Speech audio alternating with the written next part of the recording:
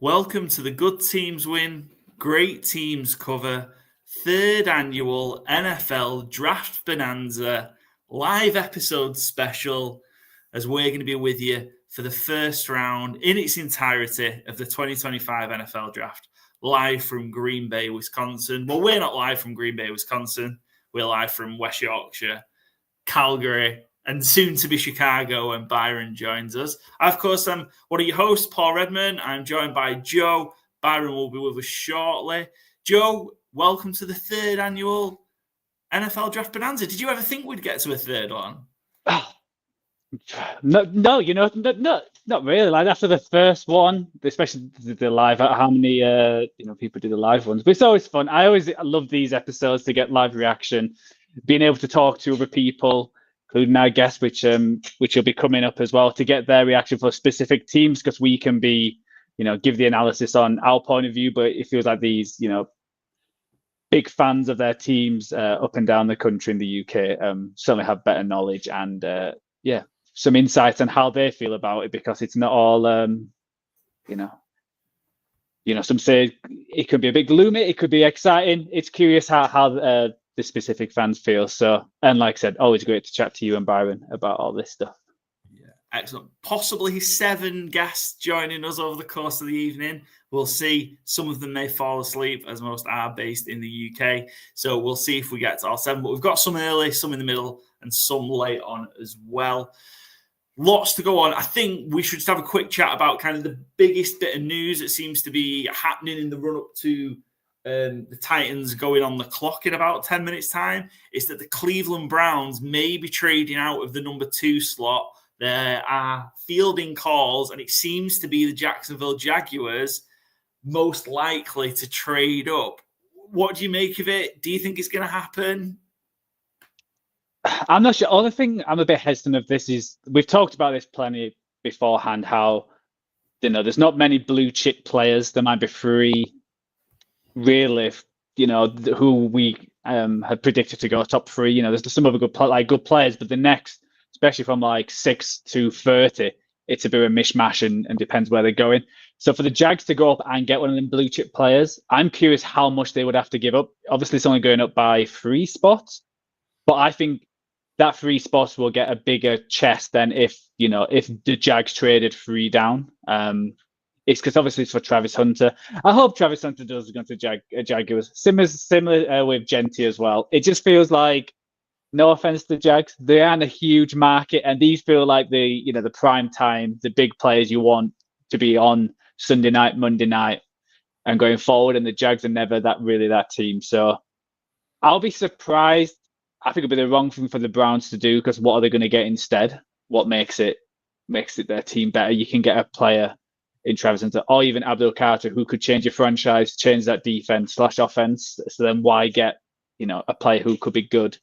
And it's more of a risk if they're going to be a great player or not. It feels like, Abdul Carter and Travis Hunter's floor is way above some of these players that would get a 5, and the ceiling's a lot higher as well. So I think it'd be daft by the Browns. But, if the Jags are willing to give up, obviously this year's first, definitely a second, and maybe something next year as well. It might be something the Browns do, and they're thinking, let's stock up these picks and we can get a quarterback next year if we don't get in the number 2 pick again. They might be thinking long-term at the quarterback position. Yeah, with all the talk of potentially the Jags moving up to 2 and the Browns fielding calls for the pick, and the team to draft Travis Hunter market is not, or it's gone. So, I mean, obviously it's been, we thought nailed in that it's going to be the Browns for a while now, but the market's gone. So I find that very interesting in terms of maybe there is just some chatter, and I wonder how short the Jags price got. Obviously, it's a lot's happened, and like I say, I wonder what the Browns would want. Is this some long-term planning by the Browns, potentially to try and get resources, knowing what their quarterback situation is, and maybe they can get picks for next year to put themselves in a stronger position to get one of those potential quarterbacks that's coming out where there seems to be better options in 2026. It's one to watch. We're going to find out the answer to that in probably 25 minutes time, as we're about 5 minutes away from the Titans going on the clock. And we're expecting to name Cam Ward as the number 1 overall pick. It would be crazy if not, and we may have some immediate reactions from the Transatlantic Titans, who may be our first guest, depending on whether the Titans take Cam Ward or not. We've got to say possibly up to 7 guests. If you're watching on X, YouTube, feel free to comment. We'll obviously pop the comments on screen. Interact, of course, throughout the evening. Certainly one way to keep it interesting. If you are watching, as some people are, I don't know why you're making the choice to watch with us, but thank you. We appreciate it. There's obviously the actual draft, and then you've got, I think McAfee's probably doing his thing that he usually does, and others. Then, yeah, we thank you and appreciate you for spending your evening with us. Somebody that should be here and isn't is predicting the number 1 overall pick of Vontae Mack, and that's our third host, Byron. We'll have to see. We'll have to wait and see that. And that is a great question. Where is Byron? If you can get a move on, that would be great. I guess probably as we are a betting show, should we just have a quick run through what we've got from a betting perspective, Joe, early on, to see what we've got and share with the people? You've only got a few minutes to get bets on because all the markets close at 1 a.m. for the draft. Couple of bits that I'm hoping to see early, and let's just address the ones that I'm really hoping to see early. Mason Graham being drafted no later than 5 plus 160. That could change if the Jags planning, that Mason Graham to the Jags has been set for a while. It feels like in a lot of kind of the mocks and how we've been looking at this board. That could change completely. Obviously, if they go to 2, then it's certainly the Jags won't be taking Mason Graham. But would he still stay in the top 5 with that trade? I really hope so. What else early? Ted McMillan and Jade Barron, top 10 picks. Barron's a long shot. I think it's likely he's not. He's probably going to end up mid to late teens, but plus 750 taking the shot. Ted McMillan, top 10 pick. There's a lot of Ted McMillan to the Cowboys that he has a fall, and the Cowboys take him at 12. Would be great for the Cowboys if that happened, but I'm banking that he maybe goes to the Jets at 7, possibly the Panthers at 8 at the latest, so plus 175. Those are my early ones. Joe, what about yours? Yeah, I would just say you've got the Jets as well as O-line who are in the top 10. So evens, which, yeah, I think that's a great shout. I think it's in between that and a tight end. But I'll be surprised. I feel like the tight ends are slightly sliding down a little bit just with everything going in that. And we'll show our mock draft, which we just released a few hours ago, like an hour ago. I've got a run on our line just coming in early. So the Byrons. Oh, there you go. There's mine. So early ones. Obviously, I've got Carter to go number 2, a plus 475. That was just an insurance, just in case the Browns changed their mind. That was the Travis Hunter news a week ago. I don't think that's probably going to happen now, but I thought just in case they change their mind right at the end, there's plenty of plus money, which is a lot better odds than it was previously. I've got Graham to go 8, and that's a number of different reasons that he slides down to the Panthers. I've actually got in our mock draft, I've got something slightly different. I've got Graham at 10 actually, but I think that's a good shout if the Jags doesn't take him, and it might work out if the Jags do trade up that the Panthers take him there. And I've got Will Campbell at 10, so that would be with the Bears if they slip down. And again, it depends on if they trade up or if the Patriots take him, which there's been some whispers that Gentry could be going for the Patriots. And I think that's about it for the early ones. A lot of them are more mid-round picks, first team, so I'm sure we'll come back to them. We can just quickly look at Byron's. It's got Travis Hunter to the Browns. He had that a long time ago, a plus 425. Like you said, that the odds are not there now, so that's a curious one. And he's got Gentry to the Broncos. They would have to come up quite a bit, I think. I think a team's going to go all out and try and get Gentry. And the Broncos would have to probably pay quite a bit to get to 1,200. Yeah. We'll get to that in our mock draft, but I think that's going to be the Chicago Bears. I think the Bears are going to try and get to 4 to get Ashton Gentry. So we will see. A lot to get through to get to that. What else early has he got? Some outside shots. Sanders at 4. again, that would be somebody to move to take Shedeur at 4. New Orleans, Pittsburgh. I guess those would be the 2. Cleveland trading back in, that would be unless I don't know, maybe the Cleveland trade with the Jags, and then also trade back up with the Patriots at, to 4 maybe to get what they see as their quarterback. Armin Memby, the tackle to the Patriots. I like that one more and more as well. I'm not as convinced as I was maybe a little while ago that Will Campbell to the Patriots at 4 is as locked in as we all think it is. And then Ted McMillan at 5, again, that could be blown if this trade talk obviously happens. With the Jags, I feel like if the Browns traded, they wouldn't be then taking Ted McMillan at 5. Yeah, and I do like he's got the Raiders, but he went linebacker and wide receiver. So in my mock draft, I've got them getting Jalen Walker. I've got them training back at, we're just swapping picks with the Jets and getting them at 7.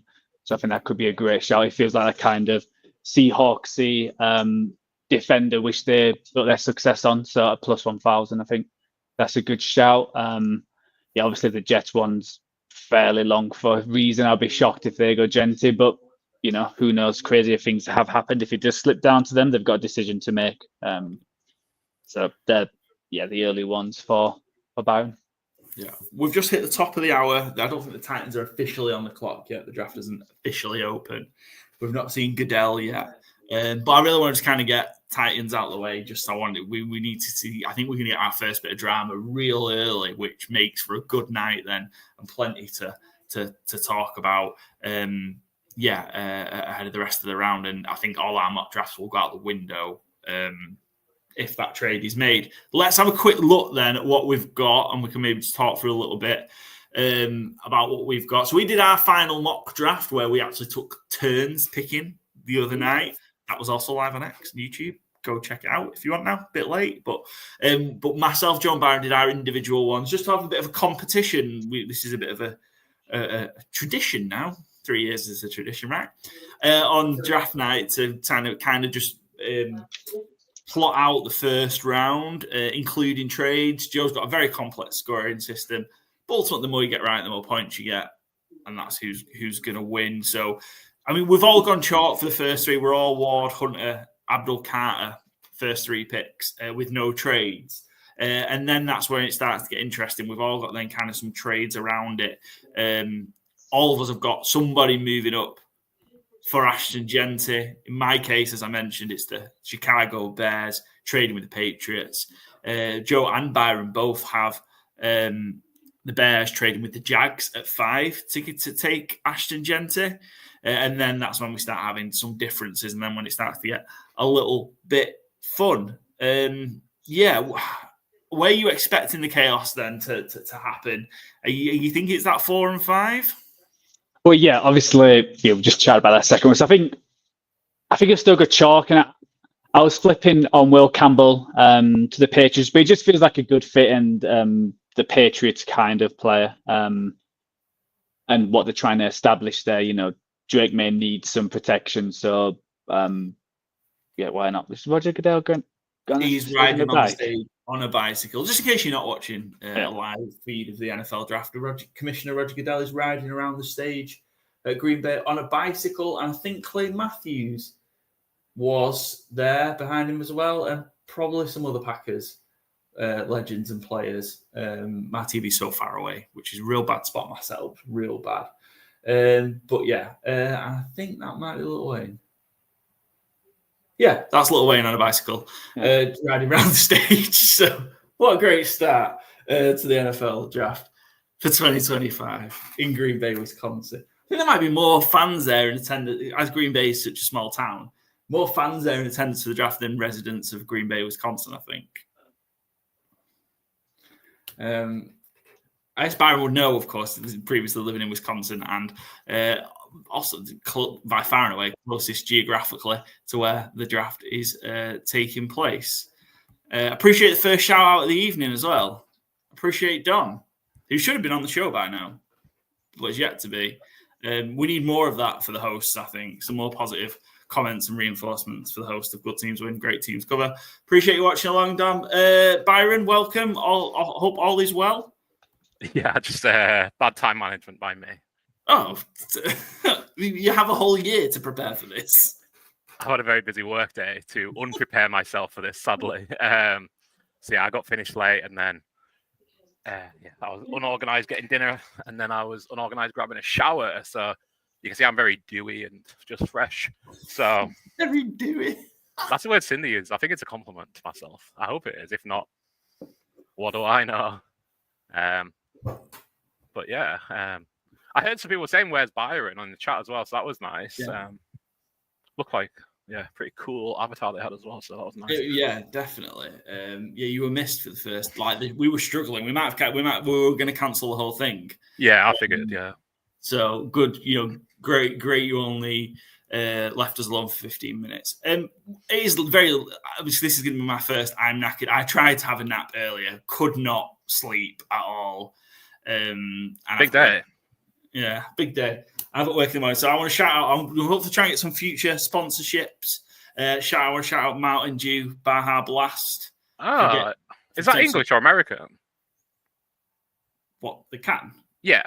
Yeah, no, it's an American one. Yeah, you have to. Yeah, I didn't know if they sold it over there yet. Yeah, no. Yeah, sadly, the Taco Bells don't have it here, and you can't just get these. The Taco Bells don't have it. I think you've told me that before, and I'm always amazed by it. It's a absolute crime. It is a travesty, yeah, because it's so good. It's just because there's so much sugar in it, and hopefully that will get me through the next 4.5, 5, or 6 hours. The way they've been going, they feel like they're getting longer and longer every single year. Gents, what have you got to fuel yourself through the next however many hours we've got? So this is actually pretty much empty, but I thought, we always like an interesting beverage or snack kind of mention. So what I thought we would go with is, Gatorade. Is that in England? I forget. Powerade's in England and Lucozade is, but Gatorade isn't, right? Yeah, we get a bit of Gatorade, yeah. Oh, right, okay. I forgot or didn't know. Then I'll do Gatorade mashups. So this one is Cool Blue and Fruit Punch together at last to make relatively cool purple punch, I guess. Weird flavor. I don't know if I would recommend. When you drink something, I don't even know if I like this or not. But you just keep drinking it, so you don't hate it. Obviously, there's also a mashup that I don't have handy. This is basically empty. I'm also not that neat, as Cindy will attest to when we do reasons why we hate our partner draft. Cindy wants all 4 rounds to herself, apparently. That's a great one. Yeah. Messy Desk is up there. Yeah. Lemon, lime, and orange, which is much more a regular flavor, but still, it's kind of just like not really sure what they're going for. It kind of just tastes like bad citrus. Interesting. A lot of new flavors are Gatorade out right now as well. There's one called Midnight Ice, I believe, and Midnight Lightning and something else Ice, I believe, and all of them just taste weird. Fair enough. But yeah, I might see a weird Gatorade through the night. I got some Leinenkugel beers, summer shandies, and lime. Like Corona style lagers. I've not seen them before, so I thought I'd grab those. And the ice cream's in the freezer. But shout out my Travis Hunter snacks. Yes, these are incredible. Yeah. Yeah, really cool, right? So Snickers, it was $2, right?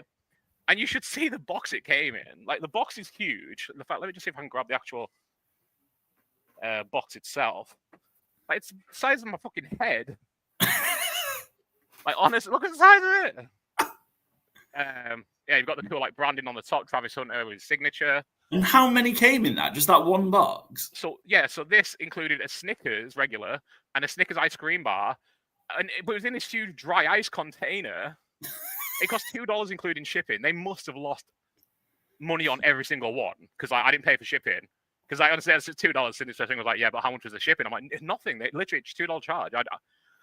And it shipped in 1 day because they only opened it up on Monday or 2 days. It arrived yesterday. But yeah, sadly the actual chocolate bar doesn't say anything on it. It's just a Snickers. It's just not. But I'll keep the box. I think that's pretty neat. That's pretty cool. Good stuff. A very cool little. Again, like Travis Hunter is one of one. I don't think we'll see another one anytime soon. So, really neat. I felt like a little, and it's so cheap as well. It's Will Levis's mayonnaise cologne, which I never smelled. I would have got some if I didn't beat the rush. I would have got some for $8 just to have it. But yeah, Joe, what are you drinking after my 12-minute introduction to hello, I'm on the show now, and here is every beverage and snack thing I know? So as it's Thursdays, I've gone for more adult drink. So I've got some from a local brewery called Wild Rose from Calgary. So and this one is, what is this one? It's Velvet Fog. It's a wheat ale. So, supporting the local economy, sticking with Canada, Canada on with where everything was going on. So, yeah. So, shout out to Wild Rose. Yeah, as I was saying, not to buy American now, are you? No, it's banned. You'll be right off there. You get shamed at the supermarket. There's people lined up. I love it. Excellent. You doing your bit. It's also like our viewers don't even know me as well. I don't even like Mountain Dew. Like what? Come on. That's not true. You just don't know me at all. Mountain Dew Baja Blast. Mountain Dew. There you go. Can't even say it. Mountain Dew Baja Blast for the win. The Titans are on the clock, so I don't think it'll be too long before we find out who they're going to take with the number 1 overall pick. I guess, as you were mentioning your Travis Hunter Snickers bars, that's the interesting question now, because the noise is that the Browns may be trading away the number 2 pick. Is he going to land with the Browns? Is he going to land with the Jaguars? Because that seems to be the noise, that the Jags are going to be aggressive and trade up. It's a lot of fun, but surely no. Right? I don't know. Maybe. Maybe we'll see. And I'll just flash up our mock draft again. Oh, nice. Yeah. That we've got. We're all, like I say, 1, 2, 3. We're all in lockstep as we get a glimpse into the Titans war room draft. Yeah, I didn't get a good chance to review our drafts. Again, I got mine in late. It was such a busy day. 2 Membos at 6. Mason Graham at 5. Okay, that makes sense. Yeah. Sorry, I'm just kind of reading out loud. Yeah, it's hard if you just potentially listen to this back on an audio version. Yeah, not going to be clear what we're talking about. But yeah, we've got our mock drafts up. So we'll see how we get on with those. We're about to find out who goes number 1. We've had one trade today. The Browns and the Texans made kind of a day 3 pick swap move. Is that going to be the first of many trades today? Some that may be affecting the first round. Byron, me and Joe talked a little bit before he came on, but like I said, where are you expecting to see kind of just the chaos happen? Because I feel it's coming, and I feel it might come quickly tonight. Yeah, I think, as we can see from our mock draft here, and if anyone is listening to this back, God bless you, but we have uniformity for the first 3 picks. Ward, Hunter, Carter. Me and Joe go Campbell. You've gone Genty to the Bears there. And me and Joe have gone Genty to the Bears at 5. So roughly similar. I think that's when we start getting interesting. I think we all fully expect Genty to be gone by 5 with a trade up to we all picked the Bears as well, which there has been a lot of noise, but I mean, I believe it's happening. Obviously, that's why it's on my mock draft, but you never quite know, obviously. But yeah, I think we all kind of think Genty will be off the board by 5. And I think that's when we get a little wild. I found the Jets probably the hardest team to project here. You know, got 2 tackles going to the Raiders. I think that's a pretty good decision. I'm annoyed when I was thinking about it last night, putting what ended up being my penultimate mock. I've done a mock last night. I didn't end up liking it so much, just a little bit too much what I thought what I would do rather than what I think will happen. Like, I finally come down off Membu going 4, which I still think the Patriots should do, but I don't think they're going to. I think they're going to go Will Campbell. And then, yeah, get to the Jets. I'm just like, I really don't know. I've seen Tyler Warren mock there an awful lot, but I don't think it makes that much sense. So, yeah, I ended up going Michael Williams there. Joe, you had them trading up 1 spot to get the tackle, which, again, I think makes sense. Warren, a lot of people are saying it, so, again, I'm not saying you're not making sense, Paul. Like, I don't know what the odds are, but I think the odds are or lineman or air tackle. I don't know what odds the edge is, to be fair. I just think, yeah, we're going to start getting, certainly after 5, maybe after 6, I'm projecting, yeah, Raiders to tackle. And then after that, just goodness knows. No idea what the Panthers will do. Does anyone know what the Saints will do, including Mickey Loomis? No, it's like I say, it'd be interesting. I just took a wild shot that it was, I say, Michael Williams, but it could be anything. Goodell is at the podium. Oh, nice. You're ahead of me. Nice. But yeah, go ahead. We'll go on whoever's first time. So, no surprises. The Tennessee Titans select Cameron Ward. Cameron Ward, quarterback out of Miami. No surprises. The Titans get what they hope to be. Their franchise quarterback. It's not worked out with Levis. Cam Ward's in. Yeah, I mean, no surprises. I mean, we talked about Cam Ward in our Fans on the Clock draft and our mock draft the other day. But yeah, what do you make of Cam Ward? Best quarterback in the draft. They absolutely need. I mean, who was their last good quarterback? Tannehill, maybe, but not great. It just bears repeating over and over and over. If you've got a quarterback who you think can get you to that next level, you just take him. I think people are maybe comparing him with last year's class, maybe being a bit lower on Cam Ward than I would be, saying like he'd be level with Bo Nix. I think he's a better prospect than Bo Nix was. I think he's a better prospect than Penix was.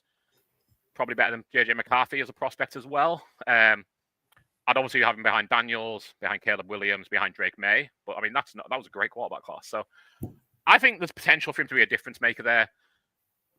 But the Titans, have got a lot to get right as well.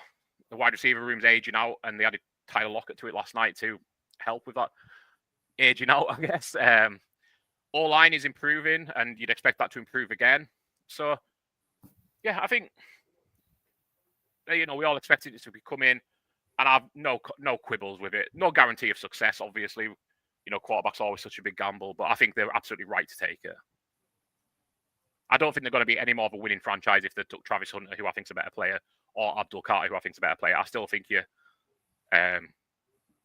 that's not pushing you to be a playoff contender, as good as those players are. Joe? Yeah, it's the obvious pick. They need a quarterback. They get the best quarterback. So, sorry, Jacksonville are on the clock. What? Cleveland Browns. Oh my God! Jacksonville receive the number. So Jacksonville get the number 2, get a 4th rounder, a 6th rounder. The Browns get the 5th, a 2nd round pick, which is the 36th, a 4th round pick, and next year's 1st. This is a haul, Travis Hunter. Second, 4th, and next year's 1st. Oh my God, Travis Hunter is going to be a Jacksonville Jaguar. Watch us now if it's Abdul Carter.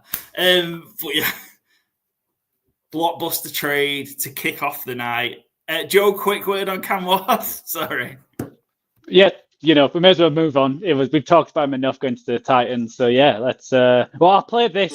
So there we go. We all got the pick for Cam Ward, right? That might be the last time we've watched this happen. So, we have sound effects now. There you go. Yeah. So we got the right pick and the right player to the right team, and that, like I said, that could be. Oh, I just looked on the mock. You got my prior version, Joe. I need to send you my updated one. Oh dear. Great shot, by the way, of Travis Hunter sat in the chair in the green room in the back with Little Wayne sat on his chair arm. Brilliant. Absolutely incredible. So we have got some reaction from the Titans. So through the power of to Cam Ward or to Travis Hunter?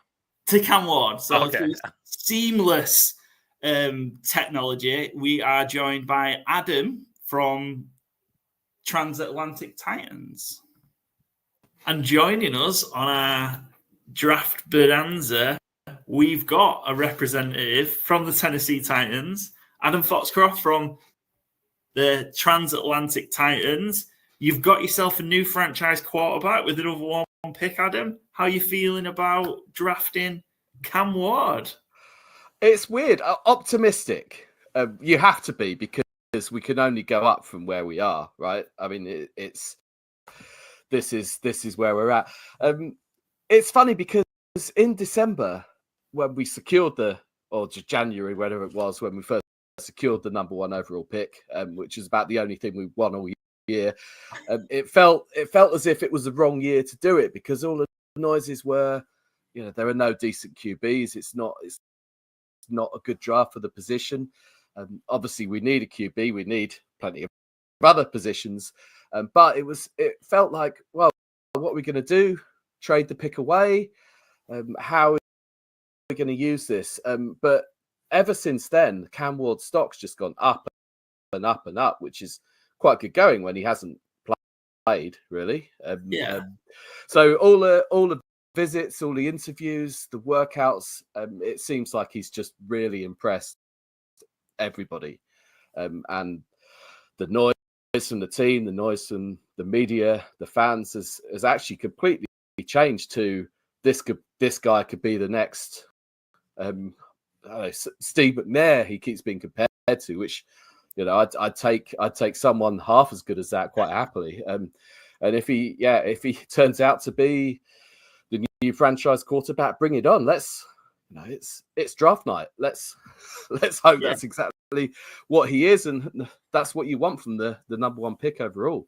Yeah, optimism certainly at its highest at this point, and no doubt kind of the excitement there with it. And do you feel is this how you would have gone? Like, obviously, I know it's been probably the last few weeks, it's been kind of nailed on. Is this what you would have wanted to do with that, given what you've got there? I know Will Levis hasn't quite worked out, but given, there's Carter, there's Hunter, who are incredible players, is this the move you wanted to see, Adam? I think, asking me that question now, yes, I think so. Maybe a couple of months ago, I love Carter. I think, and edge, like pass rush is a need for us. We have many needs, but that's how you get the ball pick, right? Yeah. Exactly. And we're not going to fix this even with one pick, let alone one draft, let alone one pick. But yeah, I liked Carter a lot. I'm not so sure about Hunter. Maybe sort of obviously trying to be too many things at once. I don't know how that's gonna work out. But yeah, Carter I would have loved. But the more time's gone on, it's the quarterback that you want. It's the quarterback that's going to get you the most excited as a fan. And I'm starting to believe the hype a little bit. And I want to let myself believe the hype. And yeah, you could spin draft tape and all the clips on YouTube, Twitter, everywhere. You could spin it to make anyone look anything. And I'm watching all these clips of Cam Ward and think, yeah, this could be the guy. And it's a face that a franchise wants.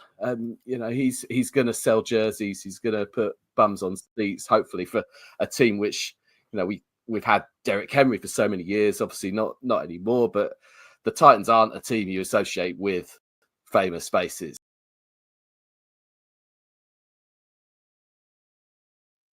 So, apologies to cut Adam off there. Did you think anybody noticed that wasn't live? Do you think? You've done a quick transition of your jacket. Yeah, transition. My hair's a mess. But we are back because the Jags pick is being announced. I wonder who they're going to take. There is. I cut that short. This is the full spiel. Walter Payton Man of the Year spiel still going on. Yes. But huge move.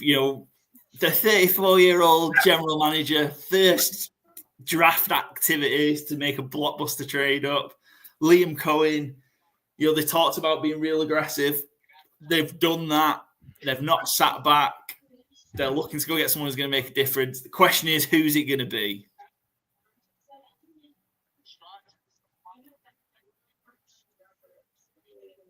Yeah, it's got to be Trevor. I think giving up that first next year makes sense all the way for the Browns. We talked about it. Obviously, they need the quarterback. So they're getting and obviously next year should be full of quarterbacks. But for the Jags, are they really just one player away from?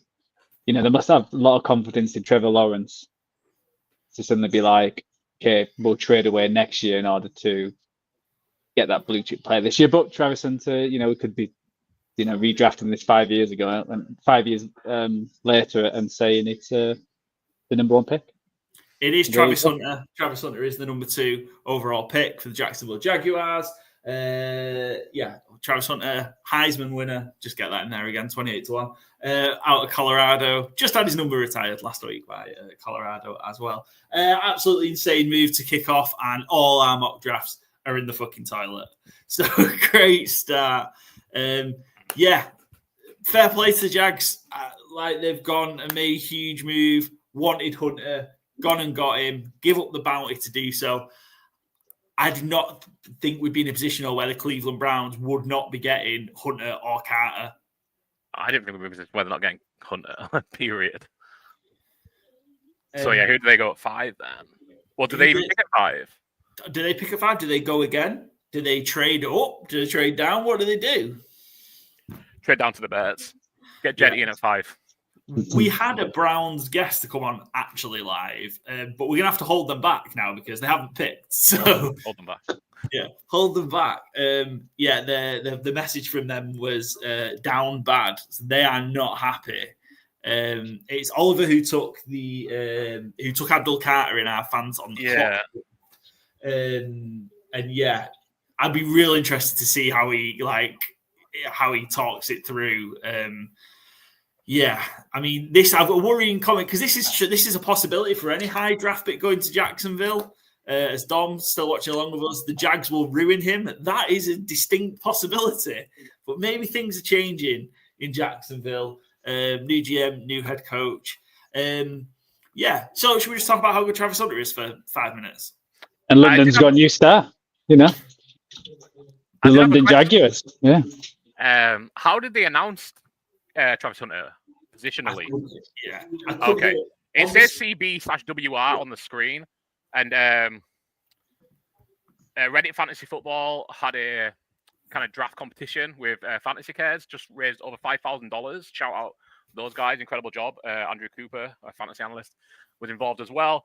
And one of the questions was, what will he be announced as? And I picked CB/WR because it was either CB, WR, CB/WR, or athlete. So I went with the combination of picks. But I was just curious if you'd heard what he was actually announced as. Because, like I said, I've got it on, but I've got it on mute and I'm behind you. I can sort it. I'll be 2 seconds. Yeah. I'm guessing CBWR as it was put up on the screen. But, incredible guy. I think he's the best player. We've talked about it. Not just because he won me a shitload of money. I think he's the best player in this draft. I think he's going to be incredible. I think they're going to let him play a lot both ways because... Well, he said that he's going to retire. Okay, I can give you the results. They went wide receiver, defensive back. Ooh. Was the order. Good enough for me.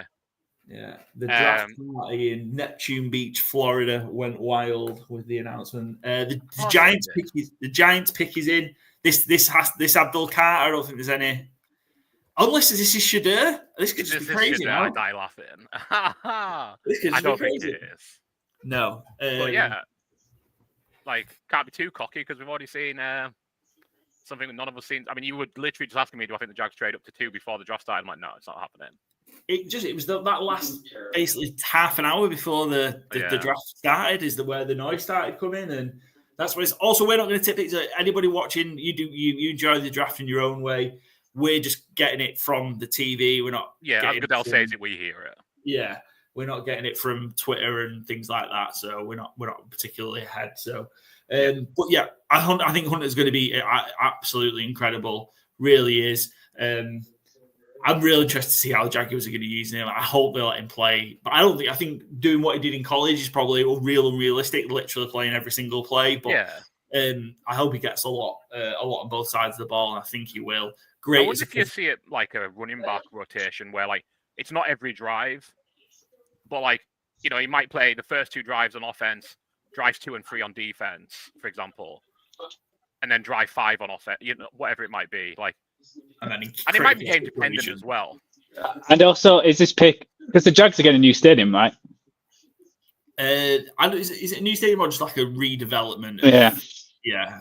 Having that superstar in there, Trevor Lawrence hasn't panned out how they wanted. They expect him to be that number 1, top 10, top 5 quarterback to be the franchise guy. But you would say play Travis Hunter as a franchise player now over Trevor Lawrence. Oh, I don't know, but you can't have too many. Good problem to have. Who do you put on the season tickets? So, I think he's going to be killer. I mean, and Brian Thomas as well. That is going to be an offense that takes some slowing down. And the Giants are. Abdul Carter to the Giants. Give us a ding, Joe. Here we go. And I'll also give us another one because we all got Travis Hunter to go second. So we all got points for that. So There you go. Crushing it. Think anyone else has got this amount of picks right through 3? Probably not. No. Probably not.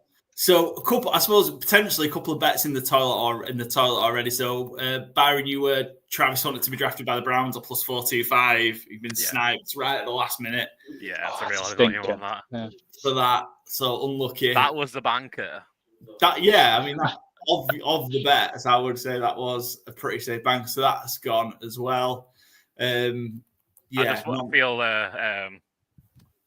the Mick McCarthy clip of like, it can't keep going on like this, can it? It's like, it can. The bets can't keep going like this, can they? Oh, they can. And Joe, you had a plus 475 on Abdul Carter to go at 2, which of course didn't go, as we've just seen Travis Hunter go. He's gone at 3. Abdul Carter, then what do we make of Abdul Carter? I think the next best player of. Tell you one thing about Abdul Carter.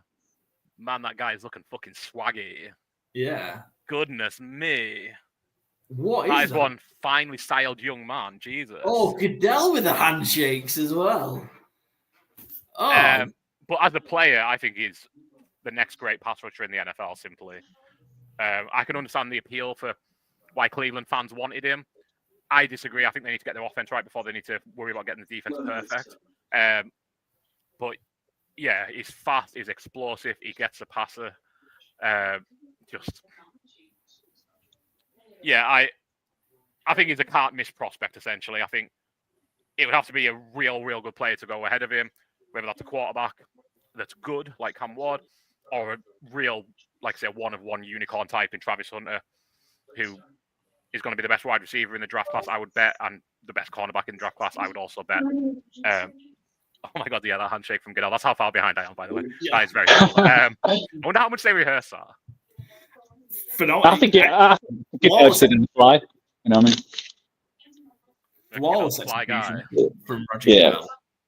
But yeah, I think it's absolute can't miss. Sorry, Joe, you go ahead. Yeah, I think it's great. I'm curious what they're going to do now with Thibodeau, because they've got Carter, Brian Burns, who they paid big money for, and didn't send crazy draft picks, but still sent draft picks. And they're all similar players. I know there's been talk about the Giants of old having that defense where they had with the ones what got to them Super Bowls, but I think they were different kind of edge rushers. I think the Carter, Thibodeau, and Burns are pure edge rushers. They don't really do the dirty work as much, and you can't move them around. So I think Thibodeau could be a nice pickup from a team. I'll be very happy if the 49ers gave a 4th rounder for him. Thibodeau. Oh yeah, I'm just no, for Thibodeau, which for the Cowboys. Same with Dallas. Yeah. A 4th round, nothing, you want to really. take a gamble. Yeah, and you've got an extra year. Exactly, yeah. So I think it's worth the shout. So I'll be curious if that goes. And I think Giants could be one of them interesting teams who could move up at the end of the 1st round if there's a quarterback still there. It could be one of them what moves. Obviously not with the Eagles, but like teams like the Chiefs or even the Bills are a team who are more set and they're not big needy. Also, sorry, just to go back on the Browns as well. I wonder if Myles Garrett's made loads of money here because obviously he knew what the process was and loved it when he signed that contract. So he knew they were going to trade it with the Jags and not get that blue chip player. Well, he knew what the planet quarterback was. Yeah. Of course you did, Miles. Of course you did. Unless we go Shadir Sanders at 5 here, just to we should blow it all apart. I mean that. Could that be the move that they take the quarterback? They're happy with you. I think potentially, and that first next year, having 2 firsts next year, that might be the move for the quarterback. Either they'll have a high pick, the Jags might suck, maybe that they get a high pick, and that or they can move back into this round for Shadir later on. Not obviously give up first next year, but they've just got a couple of more picks this year. Yeah, just say here's a second to move up. I think I had that in the mock draft, then moving up to, I get 20 just before the Steelers, just to sneak him there. So I had them going 24 to get Shadir. We had the same trade basically, just to different teams. Hopeful of getting one of the Giants UK guys, the big blue UK and Ireland guys, on just to talk some Abdul Carter shortly. But the Patriots have picked no trade for the Patriots. No. The Patriots have selected. Are we expecting this to be Will Campbell? Yeah. No reason to think otherwise at this point. Yeah. Like I say, I would go Membu, but I don't think they will. I wouldn't be surprised. According to Yeah. Be a great D tackle. It would be a great defensive tackle, I think. Yeah. I'm still not confident. I still think they could be a surprise Genti pick, or even like a Graham, just like getting them big fellas. You know what? Yeah. That kind of Patriots are kind of what they wanted the organization to be. So I'm not even when Will Campbell and in the mock draft. You know, I think this is where it's like it could be anything. Nothing. Well, obviously, some things will surprise me if they decide to pick Shadir Sanders here. But other, you know, anyone else, I wouldn't be shocked. Got to keep Drake on his toes. Yeah. I mean, we've got, like I say, we've all got. I mean, you two have got that the Patriots will pick Campbell. I've gone the trade that's not happening. Genti here, but could be Genti though for the Patriots. Could the Patriots take Genti? I mean, Sky Sports are going to adverts at a real bad time here. NFL Network's gone to adverts, to be fair. So. Oh, fair enough. Yeah, Dom doubling down, Big Willie style coming, convinced it's Will Campbell. I thought it was Sol Campbell.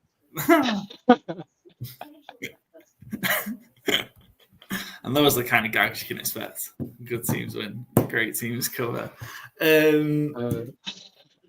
Yeah, well, we'll see. I think a lot's in play. I'd kind of want a shot selfishly for the Cowboys.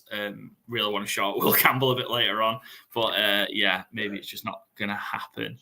We're awaiting our second guest of the evening joining us. We'll get one shortly after, assuming the Cleveland Browns pick at 5. We'll see if they do. Do you plan on changing jackets to speak with the big blue guys again? Or? What, for every single one? We might have like 7 or 8 guests tonight. I've just sorted another one out for later on as well. So I hope you've got a wardrobe to keep up with it. Yeah. And we're just getting abused. Obviously, it's late. Dom's a bit cranky. We just abuse now. Cowboys shit. Yeah, we know. Yeah. Have you listened to the show before? Yeah. Like we talk about feature to the choir, Dom. Yeah. Yeah. A weekly feature. I am just tracking the draft as we go on mock draft hero, so like I can input the picks as they go, see who's available more clearly.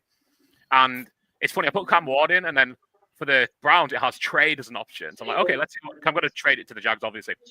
The Jags come up as the first trade option, and it's a perfectly matched trade. It is pick 2 for pick 5, pick 36, and 26 round 2. So fair to say the Cleveland Browns done a fucking job on the Jags in reality. Obviously, if Travis Hunter hits, no one cares. It's a great trade for both. But it was just made me laugh. That was actually the suggested trade there. So. Yeah. Right, Roger Goodell is trotting himself back out. He looks a bit tired now after his earlier. He's been working on that handshake for 12 fucking hours. Mm-hmm. Yeah. If he gets bear hugged, we might see a man die. Sorry, Joe. I muted you. TV was real loud. It is Will Campbell. It is Will Campbell to the Patriots. Big Will Campbell tackle LSU. Yeah. Can we get a ding? Not for Paul, just me and you. A double ding. Well, I think when all 3 get one suffices. But when you need to specify one person didn't, I think that's a real good touch, Joe. Very smart. Got it. So my Mason Graham under 5.5 is in trouble here, I think. With the Browns at 5, I don't know if they're going to take Mason Graham at 5. No, probably not. Could the Browns take Genti at 5? Yes, definitely. They need a running back. They have Jerome Ford and nothing else, right? Yeah. Jerome Ford isn't much more than nothing. Time that might make our Browns guest happy. Like if we're not getting Carter, if we're not getting Hunter, we're not getting Carter. We're getting Ashton Genti. I think that's and we've got an extra first round pick next year. That's a great outcome. Yeah, I don't think Mason Graham would be fully off the table either. I mean, just looking at the depth chart, they've got Malik Collins, Shelby Harris at DT. It's not, winning you much, but yeah, I mean. The running backs on the depth chart now, according to our lads, are Jerome Ford and Pierre Strong, and that's it. So certainly not a strong part of their roster. Best pick so far, I think, there is the comment for Will Campbell. The first Roger Goodell bear hug of the evening with the big old lineman. Will Campbell. Well, LSU. Did Will Campbell manage to get his arms around the commissioner? I've heard he's got them little Raheem Sterling arms. Raheem Sterling has. This could be the first thing you cut to Vrabel in the thing like, you can't hug the fucking commissioner fully. Jesus fucking, what have we done? You're not going to be playing guard. You're going to be playing Waterboy. While we're waiting for the Browns to possibly select at 5, we've got our first live guest of the evening. I guess you probably guessed earlier that was pre-recorded. Well, we've got Craig joining us from Big Blue UK and Ireland. He also took part in our Fans on the Clock draft. So we're going to talk a little bit of Abdul Carter and New York Giants. Craig, welcome to Good Teams Win, Great Teams Cover, NFL Draft Bonanza. How are you doing? You've just drafted Abdul Carter at 3. How are you the guys feeling about that? Yeah, it's a party over there. Shane, who is one of our guys, is a Penn State boy. So you can imagine after missing out on Michael Parsons a few seasons ago, he is made up now and almost feels like that hatchet has been buried for a bit. Obviously, that was Gettleman and not a Joe Shane pick. But yeah, very, very much happy over there with what's going on. Obviously, it's not a quarterback. But at that position, I think with Ward off the board, you can't reach no matter how much we want to. And we've got Wilson, we've got Winston. It's not exciting. It doesn't, maybe it doesn't move the needle, but it's exactly what the Giants need. And we're kind of moving back, I guess, towards the 80s side of the way that the Giants played and going full defense. We've made some good free agency signings, but Carter really is kind of that little crown jewel now. And it's just, where does he play? Do we line him up at edge or do we put him at linebacker? Because we've now got the option to do both. Yeah, I think that where the Giants are, they've got great options just to mix things up and disguise things and keep opposition offenses guessing. I think that's a great position to be.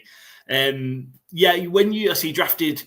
you did our fans draft a few weeks ago, and I say a few weeks ago, it was about a month ago now, we started doing it because it took us that long to do it. But obviously the pick at the time was just Shadur Sanders, and that was just before, obviously, I think both Winston and Wilson started. Do you think maybe the Giants in play potentially for a quarterback later on in the draft? We've got obviously going to be near the top of potentially the second round. There, others maybe in play. Jalen Milroe maybe knocking around some of the others. Do you think that's an option for the Giants that they consider, or do you think they're kind of going to see it out with Wilson and Winston and maybe address it next year? It's funny you say that because I have another earpiece in here where I'm just listening to the live stream of the draft, and Rappaport's saying that don't discount the fact that the Giants might come back into the first round. Jackson Dart is apparently loved by Brian Dable, absolutely loved, and he fits that Dable mold of kind of what Josh Allen kind of was when he came in. Maybe not the same. You're probably looking at a very different kind of quarterback with Jackson Dart, but if Shadur Sanders drops, Steelers is kind of that level. Mm-hmm. If Shadur drops below the Steelers, I could see the Giants going back in for Shadur. I've got a feeling they think he's going before that. My biggest worry is 9. The Saints could... It sounds like the Saints love Dart just as much. Now, is 9 too rich? Probably. Ricky Loomis, anything's in play. Yeah, exactly. Who would your pick be, Craig? Say you trade back to 24 with the Vikings or at 20, get ahead of the Steelers. Would you want to take Dart or Sanders? I think if Sanders is on the board, for me, it's Sanders. I just feel like you're getting a more NFL-ready quarterback there. But if it is Dart, it's Dart. Like, we have somebody who hasn't shown it yet, but we have a head coach who is apparently a quarterback whisperer and could do something with Jackson Dart. Now, full disclaimer, my wife is a Saints fan. So I have to be careful with what I say too much with the Saints. But it does also mean that I look at the Saints quite a lot and I know what Mickey Loomis is like. They are in one hell of a cap hell and have been for a long time. And a rookie quarterback could fix that. That would be a massive step to fixing that. So I could see them going that way. But, we'll see what happens. As soon as you said fix it, my first thought was, I wonder how he's going to break it, though.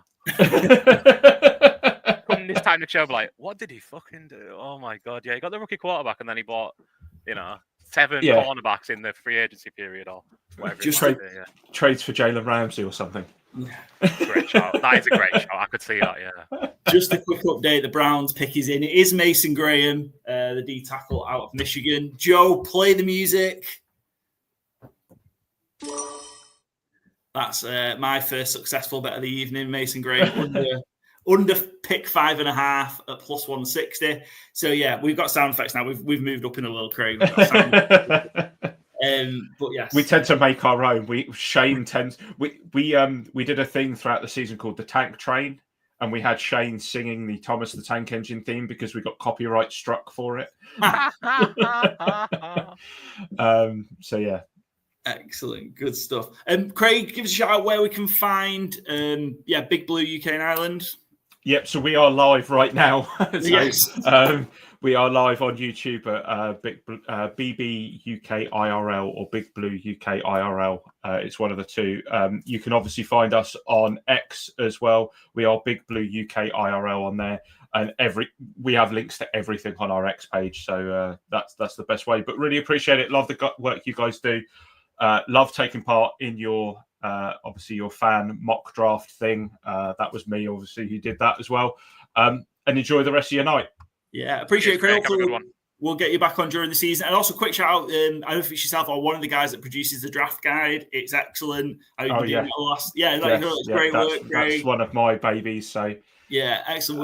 We got it last year. I got to look through it this year as well. So yeah, great work with that. And if you are obviously UK Giants fan, go follow the Big Blue UK and Ireland guys. And yeah, Craig, hopefully we'll see you during the season.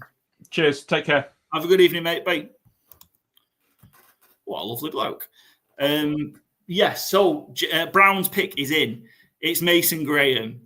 We've got the first successful bet in. We love that. We absolutely love that. Celebrating for you as well. Excellent. Did I get a second ding as well?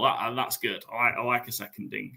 Yeah, because you also got Graham to go number 5 as well. So he wasn't to the Jags, but he was at number 5. So you get points there. Paul, you get 5 big points. Excellent. So we'll talk a little bit about Michigan because we are probably going to have the Browns, guest joining us shortly. Oliver, but yeah, what do we make of Mason Graham? I really like Mason Graham. I think he's the best, interior defensive lineman available in this draft. Yeah, cosign. And I mean, literally, what we were just saying beforehand. You look at the depth chart: Malik Collins, Shelby Harris at DT. Abdul Carter would have been a better impact player, but maybe less of a need at the end. So yeah, I think very solid. I think the Browns have done well here. I mean, obviously you don't get Travis Hunter, but you get a solid D tackle. You can come back in for a quarterback if you want to. And you've got an extra first round pick next year and an extra second round pick this year. So yeah, I think the Browns are doing things the right way. Long-term value in Graham as well, giving time to develop to the NFL level. So yeah, I wonder if just like in the heat of the moment, Browns fans are furious they're missing out on 2 huge talents here. Raiders picks in already. They did not mess about. Ashton Genty to the Raiders. Is that confirmed? You're telling me, or you guessing? Yeah, Goodell, yeah. Ashton Genty to the Raiders. At 6. Nice. Yeah.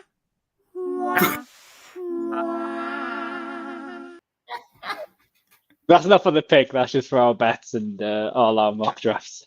Yeah, so the mock draft, we all had moves. I think, to be fair, once we put the thing that we'll include trades and we all just go crazy with trades, and it's so difficult to get them right on draft night. So, but we've got them in the right area. Genty at 6 to the Raiders. I kind of thought maybe the Raiders would have gone O-line, but I suppose with Genty sat there, it's the 3rd best player. The Patriots and the Browns, I guess, that have passed on him. I feel like you've probably just got to take him at that point, haven't you? Yeah, I think he's the last standout blue chip player of the draft. So, the Raiders need so much. Why not get him, get a bit more excitement with that team? It's one of them where if we a month ago, we always saying, oh yeah, Genty will go to the Raiders, and we would have probably mocked him there. But as it gets closer and closer, you start doing all these gymnastics and putting people here, then everywhere. So I think it's a good pick for the Raiders. They're not a one player, suddenly they're a Super Bowl contender. But now they have Geno Smith, you have Genti, you've got a new coaching staff. At least they're more exciting now, and that there should be a good watch compared to last year when it was, Gardner Minshew and God knows who at running back. I think we may have done slightly a bit better. I'm trying to remember what that running back's name was. The end of it was Abdullah. At the end, No, it wasn't Abdullah. Abdullah ended the season. Sincere McCormick ended the season. They had this very ploddy running back who had a good end to the year before, and people were like, "Oh yeah, this guy can outplay Josh Jacobs." Like Zamir White, yeah. Zamir White, there we go. Great shout, Paul. Fantasy darling heading into last year, wasn't he? Can't cast passes, can't do anything that isn't blocked. I mean, he was like a 5th round pick, I think. To be fair, it's like he had a good career relative to where he was drafted, I think. But like, it was wild how people were viewing him in fantasy. Like, this guy's going to get exactly what's in front of him and very little else. And Ashton Genti will do the opposite of that. He will certainly get what's in front of him, and then he'll, be a Tasmanian devil and juke people and push them over. And I think I don't know if I would have done it if I was the Raiders, I must say, but that's very cool. Everyone going wild for him. Yeah, absolutely right. Look, 25, almost 2,600 rushing yards. It could have probably been 4,000 last year, the amount of times he got pulled out of games. Early in the second half. I think he's a total package as a running back. Yeah. Crazy to bring down. It's going to take 2, 3, maybe even more to bring him down at the next level. So very rarely gets stopped at the first point of contact. I think he's going to be a handful, but he can't do it all on his own, and I think that's key. And I'm interested to see, I suppose, what happens as we go. We're just getting a live look into the Browns draft party, and Journey are currently playing on stage in the stadium, Paul Brown Stadium, or whatever we call it. If any fan base needs told to not stop believing, it's almost certainly in Cleveland, right?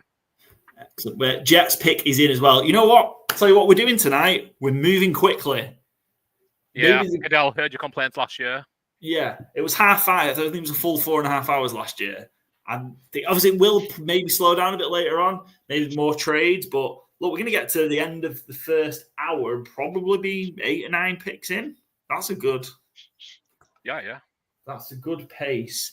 Love Jen. I think he's going to be. And I said it before, and I don't know, people don't see screen, but I see a lot of Alvin Kamara in him, in his style. Yeah. You'd certainly be happy if that's what you get. Yeah, absolutely, yeah, for sure. But Genti will definitely get 1,000-yard rushing season. I forgot about Kamara's little fun, way of doing things. And that's no slight. I love Alvin Kamara. He is ace, but yeah. Oh yeah, he gets 1 billion receptions every year, and nearly 1,000 rushing yards. Certainly no diss. Yeah. Okay, what are the Jets doing here then? Are we expecting them to take Membu? It's got to be. I'll be shocked if it's not. They need a right tackle. He's the best right tackle. He could easily be the best, offensive tackle in the draft. Yeah, they've just got to do that. Play it smart. You're not a tight end away from winning it. You want to make, if you get Membo in, you've probably got one of the best offensive line in the league, especially how old everyone is as well. And you just think if you've got a great offensive line and Justin Fields, give him that time where he can go nuts, where he's not getting pressured and they can do design runs and all sorts with him. I think it's a good outlook. I think only Tyler Warren. It's in between him and Tyler Warren. That's who I would say. I'll be surprised if they go Warren. Just feels a bit too early for a tight end. I agree on the tight end. I think slight chance it might be an edge player. Jalen Watt and Michael Williams maybe. Just, new defensive head coach. I think he probably would be Membu, but I put Michael Williams in my mock, so I'm going to stick with him. But I think the smart money would be on Membu. Yeah, we all had the trade up, didn't we? And that's kind of messed our mocks up, I think, a little bit. I had Will Campbell dropping out. I think, Byron, you had Joe, you had Mason Graham dropping out. But we've got like 5 of the first 6 players, just in maybe just a slightly different order. So we're not doing too bad from a I did have perspective. Kelvin Banks going 6 of the Raiders. He could go here as well. Yeah, I think Membu was a better prospect, but Banks has been getting so much steam of late. Yeah, I think he actually went undrafted. Now fans on the clock, right? No, he went 32 to the Eagles. We had this conversation 2 days ago. Yeah. We did, yes. Yeah. My I would apologies. say with Banks is like you'd have to move a left tackle to right tackle, and he's again it's a guard conversation. Is he a guard? Is he a tackle? And all that kind of stuff. While it feels like Membo is like, oh, he'll play right tackle, and he'll be floor. So and it's more of a gamble. Yeah. Yeah. Counter. It is the New York Jets. It is New York Jets, yes. Anything could happen here. Is Ted McMillan in play? We've not had a wide receiver, again, Hunter, but we've not had a pure wide receiver go yet. That's who I picked in our mock draft show, I believe, to the Jets, right? Yeah, I wouldn't be stunned. I don't expect it. Like I said, I think Membu's a smart pick, so. And I've lost where I was on my sheet. The Jets pick is in. Let's see who they get. Still no Goodell yet. I suppose what's in play for us on the board at the minute in terms of our bets. Jets O-line. I'm on Jets O-line at even money plus 100. That would be nice. That'd be a great start. A couple of ones in the hutch already. Anything for you guys? Jets running back plus 3,500. So I guess that was Genty. Byron, shall I cross that off now? If they hit that, I'm retiring. Goodell's just walking out, so we'll see. I won't knock it off the board just yet. But you took it 35-1 for a reason, so yeah. Yeah, it was unlikely, obviously.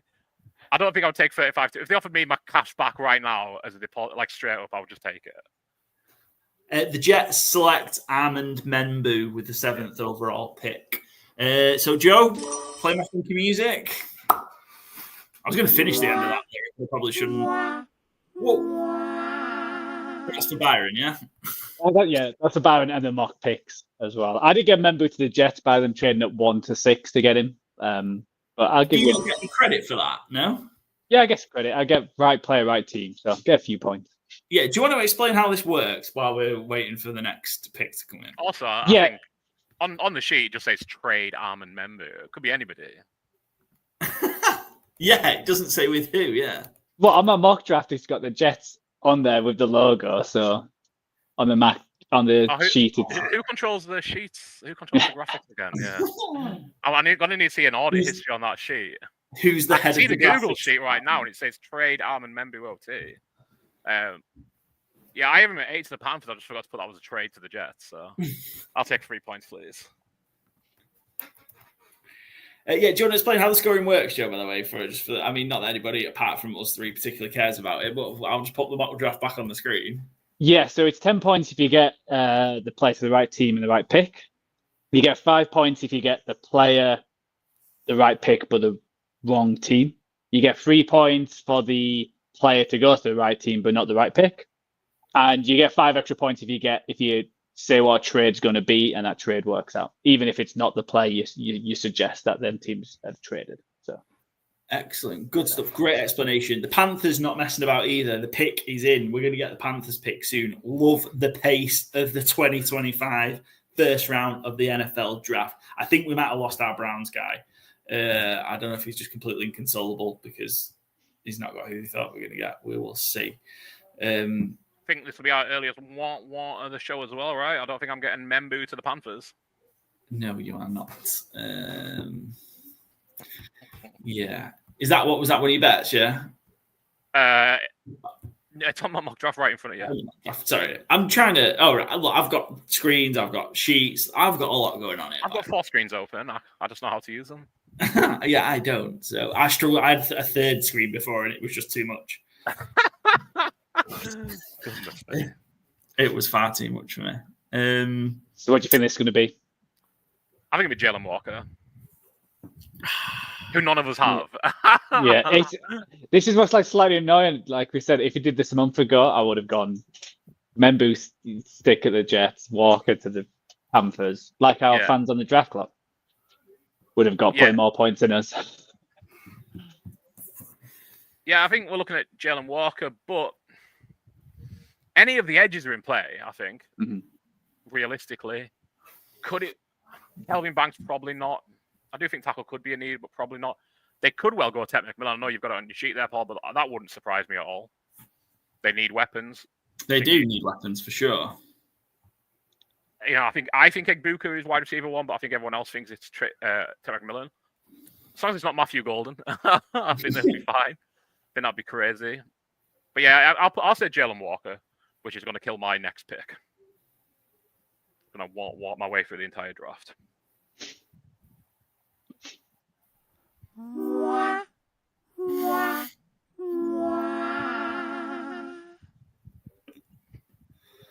Excellent. I thought they may have traded here, Panthers. That's what my mock was. Obviously, it started well with all the trades. It's not really, what I predicted going forward. I think they're a team that needs a lot, so I thought they could have traded a few back and picked up some capital. I had them trading with the Dolphins to get a tackle if the run on tackles were going to happen. But it's one of them weird drafts where I predicted a lot of trades, but I could also imagine like in the first round not being many because they might be like, we're probably going to get Banks at 13. Yeah, I think that's the problem. Like, I think there's so many teams who want to trade down. Mm-hmm. But they're not going to get much. Obviously, we talked about at the beginning that getting up to number 2, you would get only by 3 spots. You would get a haul, which they did. But if the Jag they traded 3 back, they wouldn't have got nowhere near what they gave up. So yeah, makes sense. So Carolina, the pick is in. That means the Saints are on the clock at 9. Could that be Jackson Dart? Is it Shadur? Is it someone completely different? It's always one of things where I always think it would be daft if they did that, but we've learned from experience that quarterbacks go earlier than they should have done. So, yeah. And if anyone can be daft, again, I think the Saints would be up there, right?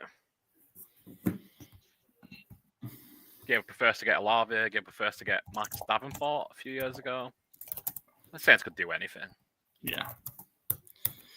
They could and will.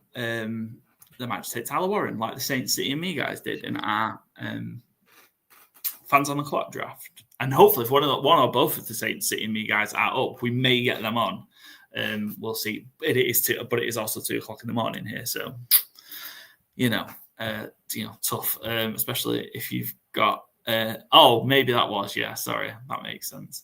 No, I don't think so. I think it was Anyway. Panthers, they selected, jumped into the first round, picked Xavier Legette last year in the first round. They do need a lot, arguably more on defense and offense, but I think Ted McMillan is in play. And I would agree.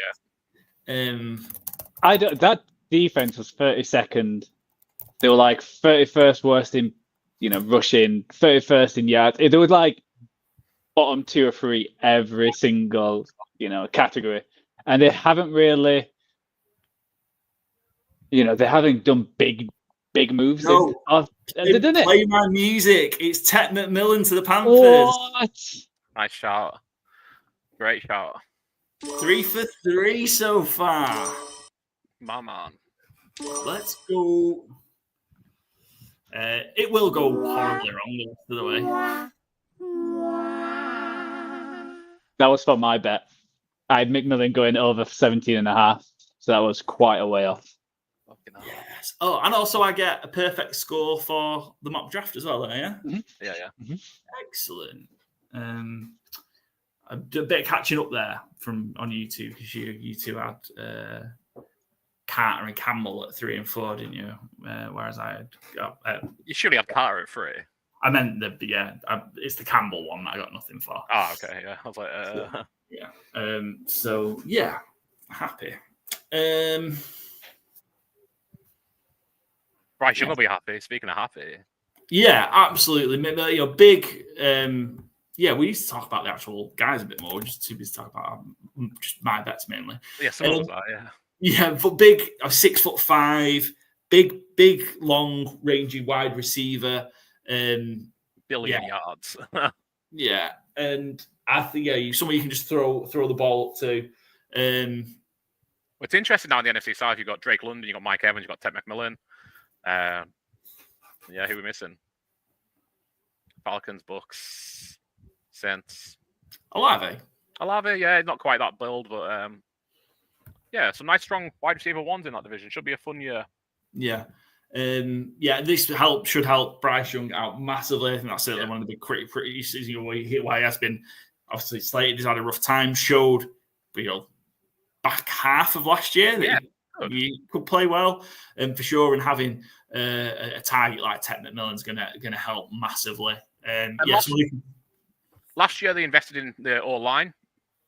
Chuba Hubbard had a good year. They've added Rico Dowdle obviously there.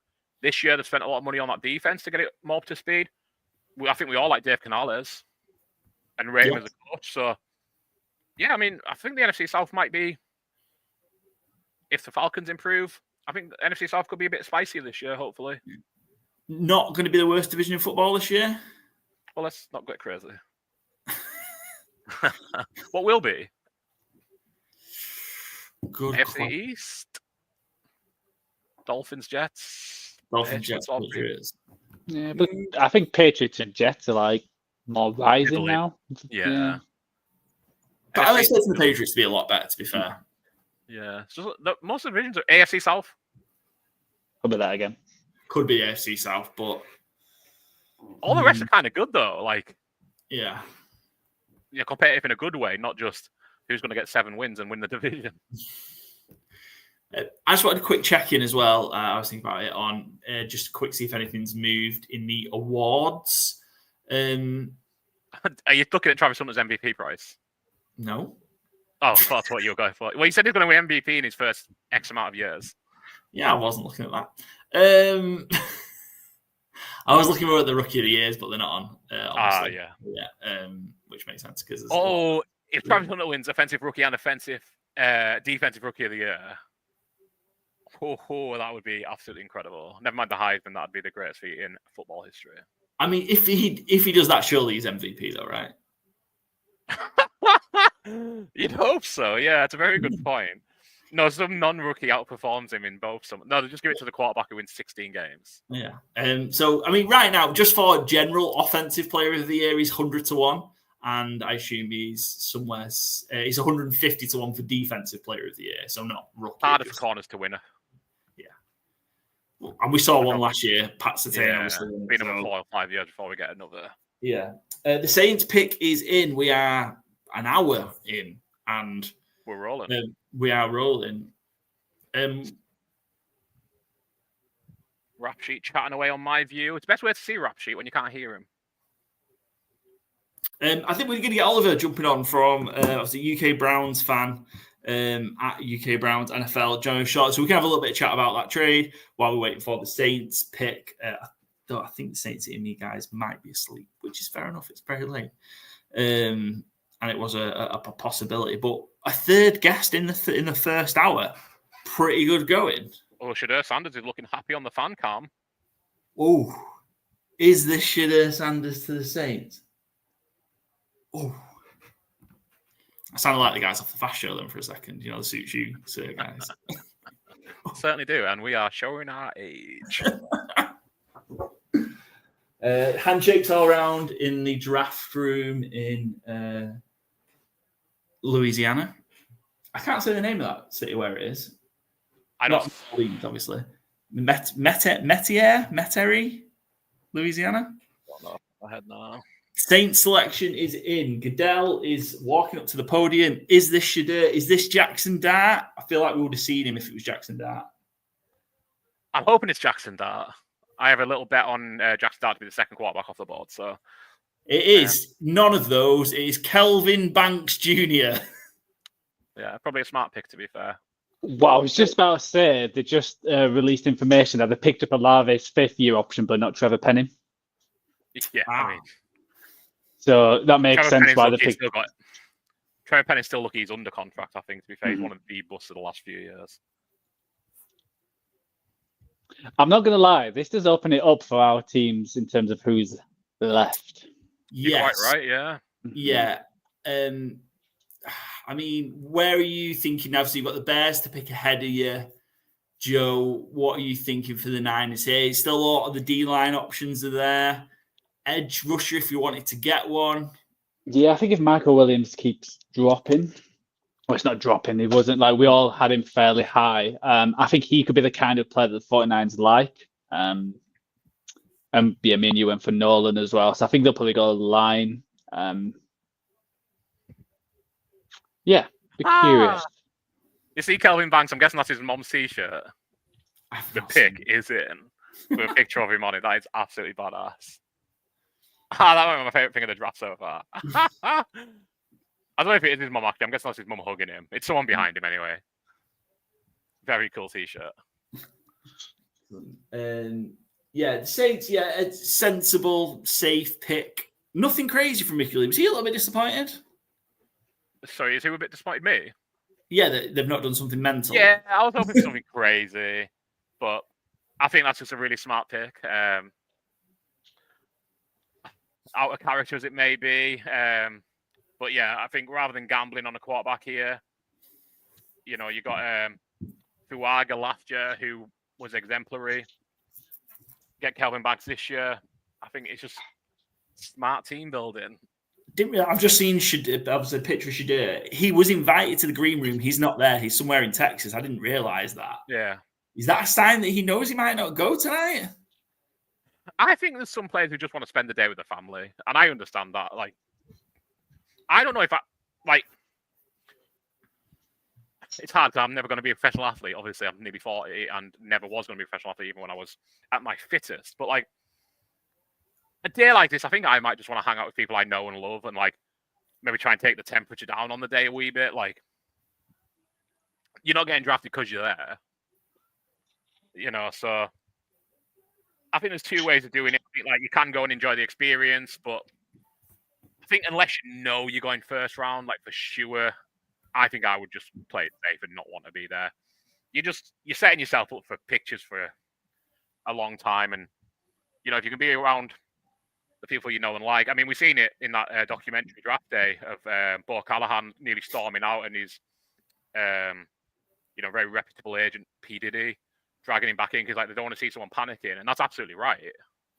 You don't want your quarterback who flies off the handle and panics at the first sign of anything. So if you can just be at home with your family, chill out, be less viewed. If you want to have a beer off camera somewhere, you certainly can. Bears pick is in, right, and it's coming out of mouth right now. I see Colin Moff is dancing with somebody I don't know. It's just a promo for the schedule release, I think, when that comes out. Oh yeah, I see on the board now. May 14th, we'll find out when who's playing who, and we'll probably get our international games confirmed then, which is good. Let's just talk about Kelvin Banks because we haven't really. Sensible pick from the Saints. Obviously, our fans on the clock draft, he went 32. In our mock draft, where did he go? Like somewhere mid to late 20s, was it? I've not got the sheet, but Banks at 9 to the Saints. What are the Saints going to get from Kelvin Banks, do we think? Solid tackle play, solid all-line play. Like I said, he already got Fuaga last year, so I think it just sets him up for a good course, whoever the quarterback ends up being. We never know. Maybe Derek Carr find himself fit come the start of the season if his little tantrum doesn't get him where he wants. But, they've got Kamara. Is this a sign that maybe it's not as bad as first feared then for Derek Carr? I would wager probably that's the case, yeah. I think there was a bit of he didn't want to get Kirk Cousins. Could this also be like, they trade up for another player as well at the end? Maybe it's just a bit too early to go Sanders, and just like how everything was coming out about. I know there was that news about the assistant coach who said it was one of the worst interviews, but you never can fully trust all that kind of stuff, especially when it's so close. And Dart as well. He wasn't going to go 9. That's just way too quick. Who Bears pick? Is it going to be Warren? Everyone said that Bears getting Warren, getting that player. They'll be like a perfect fit for him. Can't really hear anything because the people in Green Bay are booing. That's fantastic. And it took Clay Matthews like 5 seconds to be on the microphone to say the Bears still suck earlier. The thing I can guarantee is we're getting 3 big warmths here because none of us had the Bears picking at 10, and all the players that we had going here are off the board.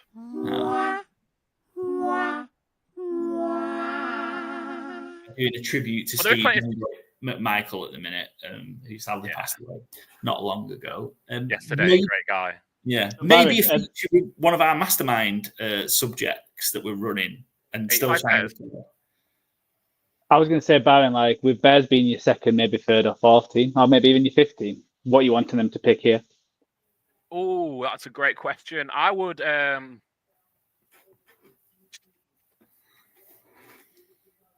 me Jalen Walker. He's gone. You know? No. Oh, sorry. I'm so confused for a second. Like, yeah, I was there as well, yeah. to pay here, and I'm like, he's right at the top of the board. Yeah, I don't want Tyler Warren. If he comes, he might well be a success. Ben Johnson's a great play caller. I just think it's way too rich for tight end, and I also have Colston Loveland as first tight end off the board. So please leave Tyler Warren alone. I need to win one bet tonight. Come on, I'm getting kicked out the house. Yeah, Jalen Walker, I'd be happy with. Mike Green, I wouldn't mind a gamble on. Very strong pass rusher.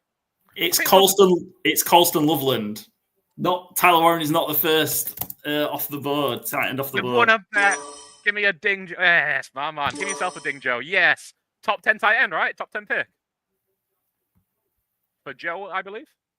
I think I went something like that, yeah. I know I went first. That wasn't on our sheet. That's one you added yesterday at a very good price. Yeah. So. My man, well done. Yeah. Plus 500, Colston Loveland, first tight end. Congratulations, Byron, and well done, Joe. We have got our third guest of the evening joining us. And we will get our bet. What? Congratulate us on our bet. No, I don't think Oliver's here to congratulate us on our bet. I think he's here to talk to us about the Cleveland Browns. We could do two birds. We could do two birds one stone. Hello, Oliver. Sorry for being a dickhead. Oliver, welcome to the show. Hey guys. Yeah, a little bit unexpected way to start the evening. We got rumblings that the Browns were maybe going to trade the second overall pick, which they did to the Jags. How are you feeling about it? The Browns obviously went down to 5, took Mason Graham, but did get some picks. But you've missed out on Travis Hunter, Jalen Carter, Abdul Carter, and even Genty. How are you feeling kind of about the trade and what the Browns have done?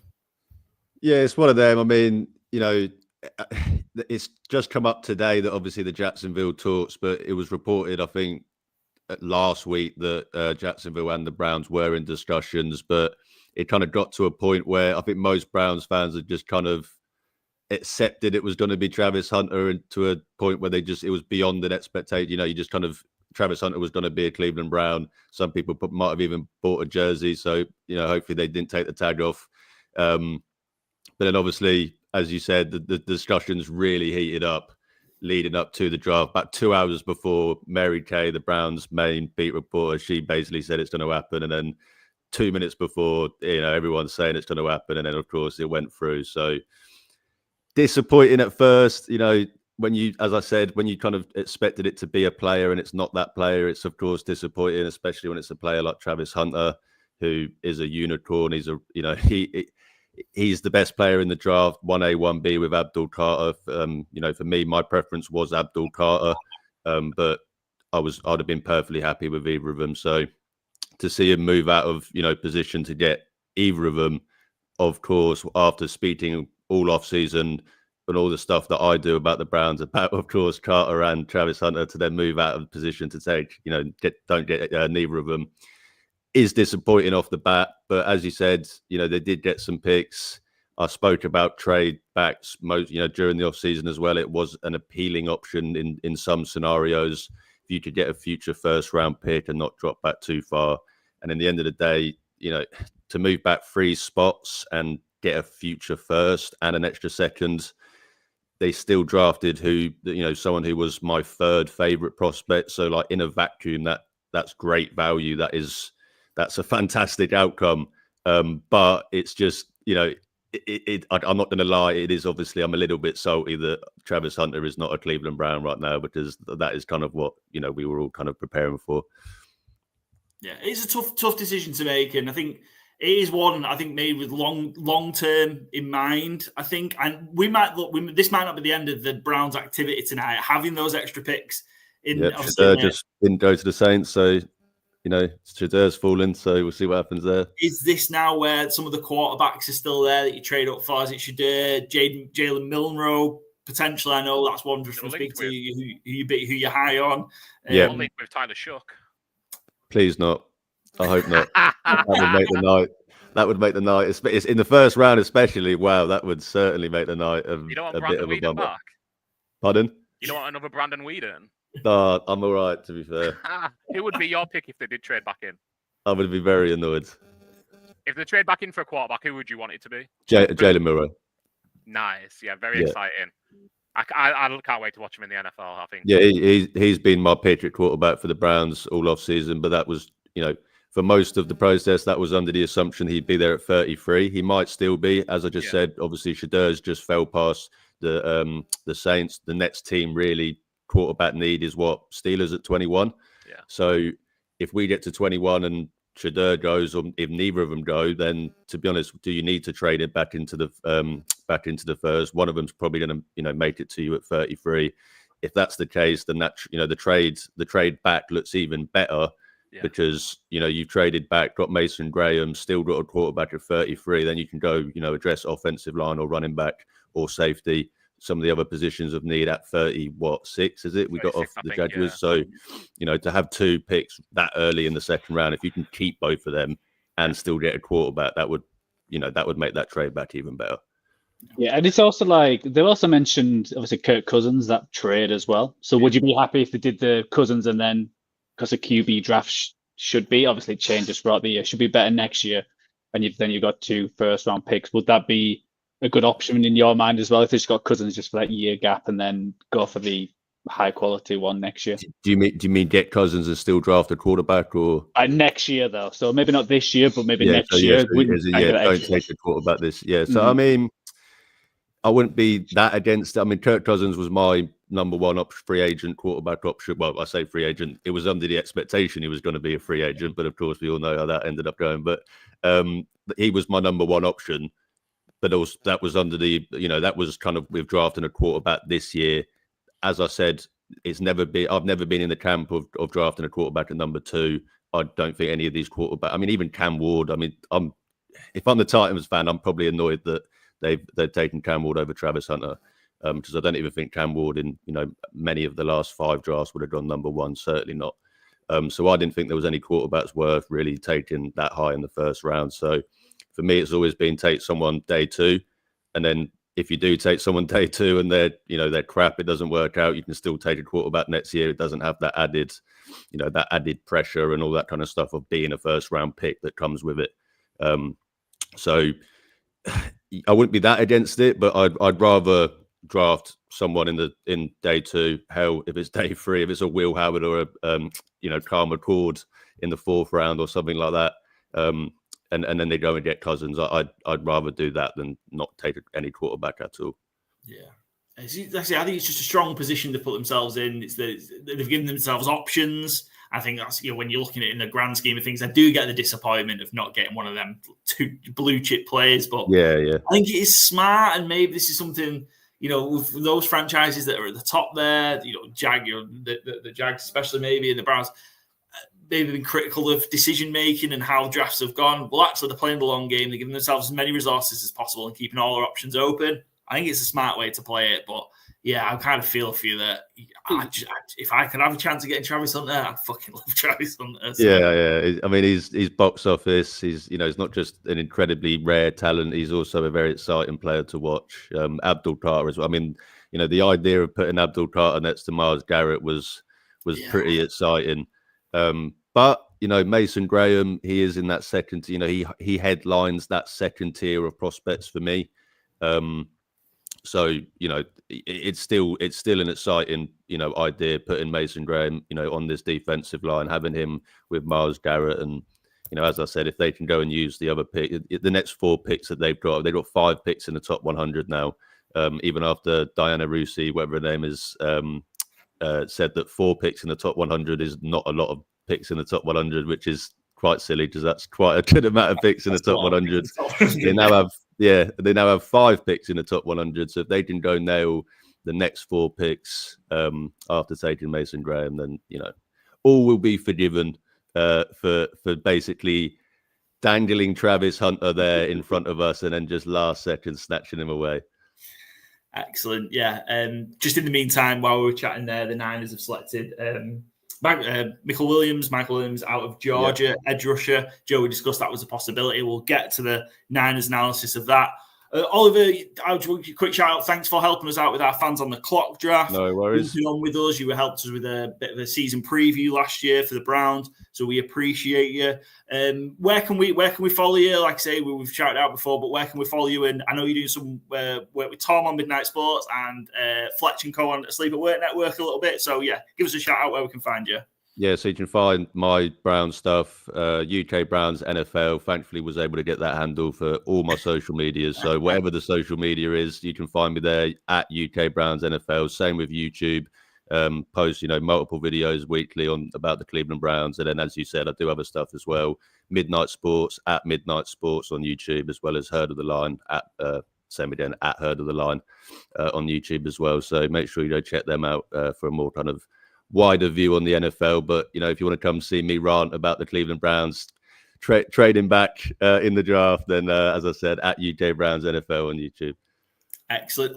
We may hear from you again before the night is done, which would be great. If the Browns do something later, please come back on. It would be great. I'll probably have 3 more coffees in between that time, hopefully. But I'm going there. I'm getting there. I'm doing all right. Tyler Shook, something stronger, right? Oh, if it's Tyler Shook, something a lot stronger. lot stronger. Cheers, Oliver. Thanks for having me, guys. We appreciate you, man. Lovely to see you. And we'll see you soon, hopefully. As always. Pre-season or during the season, mate. Yep. Enjoy the rest of the night, guys. All right. Enjoy the rest of your draft. See you in a bit, man. Cheers, guys. And Joe's left to see what I don't know if that means Joe's happy or sad with what the 49ers have done. He had to either run around and celebrate or he's got a strong drink. Well, we'll cover both. The Cowboys picks in and Goodell's announcing it, so we'll cover both in a second. Oh, well, who was saying the Cowboys are going? I'm going to say just anyone that's not Matthew Golden. I think it would be Jalen Walker. It is Tyler Booker. Okay, I don't hate it. I got a lot of sticks. I posted Tyler Booker to the Cowboys weeks ago in one of my very early mock drafts. I was like, the Cowboys don't want to take a tight end by idiots on the internet. And I'm going to go seek them out tomorrow and go, foolish. I don't love it. No, I think it's a bit of a reach. I think it's a big reach. I think you could maybe have just moved up later on if you were that desperate for him. I don't love it. I like him as a player. I don't like it at 12. I need a womp Joe because I had D-line edge and cornerback for the Cowboys' first position pick. Everything but tight end.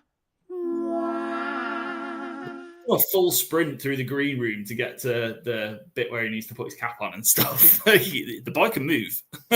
He can move. I'll be honest, whatever I think of Tyler Warren, I will just quickly say I've been so coded. I've seen so many people saying it's Matthew Golden that I'm just delighted it's not Matthew Golden because I think it's one of the bustiest waiting to happen picks in the draft. I think Tyler Warren's an NFL player at the very least. I think he'll be a good tight end. I think Loveland was better than him, so I'm pleased that Loveland went first for betting reasons and also just for talent evaluation purposes. But I don't love it. I don't hate it though. I think that, like I say, I've just seen Matthew Golden there that many times that I'm just pleased it's not Matthew Golden. No offense to Matthew Golden, but if they were going here, if they were that adamant they were going to go O-line here, I've been take Zabel. I just realised. I thought you said it was Tyler Warren. No. Why do you think I'm saying people will call me an idiot for saying they'd take a tight end? Sorry, I was distracted. I did think that, but I thought we'll just let him. Talking about. Wait, once I seen him coming down the thing here, and I'm like, he's moving. Tyler Booker, yeah. Did I could have said Tyler Warren by accident, but Tyler Booker. It's Tyler Booker. Either way, you said Tyler Booker. Sorry, that's entirely on me then. Okay, I love it even less. Yeah, that'd have been wild if it was Tyler Warren. Yeah, given the fact you've got Jake Ferguson. It's Tyler Booker, Alabama O-lineman, guard primarily. It is okay. It is a huge position in need for the Cowboys. Interior, obviously, Zach Martin's gone. Tyler Guyton hasn't really. I know he's only 1 year in. I think that's a huge problem. I think you might need to kick Tyler Smith out to left tackle. Yeah. So you do need a guard. And what the upside on Booker is the leadership, is the character, and solid guard play.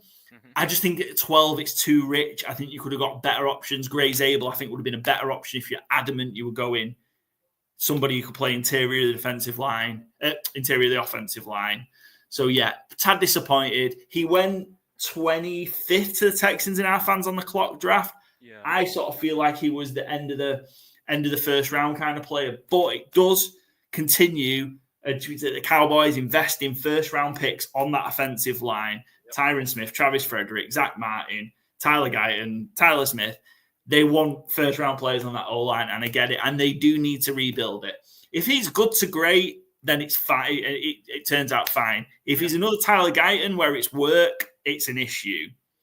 Joe, we'll go back to the Niners because we haven't talked about them. Let's go. Sorry, just eating my tea. It wasn't a surprise. I think I mentioned it a few back where you asked me what I expected when it was just after the Saints pick. It feels very much a 49ers kind of player. He's got a lot of traits, and they were just saying he obviously played injured this year. And if he actually played fully healthy, they may have not got him. You do worry that he's never had that productive years. That's always a worry when you get an edge. There's players who have got all the sacks and all that kind of stuff. But I'm not surprised. Only thing I was disappointed, there was a few players who had slipped down who I was surprised on the board. Walker, one of them. We mentioned Byron asked me if I'll go Walker. I think and even in our mock draft, I actually took Walker for the 49ers. I think could have been a better fit where he was an edge and a linebacker. But they've gone for the pure edge, which they definitely needs. They need to go that offensive line. And I think all the offensive linemen who would have taken it already gone. So, yeah, I don't mind it. They need edge help. Some of the tackles are definitely going to move down. So there'll be some options in the second round. It's just one of them. It feels like it's not a dead cert to be that true, kind of getting double-digit sacks. But he's also got that potential. So, you are taking the second best edge, it feels like, was the consensus by the end of it. It felt like he was jumping up the draft board. So, position of need. And, it had to be on the line, offensive line. But, I'm surprised and the Cowboys, when I'm surprised, I think like you, I think they could have traded back. I think if someone wanted, I think he would have been available at 20. So I think they could have moved back. Before we all had him go into the Texans, it felt like just the Texans fit. So obviously the other Texas team have stolen him. But it felt a bit of a reach for 12. I assume that's in reference maybe to the Niners pick or the Cowboys pick from Dom. Excited. And I think maybe that's the thing with these Cowboys picks. Actually, the ones that I've thought, it's not really doing it, have actually turned out to be pretty good. So maybe that's a good sign. It's the ones with a bit more hype maybe in the first round that haven't delivered. So, we'll see. But, I like Michael Williams again. I think what this has shown maybe the last couple of picks, what was the... That's you, Paul, for getting the Niners to go defensive line, not edge, at plus 180.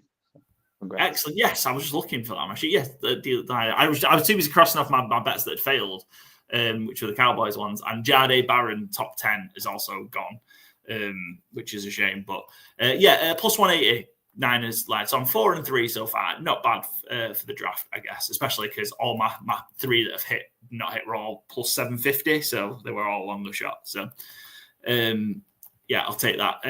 I think what this is showing us is actually outside of those top kind of prospects, when we, outside of you, actually it is just much of a muchness, and everybody's seeing it really differently. And therefore, I don't think it's going to be too much different. So maybe some of the guys that we had going in this, maybe not making the first round, in the second round, might actually get taken in the teens and early 20s. Yeah, definitely. So I think that might be what the last couple of picks maybe have told us, or maybe more that Cowboys pick. And maybe the Banks one a bit as well for the Saints.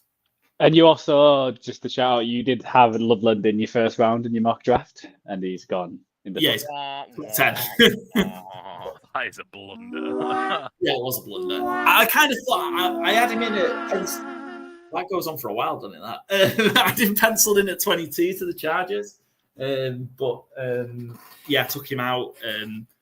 The Dolphins pick is in. Pacey, loving this. We're over a third of the way through, and it's been less than an hour and a half, pretty much. I'm going to guess Walker.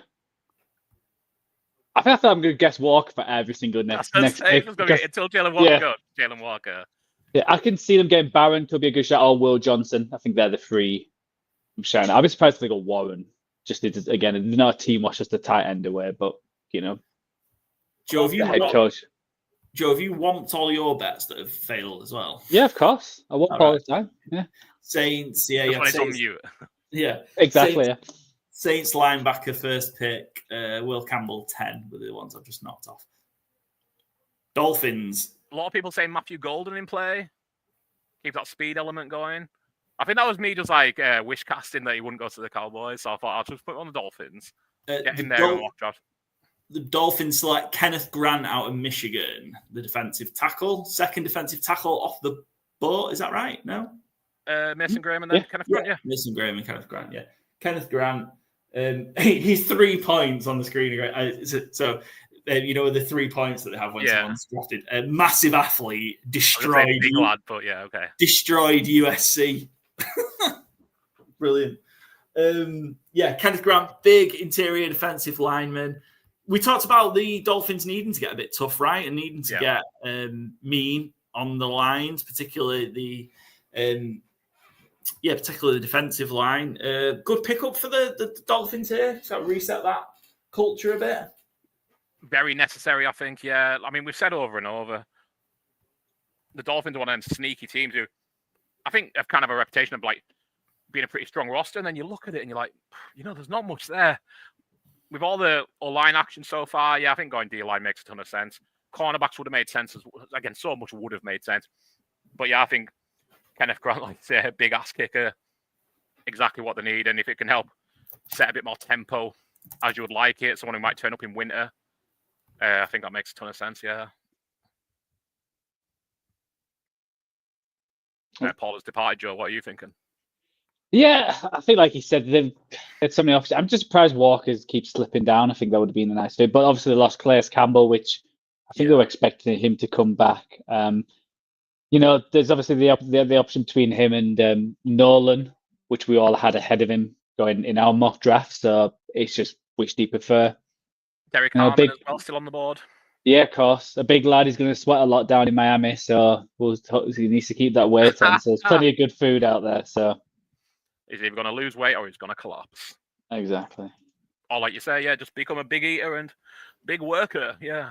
Sorry, I just need to get a drink. Apologies. Also, we may be about to get our fourth guest of the evening. Oh, yeah. We've got a Colts or a Dolphins. Yeah, Colt. We have got Ed from at Colts GB, one of the Hurdle UK writers. He took part in our Fans on the Clock draft. He selected Jihad Campbell, I think. Jihad Campbell, yeah. Fans on the Clock, I think. Who is in play? I think it's Jalen. I think it would be Jalen Walker, right? Or Tyler Warren. Tyler Warren, a bigger area of need, I think, but I think it's a bit of a luxury pick for. They have plenty of pass catchers. The issue is they don't have any way to get them the ball. I don't think I would go tight end. I think I'd go tight end there too if I was the Colts. And I would go premium. And you did go Walker as well, Paul. Yeah, let's hear the pick. It's coming in now. You had Walker falling all the way here. Good shot. It's Tyler Warren. Tight end from Penn State. Again, an obvious one a month ago. Because me and Byron went Loveland tight end. But it makes sense. It felt like it was like they were like penciled in for the last 2 months, Tyler Warren. An interesting one because they'll use him around the short yardage stuff. They've got Jonathan Taylor, they've got Anthony Richardson and/or Daniel Jones. Going to be some interesting scheming and formation, but Shane Steichen can certainly do it, right? So, and he could play for quarterbacks, if it all goes wrong. You think? Might see some tush pushes maybe in Indianapolis. Get Tyler Warren doing the Dallas Goedert role. Maybe. But that defense doesn't get any help, which I'm sure they were probably looking for. But again, a team who has a relatively large amount of people, I think, so can't go too wrong. They just got a new DC, Luan Amuro, so I'm sure he would have liked to go there. But we see some Tyler Warren creative usage. And again, tight end has been a need for a long time. Like they've been trotting out 18-foot Mo Ali Cox for the last 4 years, it feels like. They drafted Kylan Granson a couple of years ago, who never done much of anything. Did have another fella last year that I can't remember. Tree. Was that for the Colts tight ends in general, Joe? No, I went cornerback in Colts, the first pick. And, Byron was there as well, so it was still, I was thinking, I might go Byron, or even, Michigan guy, Johnson. But yeah. Tyler Warren to the Seahawks, dead for you, Byron at plus 2,500, 25-1. Oh, second time I've killed that tonight. Yeah, I killed it 5 minutes ago when he went to the Cowboys, and I'm killing it again now he's gone to the Colts. So I can't believe you went on for so long talking about Tyler Warren to the Cowboys, and me and Joe just didn't step in at any point. I was a bit like, why did you talk about tight ends? And I was like, okay, fair enough. Yeah, well, I just tweeted no start effect. Like, it shows how much my co-hosts actually fucking listen to me, because I'm just blabbing on about them taking Tyler Warren, they've taken tight ends, yada yada yada yada yada, and not a clue what's happening. And I look around as a fellow who doesn't look much like Tyler Warren running down the aisle, and I'm like, have I missed something here? Like, that doesn't look much like Tyler Warren to me. Mm-hmm. And then I realized what had happened. Yeah. Just talk about Warren to the Colts. I think that coaching squad is a good, it's a good coaches to actually fit into their scheme. So I like that one to the Colts. It makes sense. Well, let's stick with the Colts because we have got Ed joining us, the Huddle UK writer for the Indianapolis Colts. You can follow him at ColtsGB. Ed, how are you doing? Thanks for joining us. Hi guys, how are we doing? You all right? Good, yeah. We're having a good. We're happy that we're speeding through this first round of the draft.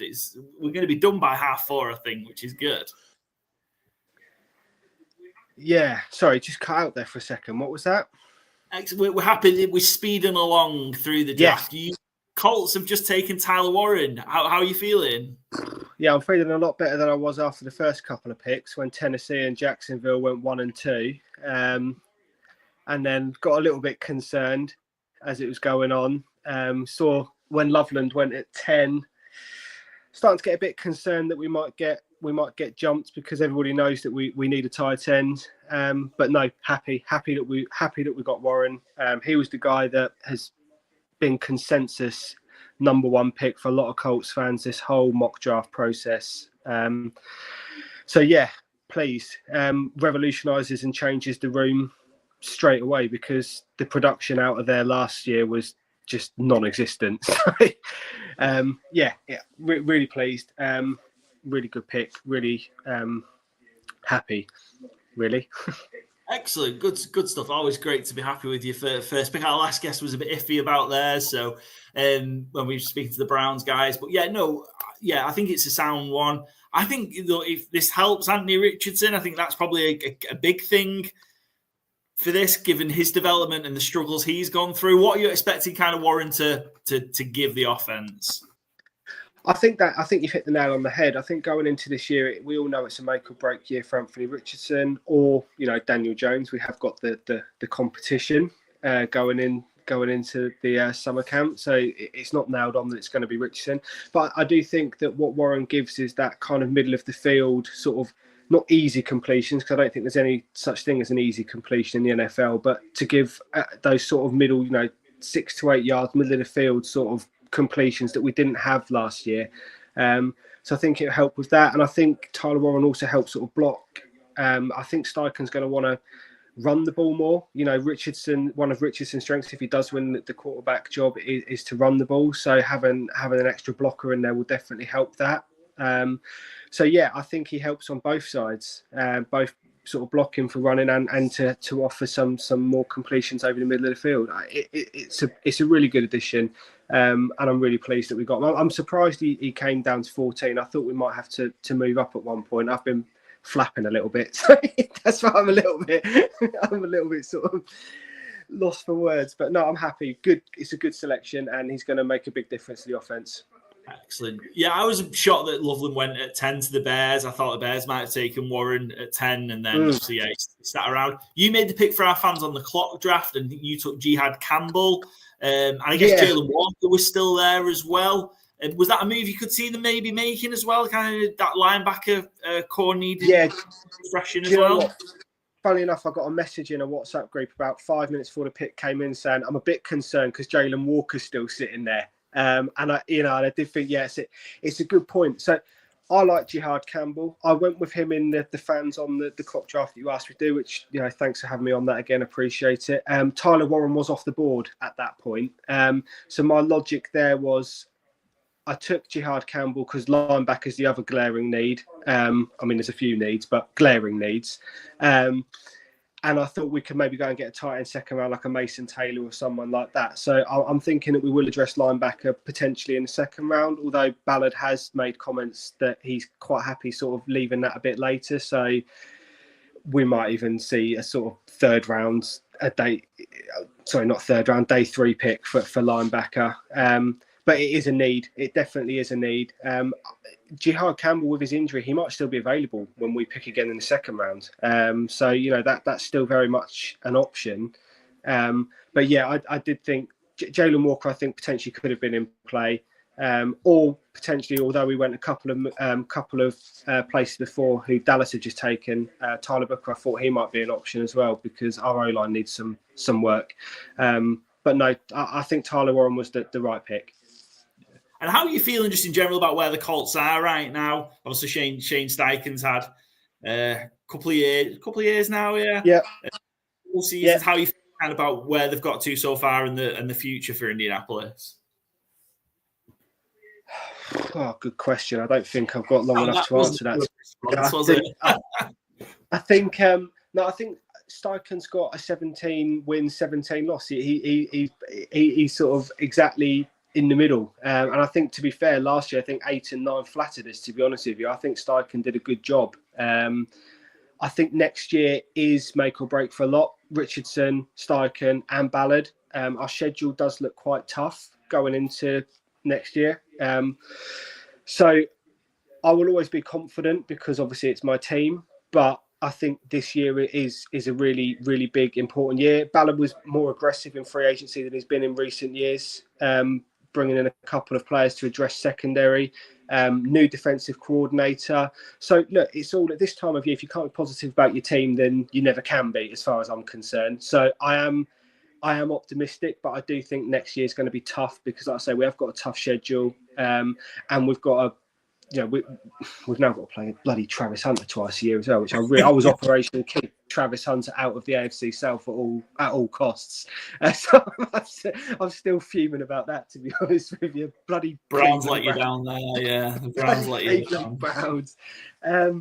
So yeah, I'm like I say, it's the time of year when we can all be confident. If you can't be confident now, then you never can be. But I do think that it's gonna be another interesting year. I do like Steichen. I think he's a brilliant footballing mind, and I think he draws up some very interesting plays.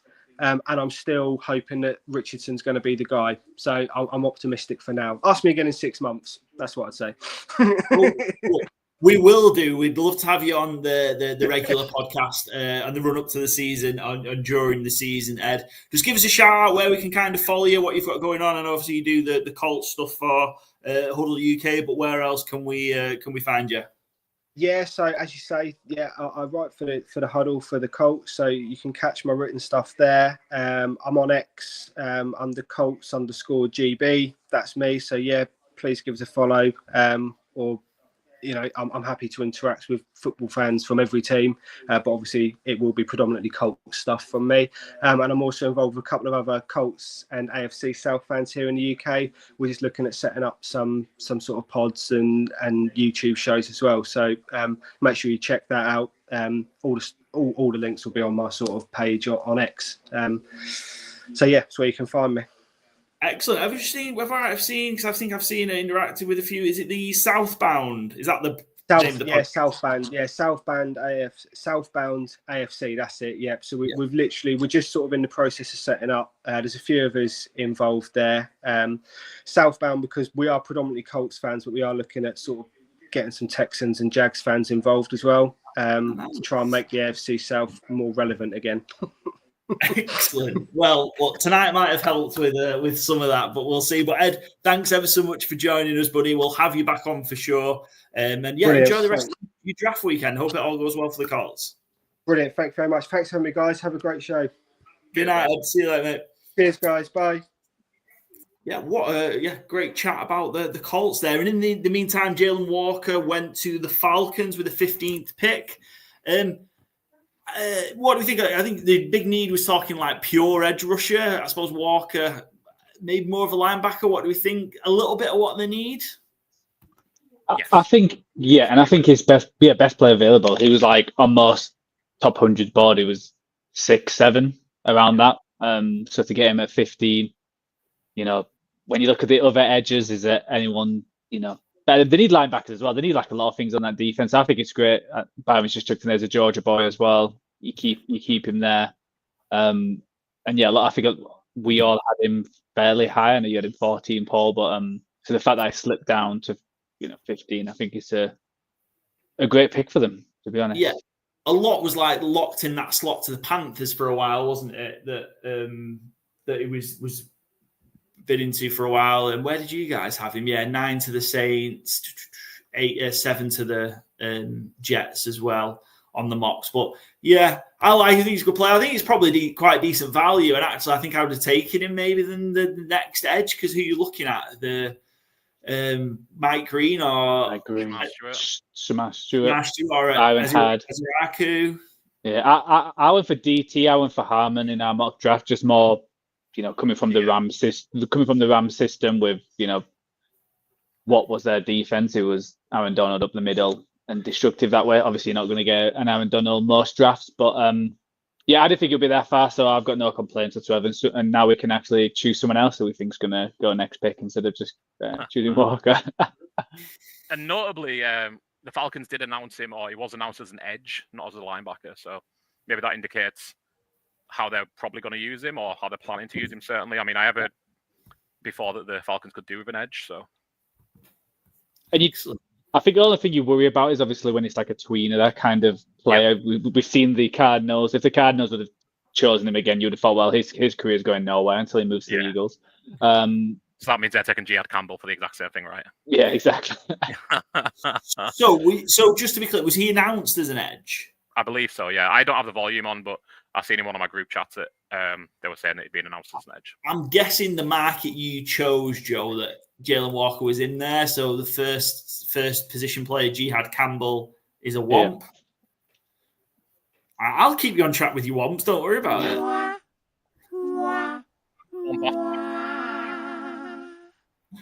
Love it. On the graphic as LB. So is it how he was announced, or it's probably how he was announced, to be fair. But we'll see. Yeah, I'll complain. You complain. Excellent. Yeah. I'm trying to see where we're at. Any more of our bets coming up? I guess we're getting to Mike Green under 17.5, Joe. Yeah. Coming up soon. Yeah, Golden as well, being over 17.5. Yeah. I do have a sneaky feeling. Sneaky feeling. Me and Paul are about to catch Emeka Egbuka, second wide receiver, off the board. Come on. To where? The Seahawks? To the Cardinals? Cardinals. Come on. Get Marvin Harrison go along. Trey McBride doing all the Trey McBride thing. Egbuka in the slot all day. Let's find out, because Roger Goodell is at the podium. Let's say Egbuka. Come on, Rog. We need a win. It's been a while. I've killed Tyler Warren's bet 4 times now, so give me Egbuka. It is Walter Nolan, the D tackle out of Ole Miss. Egbuka's still alive. We're fine. We're still alive. Walter Nolan, what do you reckon? Walter Nolan, again, I could have seen, the Cardinals going interior of the defensive line. I think it was Kenneth Grant in the fans on the clock draft. So Walter Nolan, probably kind of there. Maybe you could argue is next best one after Mason Graham. Yeah, Kenneth Grant, Walter Nolan, Derek Harmon. I think, again, we've said a lot about this job. I think it's pick your poison, pick your player. I'm just annoyed because I had Kenneth Grant to the Cardinals in my mock, then Walter Nolan to the Bengals next pick. If I just swapped them DTs around, would have got myself a nice big ding, but instead I get big old Wampers. I think it makes a ton of sense. We said this in our mock on Tuesday that they just need a bit of everything on the defensive line. They got Josh Sweat in, so yeah, get yourself a big boy from Ole Miss, and yeah. Yeah, I think in our mock draft as well, and the 3 of us we had Harmon going there to the Cardinals. So we got the right position. We also got Tyler Warren to the Colts, so we do get a ding that way. So when we join heads, it's probably slightly better than when we don't. So yeah. Yeah, there's been not been any going in for the mock draft for a while. Yeah. Do you like the pick, Paul? Obviously, you had him go to the 49ers, same as me. Yeah. But the Cardinals, he's the third DT off the board. Is that what you expected, or a little bit higher? I had him second. I thought he'd be the second one off the board, just to where he'd go. But I thought he'd be I thought he'd go ahead of Kenneth Grant. Yeah, maybe there's not too much difference to them, but yeah, he's probably, when you look at him, maybe the others have got maybe more technique or whatever, but he's just so physically dominant, I think, and gifted. And I think, that's, he's just going to be a real disruptive presence. And he's real good against the run. And again, that's just solid start for when you're drafting these guys. Real solid against the run, can be a difference maker. It might not show up in the stat sheet, but he's just going to be a nuisance, and that's what you want in the interior of the defensive, interior of the defensive line. So, yeah, I think again this is another culture kind of pick about. Again, let's toughen up a bit. Let's get meaner. Let's get nastier, and that's a good start for the Cardinals. Yeah, and they're in a division where at least 2 out of 3, probably 3 out of 3, are all run-first teams. The 49ers, Rams are definitely. The Seahawks are probably that way as well. They obviously need some help with their offensive line. But yes, I think it's a, you're playing these teams twice a year, so you've got to, think about their strengths and try and work against it. So I think it's a great pick, and I think it's a more safer pick than some of the edges, which they could have gone for as well. And same with some of the cornerbacks. I think, again, if they've gone Byron, they're a team where these kind of plays just get lost. And I think if like Byron or someone went there, and they're also deep, but they are now a defensive, structured team with the head coach. Be curious one next year with Arizona. It feels a bit like, is it Murray's is next year his last chance to actually, secure that position? Is if he has another season like he did last year, would they start looking elsewhere? I'm not quite sure. It's a weird one. There used to be that famous around the NFL thing of the Dalton line, and if you don't have a quarterback, if you don't have a franchise quarterback, basically, and you're looking to draft one, you're below the Dalton line. If you have a franchise quarterback and you're happy, you're not going to draft another one, you're above the Dalton line. Is it the Kyler Murray line right now? That's fair. Could be, yeah. Because you wouldn't get one up. The Titans wouldn't trade 1-on-1 for Kyler Murray. You'd rather take Cam Ward on a cheap contract. But you also wouldn't release Kyler Murray, I don't think. It's a real tough one, yeah. He obviously has the ability, he has a lot of traits, but he had a lot of accuracy issues last year. Again, I don't know if you go with Drew Petzinger for not getting Marvin Harrison more involved, or you go with Kyler Murray for not getting the ball enough. I don't quite know, but it doesn't seem like the happiest of marriages. I mean, you even got the study clause being made public. I mean, being put in period, but then being made public. None of that reflected well on anybody, Murray or the team. I don't think that was the current GM, but it just all speaks to it's not exactly what you want out of a franchise quarterback. You don't hear that for any of the other 31. Yeah. Just a quick one. We're halfway through the first round. I mean, highlights so far, the Jags trade. Got to be, yeah. I enjoyed my reaction to Tyler Warren. That was pretty good, to be fair, yeah. Speaking a little selfishly, yeah. Genty going to the Raiders. Wherever Genty went, I think was going to be a highlight because it's just an exciting thing to, kind of start speculating in your head about him as a, fantasy player next year, where you're going to take him in fantasy drafts. He's going to be the 101 in dynasty drafts. I don't have many 101s, so I would be happy if he fell a little bit, but he's not going to. It's very unrealistic. Yeah, those are the ones that think to mind. Carson Loveland maybe the biggest shock at 10. Yeah, I think so. A fair one? Yeah, I still think Ted McMillan was a huge surprise going to the Panthers just with how bad that defense is, and to go offense, it makes sense. But yeah, I was surprised that way because I think they could have either trade him back up to get Egbuka, and they could have got another wide receiver. So I'll be curious who they get the next one on defense.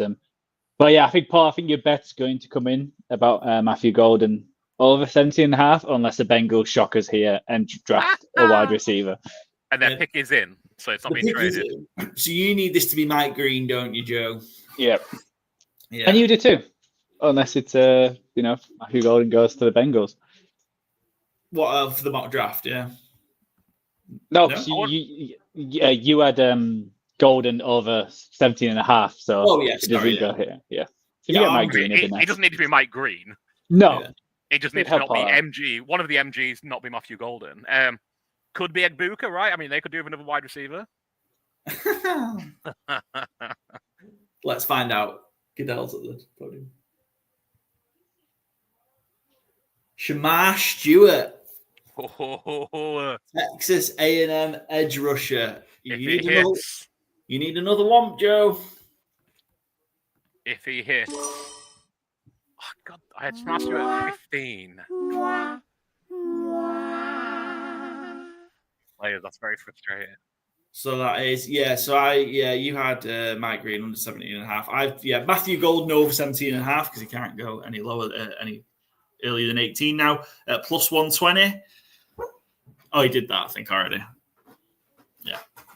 Did that first one he did. He snuck it in. I might do a prediction now. Is Mike Green going to go to the Eagles? And we're going to be like, how he did it again. How he did it again. Get Mike Green. I didn't have Mike Green in my first round. Did you not? Interesting. No. Where am I? So I'm getting maybe I get a little bit worried. Oh yeah, and you Ted McMillan over 17.5. That died ages ago. Did you want yourself for that? Mm-hmm. Good. I'm just checking. Just holding people. He held himself accountable at the time, yeah. Sorry, apologies. I think the thing was you could double his draft position and still be under. Yeah. Joe, which is never great. You've got obviously your extra bets. You've got 5 left, but on the sheet you're over 1, 2, 3, 4, 5, 6, 7, 8, 9. Yeah, no, it's not great. It's not great. Yeah, the draft. It's always crazy. Yeah, I got Loveland top 10 with 71. But you didn't tell it was in advance, so I'll give you a ding, Joe. Don't worry, I'm not here to hate it like Paul. I'm just trying to make sure we are transparent. I think that's one of the qualities of this show. We don't say that we're experts. We just share what we're betting, talk about it. One thing we have in common with the commenters, they both say we're not experts. Yeah. Don't pray, we're not saying you should follow these bets. You're getting a good grab of Shamar Stewart. Ooh, that jacket is incredible. Yeah. Yeah. You look at these young men and you just think, I wear the same shit every day. Sometimes I'll wear like a flannel or plaid shirt. And I'm just like, man, I wish I had their swagger. Well, I put my swagger into my sneakers, if anything, but I don't go too far. So, it's only impressing Charlie and my wife, and they aren't impressed at all. So, look at these guys. I'm like, man, I wish I had their swag, their confidence, their bodies on me also. Jesus Christ. That would help. I don't think it would look quite as good on me. But I mean, good on them for like really showing up and shining out. They're not just wearing, plain suit. They really got the personality behind it, and swaggy as fuck. I love it. Look, are you not 6'5" and running 14? 4.5 now. I've never seen. Why not?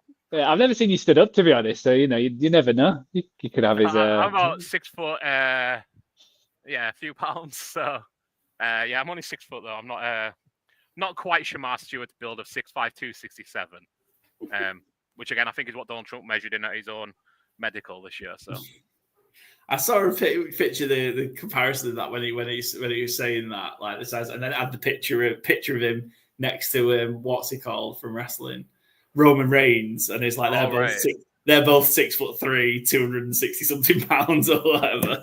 Or 240 something pounds, whatever it was. Yeah, I've seen one. It wasn't him who went next to each other, but it was DK Metcalf. Yeah. And it was like, DK Metcalf is one of the finest physical specimens who's ever played the NFL, I would dare say, looking at him. And like, Donald Trump isn't that. He's not even one of the finest physical specimens in the White House. So, yeah, it's one hell of a baloney, or he dresses incredibly unfittingly to his build. Any more just on Shamar Stewart, because the Seahawks pick is in, and we may get I think we're going to get a Seahawks guest in the next 15 minutes or so. But Shamar Stewart, this is one where obviously we've not necessarily seen the production from him in college at Texas A&M. I think a couple of sacks each year in his 3 years. 1.5 a year, yeah. 1.5 year at Texas A&M. But the physical tools are there, as we just saw. So I think more like high potential athlete, not quite yet ready for the NFL. That'd be my thoughts. What about you guys? I'm similar. That's why I'm not the hugest fan of this, because the Bengals need defense help now. It's not like they're a good defense and you added to it. They need a second edge rusher. Who knows what happens with Hendrickson. I know Bengals just feel again they're a team who produces like great edges. I know they did with Hendrickson, but I don't know. Hendrickson was from the Saints as well. Well, exactly, yeah. So like they don't seem like a team would develop all that kind of stuff. So, and Seahawks pick is in. It's Gray Zabel out of North Dakota State. Ding the man. Ding the man. Is they announced him as a lineman or tackle? Because I had the Seahawks as a. Oh, sorry. Guard, yeah. Lineman or tight end is what I had the Seahawks taking first. I'm guessing they haven't called him a tight end. They have not, no. God damn it. Well, not only is my Tyler Warren to the Seahawks dead, but also my tight end to the Seahawks is dead. So that one's only dying once. I love this pick. Yeah, I love it. I really wish the Cowboys would have done it. If they were going to take an interior offensive lineman, and this would have been the one. Yeah. I think he can play all across the line as well. I think he can play center. Literally just comes up on the screen as I'm saying that 5-position flex. So I mean, goes on with what I'm saying. Can play right across the line. They need kind of everything potentially, but especially that inside O line. You go from Geno to Sam Darnold. If you ain't upgrading that offensive line, I think you're giving him a hiding to nothing and really setting yourself up to fail. So good on them. I think every time we've done a mock draft or discussed it, if anyone has gone lineman, my first thing is like, well, does that player play lineman as well? And I still have them going Tyler Warren. So I mean, I won't take myself out of that silly criticism. But, super solid, very high floor, and exactly what they need. I think that's just an absolute, maybe not a home run, but one of them where like you just hit a double, set your franchise up for success, and very, very much needed. Yeah, I think it's a great pick. I'd say Zabel to begin with, but then the Seahawks feel like a team that doesn't invest in the line that much. So that's why I went away and I thought they would get Byron just to kind of Seahawks, Mike McDonald player. But yeah, you still get to have a cornerback off the board, right? That isn't Travis Hunter. Yeah, so cornerback still in play. Joe, I feel like I'm just digging at Joe, and it's not to be the case. It's just I'm just looking at the bets. Under 6.5 O lineman is in trouble. What, we on 6? 6, I think, isn't it? I think so. Or is it 5? Membu, yeah. 2, 3, 4, Calvin Banks, 5. Oh, 5. 5. So 2 more, and we're just over halfway. Yeah. And these are the 5 I expected. Yeah, I was going to say, like, you look at the ones that are next, though, it's like Simmons, Connolly, like. I also had Zabel top 20 in the bets I sent you, so he wasn't on the sheet, but Well done. Thanks. I think next year, I know. Well, the problem is all these were like not showing when I first did it, and then Bet365 had loads yesterday, so went a bit crazy. So you do have another one coming up. You've got Bucks to take cornerback at plus 400. Oh, that could be a good show. And I've also my over offensive players is on track. There's 10 been so far. So it's over 15.5, isn't it? Yeah, I believe. Excellent. You didn't put that on the sheet, so it doesn't count. Where is it? The offensive players over 15.5. Oh, I did put it on the sheet. Okay, well, it was on the. It was on the post. It was on the non-sheet. Is how it was. Just holding you accountable. That's all.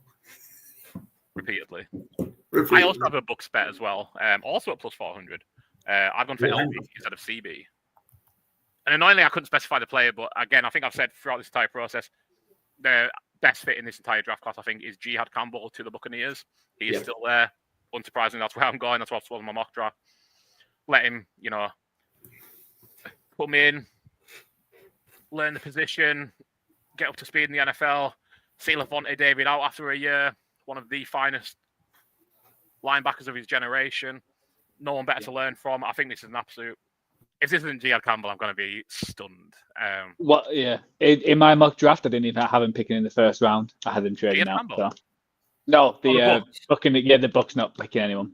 Yeah, sorry, I was like, that seems wild, but... Is it the first year where every team so far is picking a player? It feels like it's been a while where teams trading away future ones and before. Well, I'm shocked we've only had the one trade, right? So yeah, this is the first time, I can't remember when I read an article, but it's the first time all 32 teams have their first round picks in a while, I think. But yeah. First time ever gone into draft day. Oh, is it? Okay, apologies. But yeah, I'm shocked we've just had the one trade.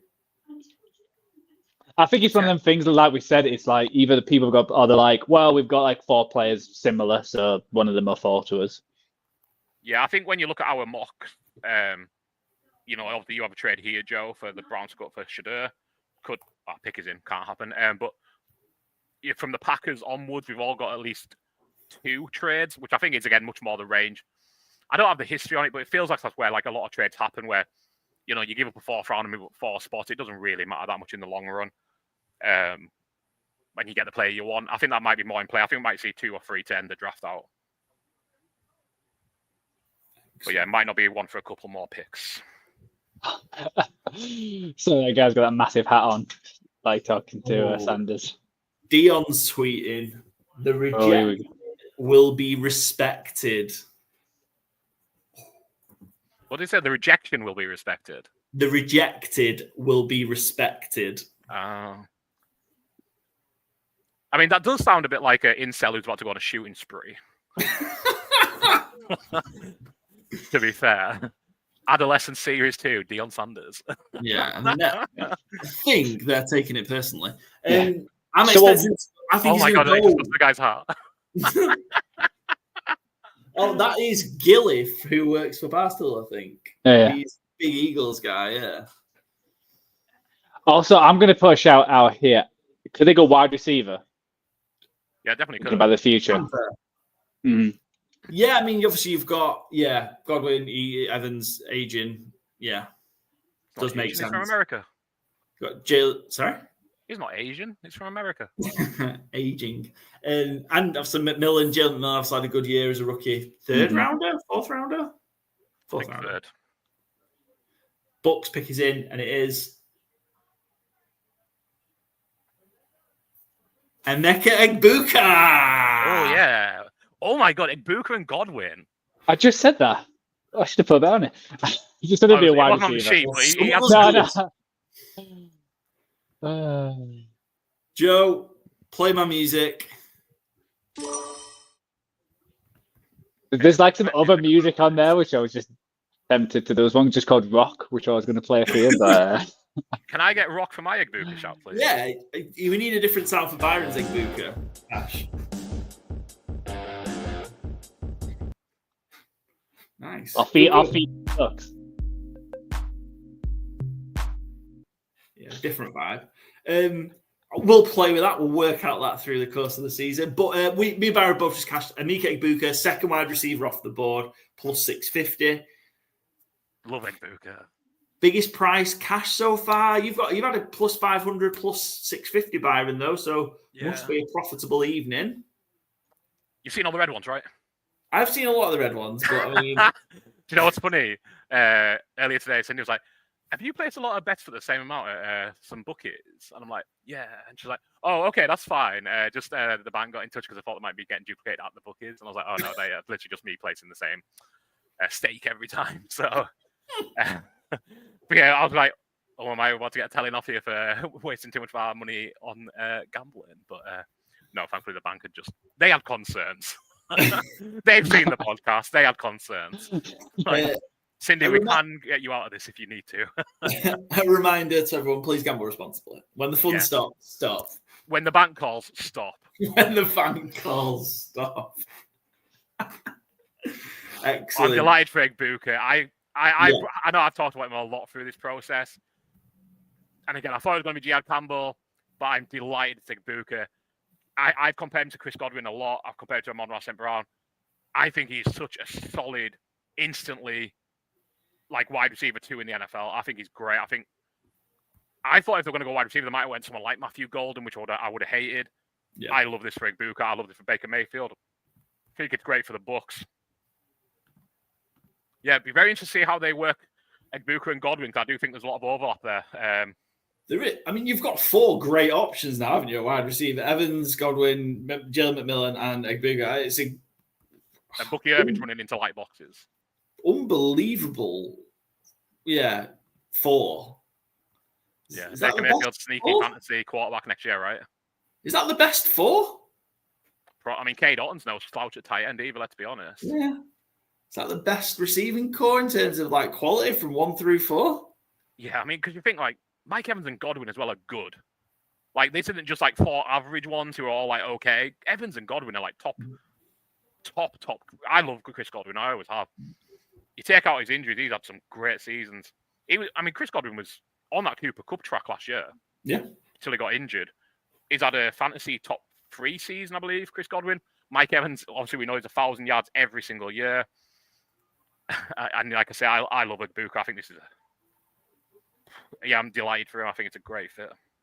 Good fit. Another one towards Joe's offensive players total, which I think he's going to hit comfortably at this rate that we're going. So, yeah.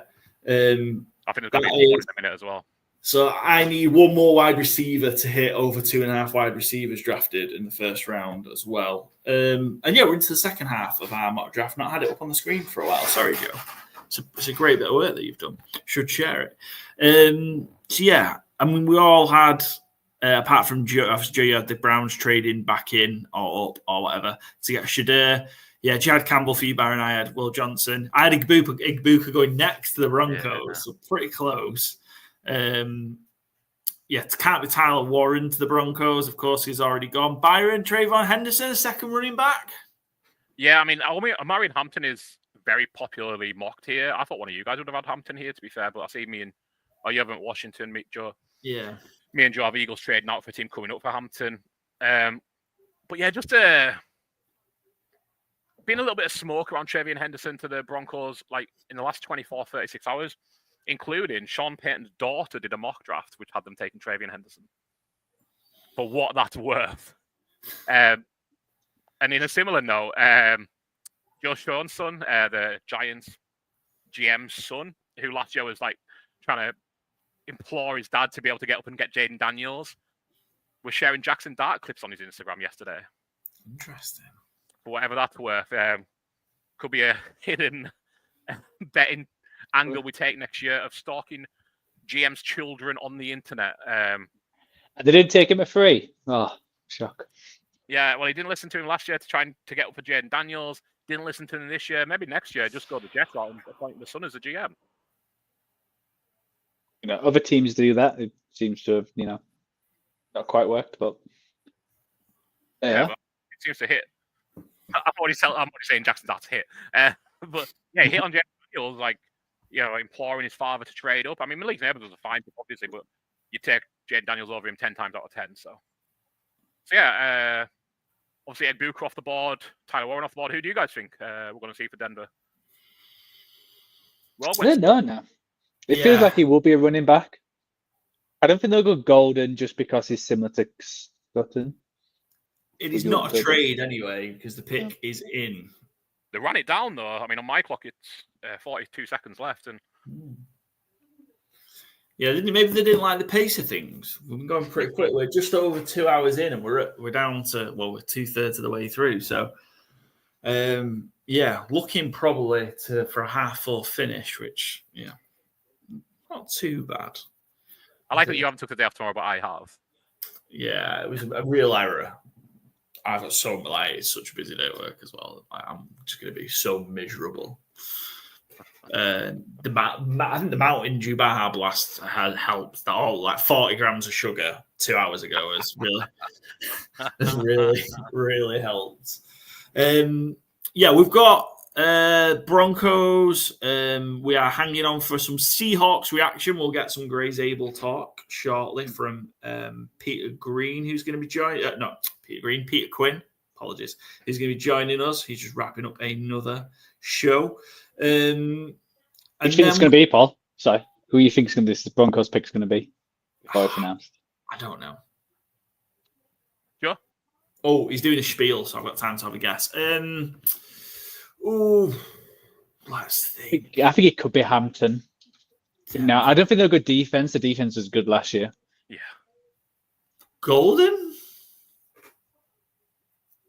If he takes away some deep shots from Marvin Mims, Yeah, that would be it'd be a tragedy. Tragedy. Might even move Marvin Mims down my fantasy board from first round to second if that happens. Maybe Mason Taylor.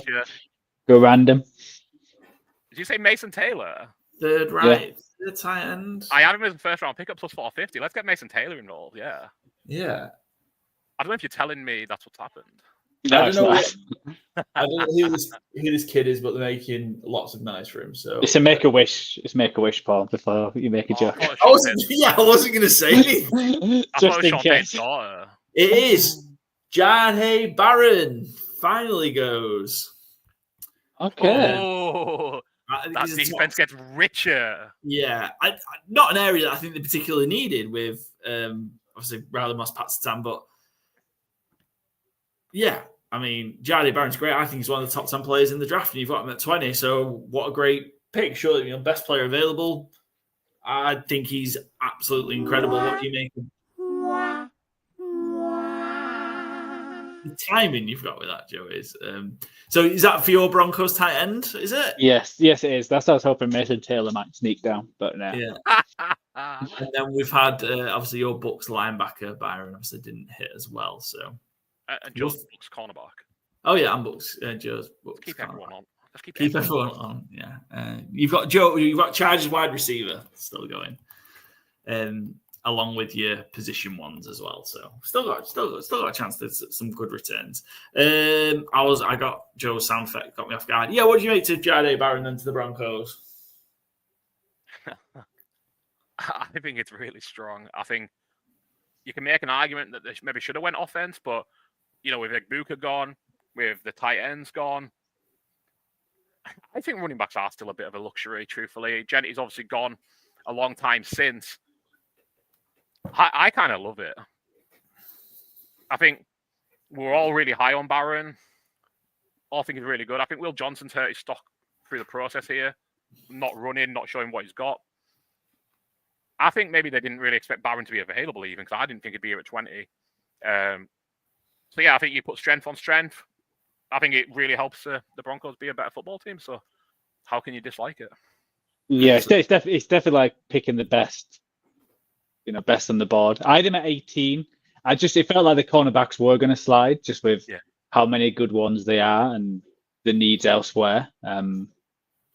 So I think it's great. It should be interesting how they'll use him with all the others. He's not like he's not definitely going to be an outside corner, but you got Satan for that, so they can try and use him like the Lions use Brian Branch. So another piece to that already stacked defense, and they're probably going to pick a running back second, third round, and they might just be as good. We've seen that plenty of times with, and especially with like Sean Payton. We talked about Kamara not long ago, the comp, and he got picked late in the was it the third round or fourth round? It was certainly wasn't a high pick. Alvin Kamara.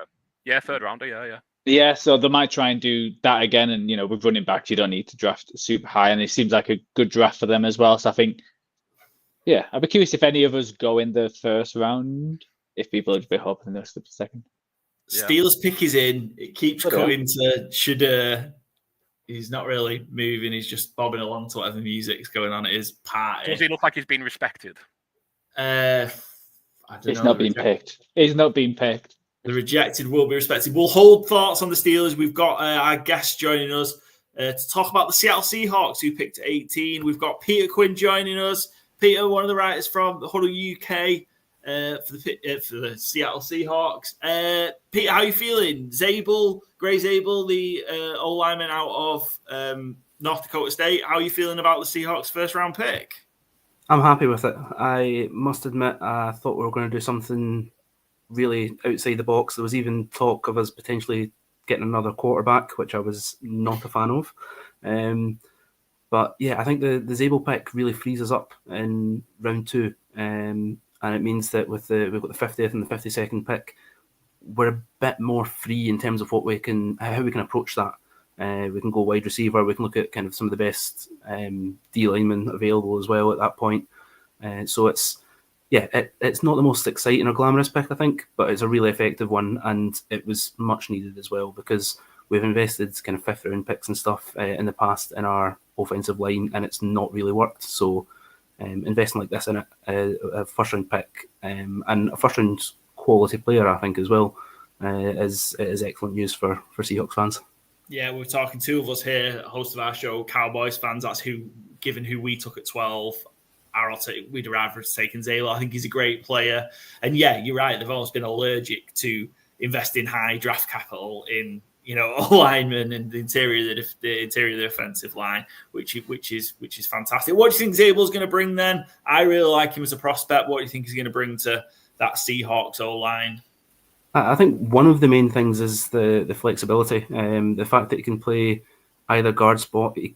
He was a tackle at college. I don't think he'll play there much in the NFL. But with the ability to potentially move to centre as well, it means that later on, if Jared Wilson becomes available, you play Zabel at guard then, and if you decide that you'd rather go for a Tate Ratledge or Jonas Savaiinaea, then I think that in that stage Zabel moves to centre. So that's a massive part of it, and I think his mobility as well. He tested really well at the kind of athletic testing and stuff. So I think all of that factoring in made it a pick that makes sense for the Seahawks at the moment. Excellent. It's been a huge off-season of change in Seattle. How are you feeling about kind of the changes? Obviously, Geno gone, DK gone, Sam Darnold in. How are you feeling kind of about how the Seahawks are building things? Yeah, I was quite a Geno Smith fan, so to me it's a bit of a downgrade. Getting Sam Darnold in, I thought he was excellent last season for the Vikings. I think it's also the move to Darnold makes it even more important that we solve the O-line problems, because we know that Darnold does tend to struggle when pressured, maybe more than some other quarterbacks. The Metcalf move completely took me by surprise. I know there'd been rumours of it, but there'd been talk of Metcalf wanting to move almost every off season the past few years, and I think many Seahawks fans got to the stage of just tuning that out. So yeah, Cooper Kupp's an interesting addition, and I'm still hoping, as I kind of mentioned before, that we get a kind of big-bodied ex-wide receiver, even just to keep defenses occupied, and that means that you can get Kupp and Jackson Smith and Jigba working underneath. Excellent. Yeah, it is. It's all change for the Seahawks, but exciting. And yeah, I'm interested to see how they go, because it's key that they get this first step right of repairing the offensive line. We're going to go for the two guests at once, if that's all right, Peter, because you mentioned the DK trade. We've got our Steelers guest joining us, so it feels appropriate. We can have a bit of chat. Si, we'll talk about the Steelers pick. They've just taken Derek Harmon out of Oregon shortly. No Shadir. We were all hoping Shadir, but no Shadir. But how are you feeling? I mean, Peter, I suppose, what are the Steelers going to get then with DK, having watched him for so long with the Seahawks? I mean, I think probably an upgraded version of George Pickens. It's interesting. I think last season Metcalf was dealing with a few injuries, so he lost that explosive pace that he's got. So it was just all about being physical. And it's great that he has the ability to do both. He's a real physical receiver with big catch radius, and also has got the ability to stretch the field. And I think that the Steelers are getting a really good player. I think that again, defenses are going to have to game plan for him. Whether his production might not be in the top 10 receivers in the league, but every opponent coming into a match is going to need to know where DK Metcalf is every snap. Excellent. Simon joining us, Simon Winstanley from the UK Steelers podcast. Simon, welcome. Hey, fellas. Happy draft day. How you doing? Happy draft day. Yeah, great. Pleasure to see you. How are you getting on? Yeah, good. Thank you. Just been sitting here laughing at how much everybody seems to want the Steelers to take Shedeur Sanders. It just seems like the media is desperate for someone to take him, and they know nobody else wants him, so they're just desperate to dump him on us. It was never going to happen. I've been saying for about a week and a half now that Derek Harmon was absolutely going to be the pick if he was on the board. I thought the Bengals were going to take him. The Bengals managed to bungle it by taking a guy who's got 4 sacks in 3 years. So once again, another failure out the gate for the Bengals, and that's before we even get to the Browns, who have fumbled this one immensely. So Steelers sitting pretty right now at 21, taking the guy we wanted. The smoke screen worked. And hey, Peter, nice to meet you. We appreciate DK. We'll take him off your hands. Yeah, nice to meet you too. And yeah, I am going to be gritting my teeth watching Steelers games this year, I think. Yeah. It was an opportunity to having this with Simon just jumped on while you were talking away. So I don't want to rub it in though, Paul, because seriously, DK, even from afar, and people, anyone who's familiar with our show knows, I am a closet Seahawks fan, Peter. Seriously, like I fell in love with football watching the Russell Wilson, teams in like 2012. I remember the first game that made me fall in love with football was that Seattle 49ers 2013 NFC Championship game, which was just an absolute killer. So I love those teams, and when we signed Russell Wilson, I was really excited about it. And but DK, I have absolutely loved watching these last 5 or 6 years, man. I think about obviously that interception return that he absolutely hunts them down like the like Ned Flanders in the back of the Simpsons car. No, that was Homer Simpson, right? Who was in the back of that car? Can you remember, Paul? I was not prepared for the Simpsons trivia. And his kids. I think Rod and Todd were in the back. So. Oh right, it was the 2 kids, right? It was Ned Flanders' kids. Yeah, got you. Okay, I'll bail you up. Paul, don't you worry. Thank you. Yeah, it's late here, man. It's 3:30 in the morning. Yeah, well, me and Joe are on US/Canadian time, so that's why we're a bit more awake and with it. Yeah. And I will just say, Si, I wanted Jackson Dart here. Right. I mean, you want Derek Harmon regardless, but I just want to say, not everyone's on the Shedeur trade. As fun as it would be to have, if you're getting Shedeur Sanders, only do it if you're getting Aaron Rodgers as well, and only do it if you got on Hard Knocks. Right. Yeah. Anything else, I'm not interested. Yeah. That's just us competing with the Giants at that point for the most interesting QB room in the league. Yeah. Watch double vision. Yeah, we could get 2. Peter, apologies. I mean, we've been talking about the Seahawks a little bit. I know obviously you are one of the writers at Huddle UK as well, covering the Seahawks. What else have you got going on, and where can we find you? So I'm Peter Quinn on 1987 on Twitter or X, and I've been kind of involved in I'm about to get involved with some draft professors in the US. So that's that's kind of where I am at the moment. But as I say, most of the stuff that I've done so far, you can find me at Huddle UK, with lots of other excellent writers. Every team in the league covered, and we've had some good draft content as well. So it's been good. Yeah, there's a lot of excellent writers, and then there's just me chipping in some horrendous Cowboys articles. So yeah, we'll keep an eye out. I'm interested in the draft professor stuff as well, so we'll keep an eye out for that. Peter, thanks for jumping on. We'll leave you be. I appreciate it's late, and you've been on a couple of shows already, I've seen. But nice to see you, and hopefully we'll have you back on during the season as well. That'd be great. Absolutely, brilliant. Thanks very much, guys. Really appreciate it. Let me come on. Cheers. Nice to see you, Peter. Simon, just a little bit more, I guess, on Derek Harmon. Just where we're at, like, what are you expecting to kind of see out of Harmon for the Steelers? Yeah, I think the Steelers are in a weird position on the D-line in that we had, of course, Cam Hayward, who strangely seems to have taken some kind of juice where he just becomes a dominant player past the age of 35. But Keanu Benton, has shown a lot of promise, I think, in his first 2 seasons. But I don't think you're quite at that point where you want Cam Hayward to step away in the next couple of years, and he's going to be the one guy that's going to be kind of cementing this defensive line that's so important for this Steelers defense. So I think this kind of move was necessary to get one of these big guys. You have to go early, you really do these days. Like these guys, you've seen with the offensive linemen, I mean, they have flown off the board. If you've got that kind of need, you have to address it so early, unless you happen to find some Australian in the 7th round who's an absolute freak. So I'm very happy with the Harmon pick. And this marks 2 West Coast players now back to back. The Steelers had taken in the first round, which in the old days was probably unheard of. So it's a new generation in Pittsburgh. Absolutely. And look, it is that way of building the trenches, and that's, look, I suppose it's not a shock to see that with the Steelers and Tomlin especially. What are you hoping to see now, kind of the rest of the way from the Steelers? Do you think they'll address quarterback over the next, tomorrow, or maybe even a move later on? Or what are you expecting to happen? Because that's still the big question for Pittsburgh. Who's going to be under center? Yeah, absolutely. I think the Steelers will be open to it at 83, assuming that is the only pick that we end up in the top 100. If a guy falls that they like, be that, a Will Howard. I doubt that, a Jackson Dart's going to fall that far, but be it a Will Howard, Quinn Ewers even, although, that's got a bit of a stink to it. But honestly, I think the main reason for that, to be honest, and maybe that's why I think they'll probably actually wait until day 3 to address the QB room, is because I think all they really want at this stage is someone to kind of hold the fort down. 2 years in a row now, the Steelers have had completely new QB rooms, not just the starter, but the entire room just folded over. So I think they want some level of consistency in that room, be it a starter, a developmental guy, a backup, whatever it may be. Mason Rudolph, of course, might stick around another year. We'll see how that goes. He might end up being the starter this year, the way things are going.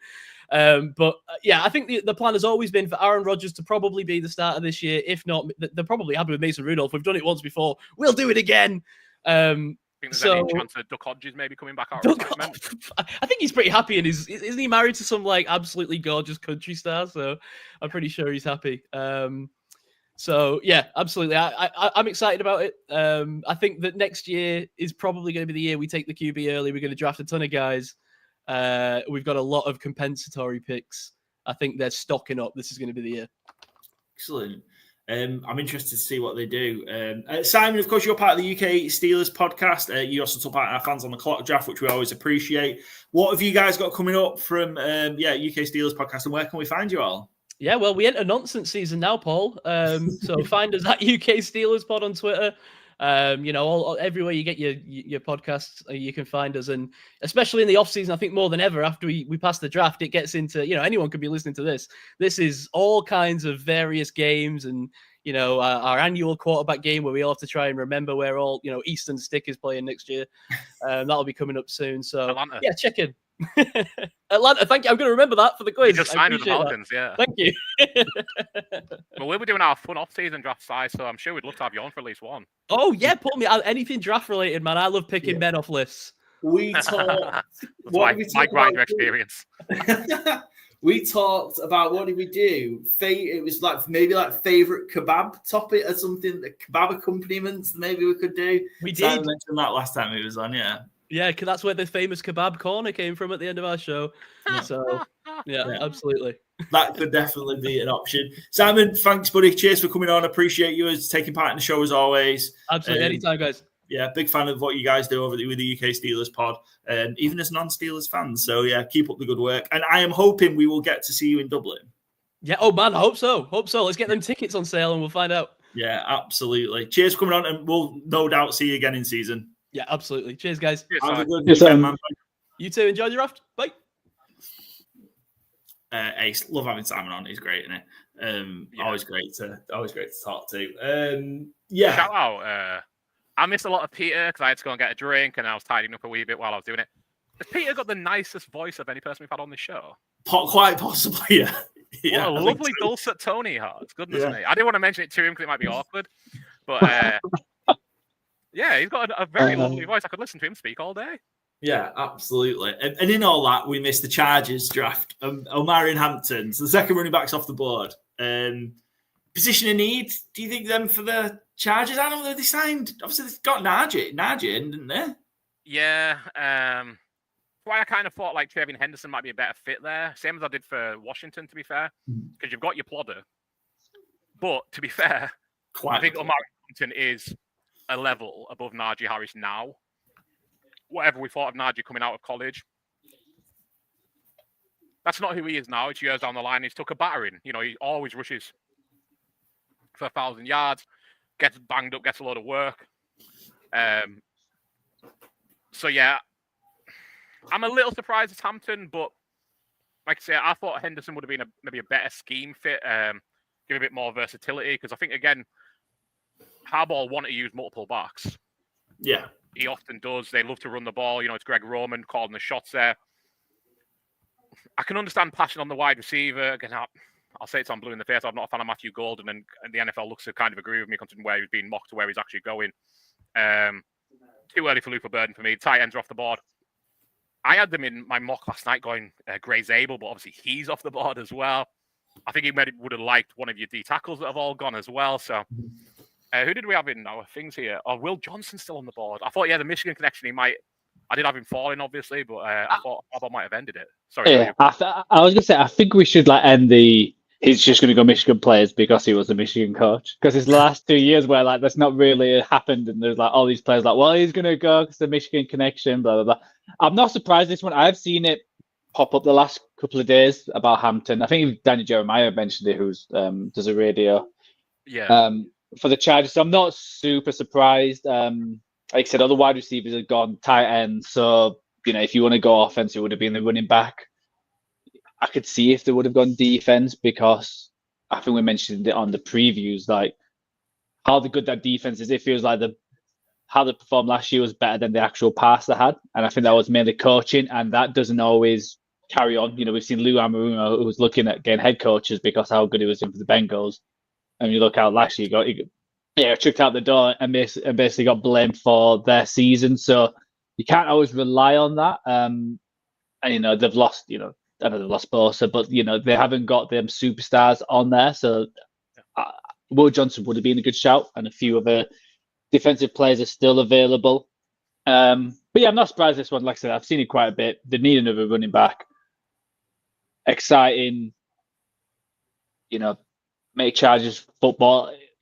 Because you think of how last year ended, it didn't end well in that playoff game. That's why I thought they may have gone golden as well, just because it was very obvious that they didn't have no pace. Yeah. It felt like it was, they only had one, Quinion Johnson is not the guy. He's good, the third, fourth wide receiver. And I mean, even in that depleted room, they've since lost Josh Palmer as well. Yeah.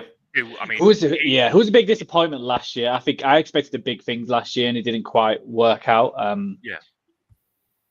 So I'm curious now where the Packers will go. Obviously, it looks like the pick's about to be in, just how they're all handshaking. Me and you had them getting Hairston, the cornerback. Paul had them trading with the Ravens. Doesn't look like that's happening. But with Will Johnson still on the board, do you think they'll still got Hairston above it? It's funny, last night when I done my mock, and then like I said, obviously I changed it and ended up doing this one today. It's very similar with a lot of it, but I had Will Johnson out my first round last night. I just think there's so much concern about his lack of testing. If you're a cornerback, you have to run. You have to show you can run it fast now. It doesn't matter what you were doing in college. You have to be able to do it. So, yeah, I'm not. Obviously, I'm not 100% sure. Jesus Christ, look at the picks we've had of anything right now, I guess. But obviously, I ended up putting Johnson in at 22. I still wouldn't be surprised if he falls out the first round. I wouldn't be surprised if he goes really anywhere between now and the end of the first round either, obviously. Yeah. And you got to think and you got to think of last year as well, how many of them cornerbacks slipped down, and obviously Eugene went in the second round, and that helped the Eagles. And there's probably a lot of them cornerbacks right now where teams shit, we should have taken 11, 12, where we expected them to go, but they all fell down. Or is it going to be a Packers thing and they draft a quarterback here and they get Sanders and just to think about the future? The next 4 years down the line, maybe. I wouldn't be stunned if it's Matthew Golden, because Christian Watson's out for the year, tore his ACL up, and I think it's Watson's contract year. So I still think he's a number one. I don't think he's a number one, so they're just going to get another number two, and it's just going to be a fuller team full of number twos and threes. Well, you're not getting a number one period now, are you? Though that's no. But I think not Luther Burden. I think Golden replicates Watson's skill set quite well, of having that one deep threat, because Dontavian Wicks isn't that, Jaden Reed isn't that, Romeo Dobbs isn't that. So yeah, I mean, obviously I'm still expecting to be Michael Hairston. That's who's on my mock. He's still available, so I'm going to stick with it. But I just wouldn't be stunned if they go Golden, just because I think it's that. Oh, Green Bay is lit up for this, man. This is cool. Yeah, this is usually one of the highlights, the first round pick for the team that are hosting. And about half of them own the team as well, so they probably know who it is. Oh my God, imagine the conference call. Yeah. It's just a poll which player we should choose. Yeah, we all went that looks cornerback. class. Yeah, we all went cornerback. I won't be surprised if they got all line, to be honest, as well. But I feel like is that like too boring for like a home crowd? Does that anything into? They've Honestly, got the team president and CEO Matt Murphy making the announcement as well for the pick. He's just there checking the Twitter poll results of the group Yeah. before he puts it in. Yeah, you're quite right. If they went quarterback here, I'd love to just hear the crowd reaction. We are taking Jalen Miller. Jordan Love has been traded. We will see. I guess I got him taking a corner off that. Where we start, still got a few bits to finish off with from a betting perspective. Under 2.5 quarterbacks looks good, Joe. I think at this point, under 6.5 all linemen. We've had a bit of a stop on the all linemen the last 5 or 6 picks. An offensive player over, what must be up to 13, 14 maybe, are we? Thereabouts. Yeah, I don't know what Igbuka was, but we've had one since Hampton, so Joe's counting on his fingers. Fantastic.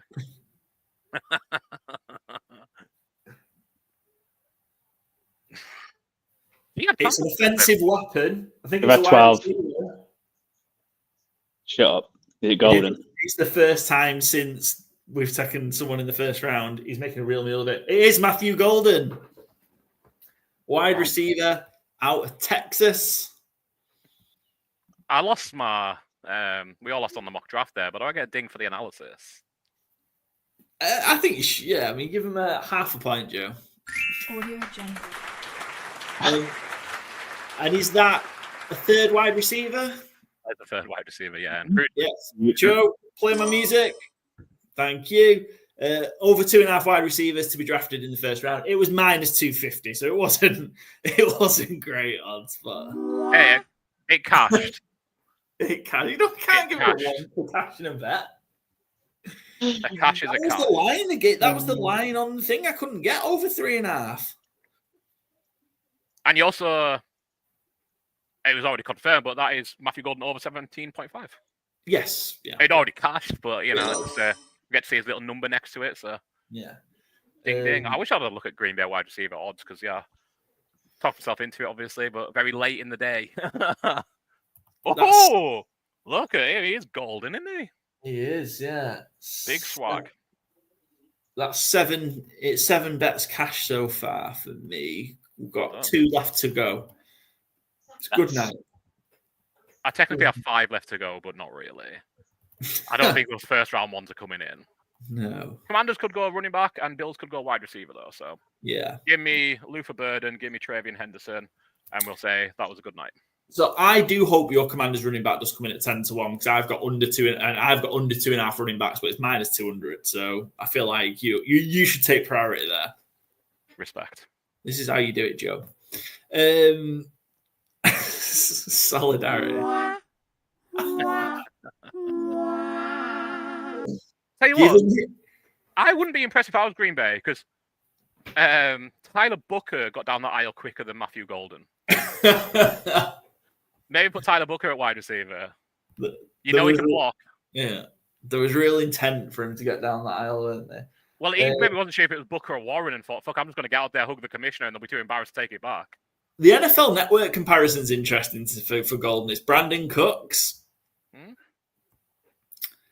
Speed to burn, getting downfield. Yeah, I don't mind that. Yeah. He's going to get traded in 4 years' time. Yeah, just continually get traded for first-round picks, yeah. How many times did he get traded for a first-round pick? 3?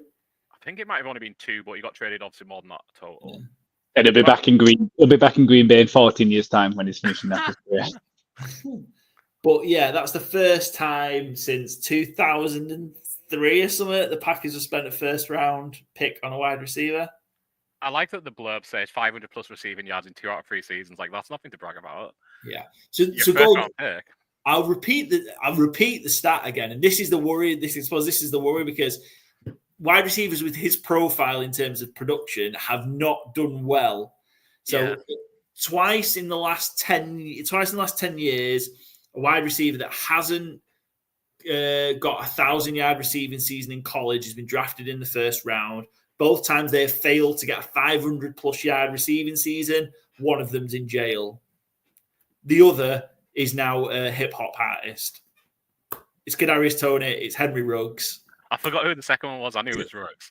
And I actually, when you said it the other day, I was like, oh, no, there's another one as well, Philip Dorsett. And that was more than 10 years ago.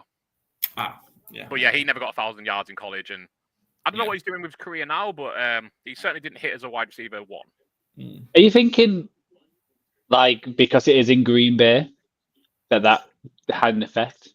Like, secretly, like, if we do go anything a bit boring. I know but like, I don't think so, but I don't think that's the way they operate, is it? Yeah.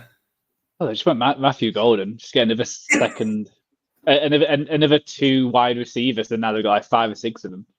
Yeah, it is. It is interesting. I thought they have got a lot. Again, some more pressing needs. I think. I guess a 1, but we're still there. Mike Green's still there. Again, I got him in my first round, so could they? We'll give Byron a ding if he drops out the first round. Yeah, still got some way to go. Yeah. Will Johnson, Azarico? Yeah. But we had Hairston. Yeah. Yeah. Could they have done with a safety? Yeah. Especially with Jay Alexander going as well. Yeah. I'm not surprised with the safeties. I was actually looking at bets being no safeties in the first. I don't think I've got any safeties in the first round. I don't actually in my mock. I think I just had Starks taken later on. Vikings moving things on swiftly. No trade. No trade. I think we might just be stuck marooned on one trade here. I know. You think they're going to go Starks? You're the only one who. Me and Byron had him not in the first round. So I didn't put the float at 30. Oh yeah, Bills 30 for Byron. Yeah. Sorry, I meant the Vikings themselves. You didn't have them picking. Sorry.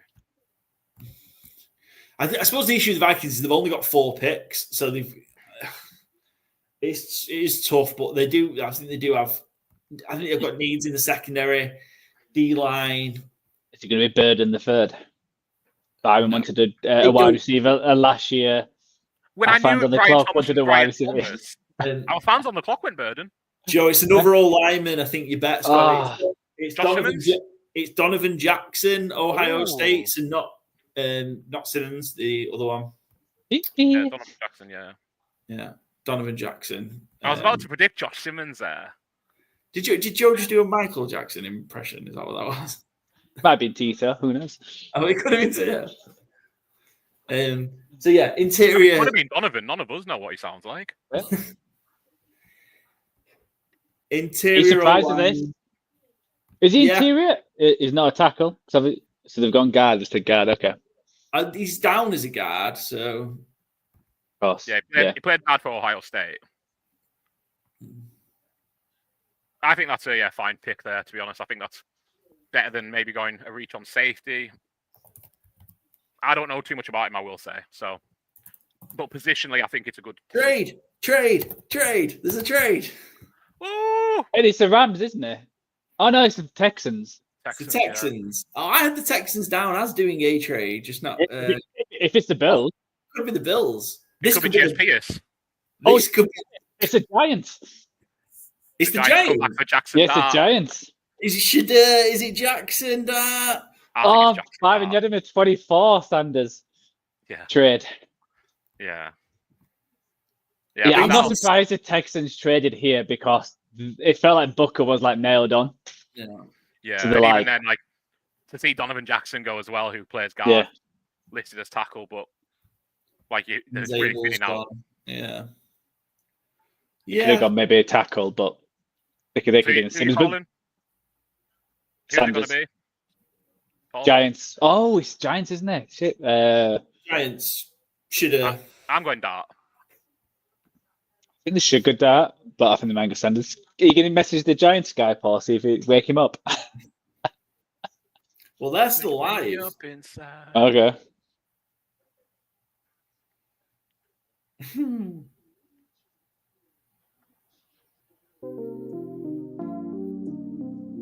you playing an interlude? Sorry, I can't do two things at once. I can't message the Giants guys and So- host podcast, live podcast. It was night. This is night driving, just since it's night time for the Giants.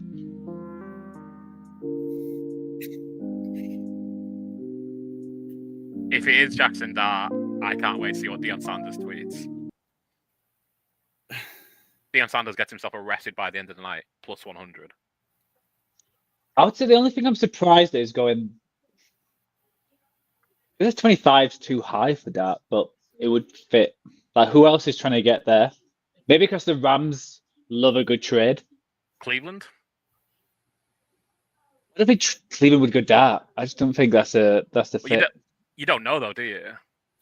Like, I don't mean you don't. I mean, the Giants don't. Yeah. That's what I'm saying. I feel like the Rams would have probably been taking some calls. Texans. It may have been like someone rung the Texans and then they were like, we'll just ring the Giants, see what they think. Yeah. Oh, so we had a blockbuster to start with the Jags obviously jumping up to 2 to take Travis Hunter. Are we bookending it with a trade to take the Colorado quarterback? Let's find out. I'm saying that like Goodell was at the podium. Do you want me to put a bit of night driving back on you? Have we got the compensation? Not yet.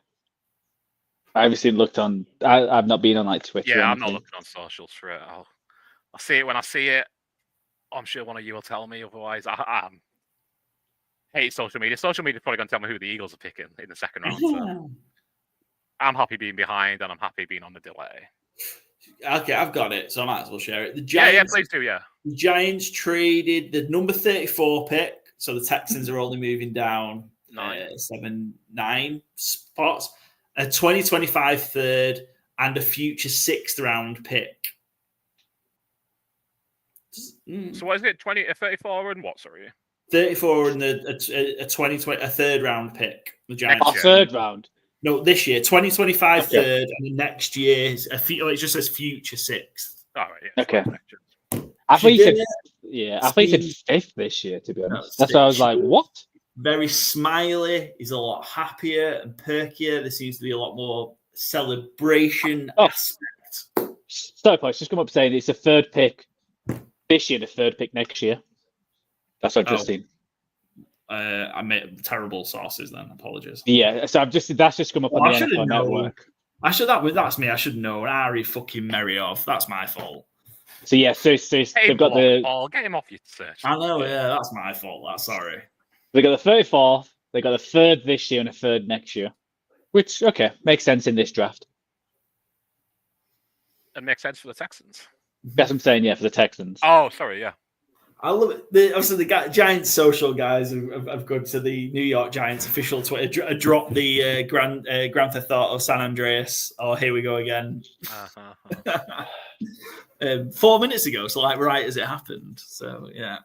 Is this going to, the QB class we want to get them on Hard Knocks again? Shedeur Sanders, Winston, Wilson, yeah. Well, and Tommy DeVito.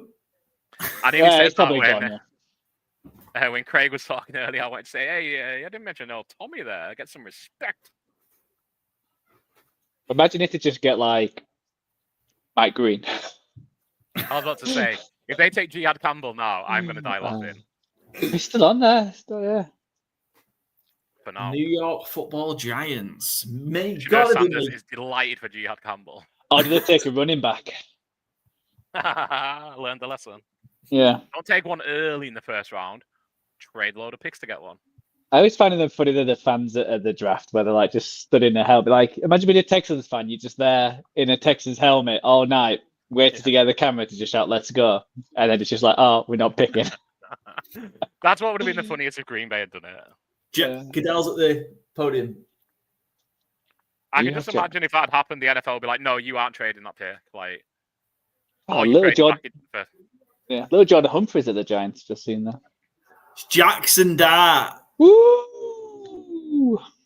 Jackson Dart, Ole Miss. Oh, I think my QB bet's going to go as well. Everything's going. Yeah, my QB I think my QB bet's going to go if someone goes to take Shedeur. I didn't have it on the sheet, annoyingly. I only placed it yesterday, but I don't have Jackson Dart as QB2. So if you want to give me a little ding, I'd appreciate it, Joe. It's been one of them nights where I'll take anything. The guy's just begging for dings. Again, very much like my grinder experience. Oh, you said ding. Sorry, never mind. I love it. It's a forum joke. Right, yeah, let's break down Jackson Dart. Let's actually talk I love it. We've not talked about the last few actual picks, which is terrible on our behalf. Jackson Dart, what do you think? I love it. I'm not in on Sanders, truthfully. And I think Dart has the potential to be he has the potential to flame out completely, but I think he has the potential to really hit in the NFL as well. He's a weapon on his feet. I'm not saying he's Josh Allen, because that's crazy, but Dable's had experience of it. Early in the offseason, I said the Giants should look into trading for Anthony Richardson, because, again, I trust Dable. You give him an athletic quarterback with raw tools. Dable's one of them coaches I trust to get the best out of it. I think Jackson Dart is that kind of player. I think he has that level. I talked about the potential fit for the Saints at 9 because Kellen Moore's coached players like Jalen Hurts, Justin Herbert, Dak Prescott who've got that functional mobility. Well, so does Jackson Dart. And I think coming out of college, he's a better prospect than Daniel Jones was, who went way too early. Not dissimilar style, but just better at kind of everything, especially with his feet. And Daniel Jones was a sneaky good mover, but I think Jackson Dart is a much more deliberate runner, and I think they can utilize that really well. I think it's a really good move. And, we laugh a lot about the Giants wide quarterback room. It does give him the scope to sit for an entire season if he needs to, which, not every team does it. We'll see what Dable and absolutely, yeah. Like, you're not going to win the division this year, almost certainly. Does this give? It's been tough in New York. I don't think Joe Schoen's done a good job of drafting players for Brian Dable. I still trust Brian Dable as a head coach. I don't think the team's jacked in on him at various points, and you've seen him do it before with what was the Patriots special teams coach who went there? Joe Judge, was that his name? Mm-hmm. And he lost that locker room so quickly, and you've seen it turn. I don't think they've done that with Dable. I think Dable is like a leader of men, and I think he's a very good offensive coach. So, yeah, I think long term this could be a real big hit for the Giants. I think as a Cowboys fan, I would much rather they took Shedeur Sanders. Falcons are back in the first round. Ooh. Now the trades are coming thick and fast. We'll see. Shedeur Sanders. This is Shedeur, yeah. So that's with the Rams, right? Oh yeah, we did say the Rams would trade. We all, me and you, Paul, had. Oh no, just me, I didn't trade. The Falcons received the 26th overall pick and the 101st, so a third rounder. They sent their second. Falcons have sent their second, a 7th, and next year's first. So who are you giving up a first round pick for? Oh.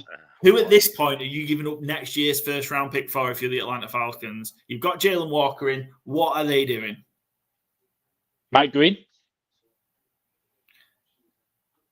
Potentially. I just don't know who else. I'll quickly talk about the Giants. I prefer them choose. It feels like the analysis was Dable wanted wanted that. They didn't want Sanders. They felt that there was a struggle apparently. Ownership wanted Sanders, but the coaching staff didn't. So they've gone with the coaching staff. The compensation wasn't as bad as it could have been. A third this year and a third next year. Obviously, you're missing out playing on a good player this year. You can obviously draft players in the third round, but there's been plenty of misses. I just think 25 is a bit high. It doesn't throw in tight windows. Is it just another Daniel Jones experience? I don't think they should be like, this is our future. I think they should see. The Falcons have selected the player that the guys at Atlanta Falcons UK took in our fans on the clock draft, and they've given up an extra first round pick to do so. It's James Pierce Jr. out of Tennessee. The Falcons keep the draft interesting every year. I'll give them that. Okay. I think that's crazy. I think that is absolutely crazy. I think that's the first player I didn't have going in the first round. I had him at the end. Yeah. In our mock, I had him, I think. Did I have him to the Falcons? Oh, no, I didn't. I had Mike Green. Yeah, sorry. Both of us had him to the Bills. I think that's crazy. No, just you had him to the Bills, Joe. Paul did as well. Trade, yeah. Yeah, 25. Oh, via trade. My apologies. Yeah, James Pierce Jr. I don't see it, especially for that cost. I think that's the big thing. It's the first next year. That's why I like the Giants one. Yeah. I'm not a huge fan. I think he's going to be kind of Daniel Jones, kind of like tight window throw. If he's not going to take them in the NFL, is he going to be able to become an NFL quarterback? Hey-ho. But it's a third this year, third next year. Fair enough. You know, you can get good players in the third round. You can get rubbish players. But to do a first next year, that's like that must you think you're like, we're going to be good next year. Yeah. We're going to be low S. And is James Pierce like, yeah, we all said get an edge. So they've obviously got an edge. And what did they get early on? They got the linebacker. Yeah. So obviously that is a much better defense. But to give up a first, like if it was a second next year, I'd be like, okay, I can see it. And it feels like what the word that the Lions were going to take, the Ravens or Lions or we had this Commanders. The mocks and found on the clock. There's probably going to be a run on edges, but I know the Giants didn't move up as far, pick wise, but the Giants didn't give up a first round pick. That is a big cost. Falcons have got to make the playoffs next year, or that is an outrageous cost. And you think about other teams, obviously the Texans did with Will Anderson, but obviously that was to get the best player in the draft. Yeah, Will Anderson was a slam dunk, no doubt. Yeah. James Pierce, like I say, I didn't have him going in the first round. You had him going 30. Paul had him in this range, 25. Yeah, So what are the Falcons? So they're what, 16? They picked 16. They picked 15, didn't they? I think 15. Yeah. So it wouldn't have lasted until then because they've gone up to like 32nd, 30th, and probably not have to pay that extra pick. But the Rams are probably the happiest team. Like I expected them to trade because the Rams love to trade. Yeah. They go up, down everywhere. Every single pick they'll probably trade and end up with more. So to get an extra first round next year, I think and you're loaded. Yeah, when Golden was gone. Yeah. I think that was kind of maybe it for the Rams, wasn't it? Yeah. And they would as well if once Jackson Dart was gone. Yeah. Yeah. I think there was a little sneaking thing. Sorry, Joe. Yeah, and again next year the QB class is supposed to bear. Obviously, it doesn't always work out. So to have 2 first rounders next year to bundle that together to get a QB you want, I think Rams would absolutely pull the pants down for the Falcons for that. I'm real surprised the thing as well. Maybe the Giants didn't wait for Arch for next year. Just the natural fit. We don't know if Arch is coming out next year. Truthfully, we don't know Arch is that good. Well, we'll see. We've got our final guest of the evening. We'll see, yeah. Ready and waiting to join us. His team are going to be picking shortly. We've got Fletch from the Sleep at Work Network. Big Lions fan, big Michigan guy as well. It's been a big night for Michigan players so far. Fletch, how are you doing, buddy? Thanks for joining us. I'm good. Not that I feel like I'm about to start flagging soon, but not quite there yet. How are you guys getting on? I know it's a lot of work talking for nearly 3.5 hours. Yeah, I think we're doing okay. We've had plenty of guests. We've had 6 people drop in so far. One, to lift the curtain, we had one pre-recorded reaction from the Titans guys to get in earlier on. But yeah, we've had plenty of guests drop by, so that's obviously kept us going. And yeah, now we've seen a bit of late trading and activity. That's kind of boosted the excitement for the last few picks. And Fletch, the Lions are coming up soon, shortly. What are you expecting they're going to do? I expect edge, but I'm not sure. There seems to be a couple of players who have fell who I quite liked. It did feel like within that 13 to kind of 20 period, someone would say, "Who are you thinking?" And I'd say a name, and then they'd come off the board. So I don't want to play this game right now. Just for the next few minutes. Just say Shedeur Sanders so we get to see him go to the Ravens. I'll do that then. Shedeur Sanders. Yeah, nice. Although, I feel like then that'd be the one pick where some weird voodoo magic works, and that's what happens. No, but I see Nick Skelton on the board. I in your mock draft, I brought forward Nick Skelton. He was left on the board. I do like him. Be nice to see him come through. Quite surprised Will Johnson has fallen this far, but I do believe with the Ravens picking, I think they're going to go corner. So Will Johnson might come off the board any minute now. Yeah, it's a need for Baltimore for sure. And a good Michigan man, right? Another Michigan man. So even more for me to kind of want him in Detroit, but again, the curse that's going to come through now is he's got to go now. I am curious. You talked about edge, and obviously Mike Green we talked about a bit more dropping and dropping. Is he a Lions guy though? Can you imagine him going to the Lions with like his off the field issues, if you can say that it's being discussed? That would Dan Campbell want that kind of guy in the building? I mean, so we tend not to go for those guys. We have missed and kind of, well, we've not gone for them in the past. I think the only time we've ever gone for someone who is in any way, shape, or form had character concerns has been Jameson Williams. And so we'll see whether that's something they're willing to take a risk on, because it's undeniable the talent he has. So I could, if he can keep those off-field issues in check and he gets his head down, then I don't see any reason why not.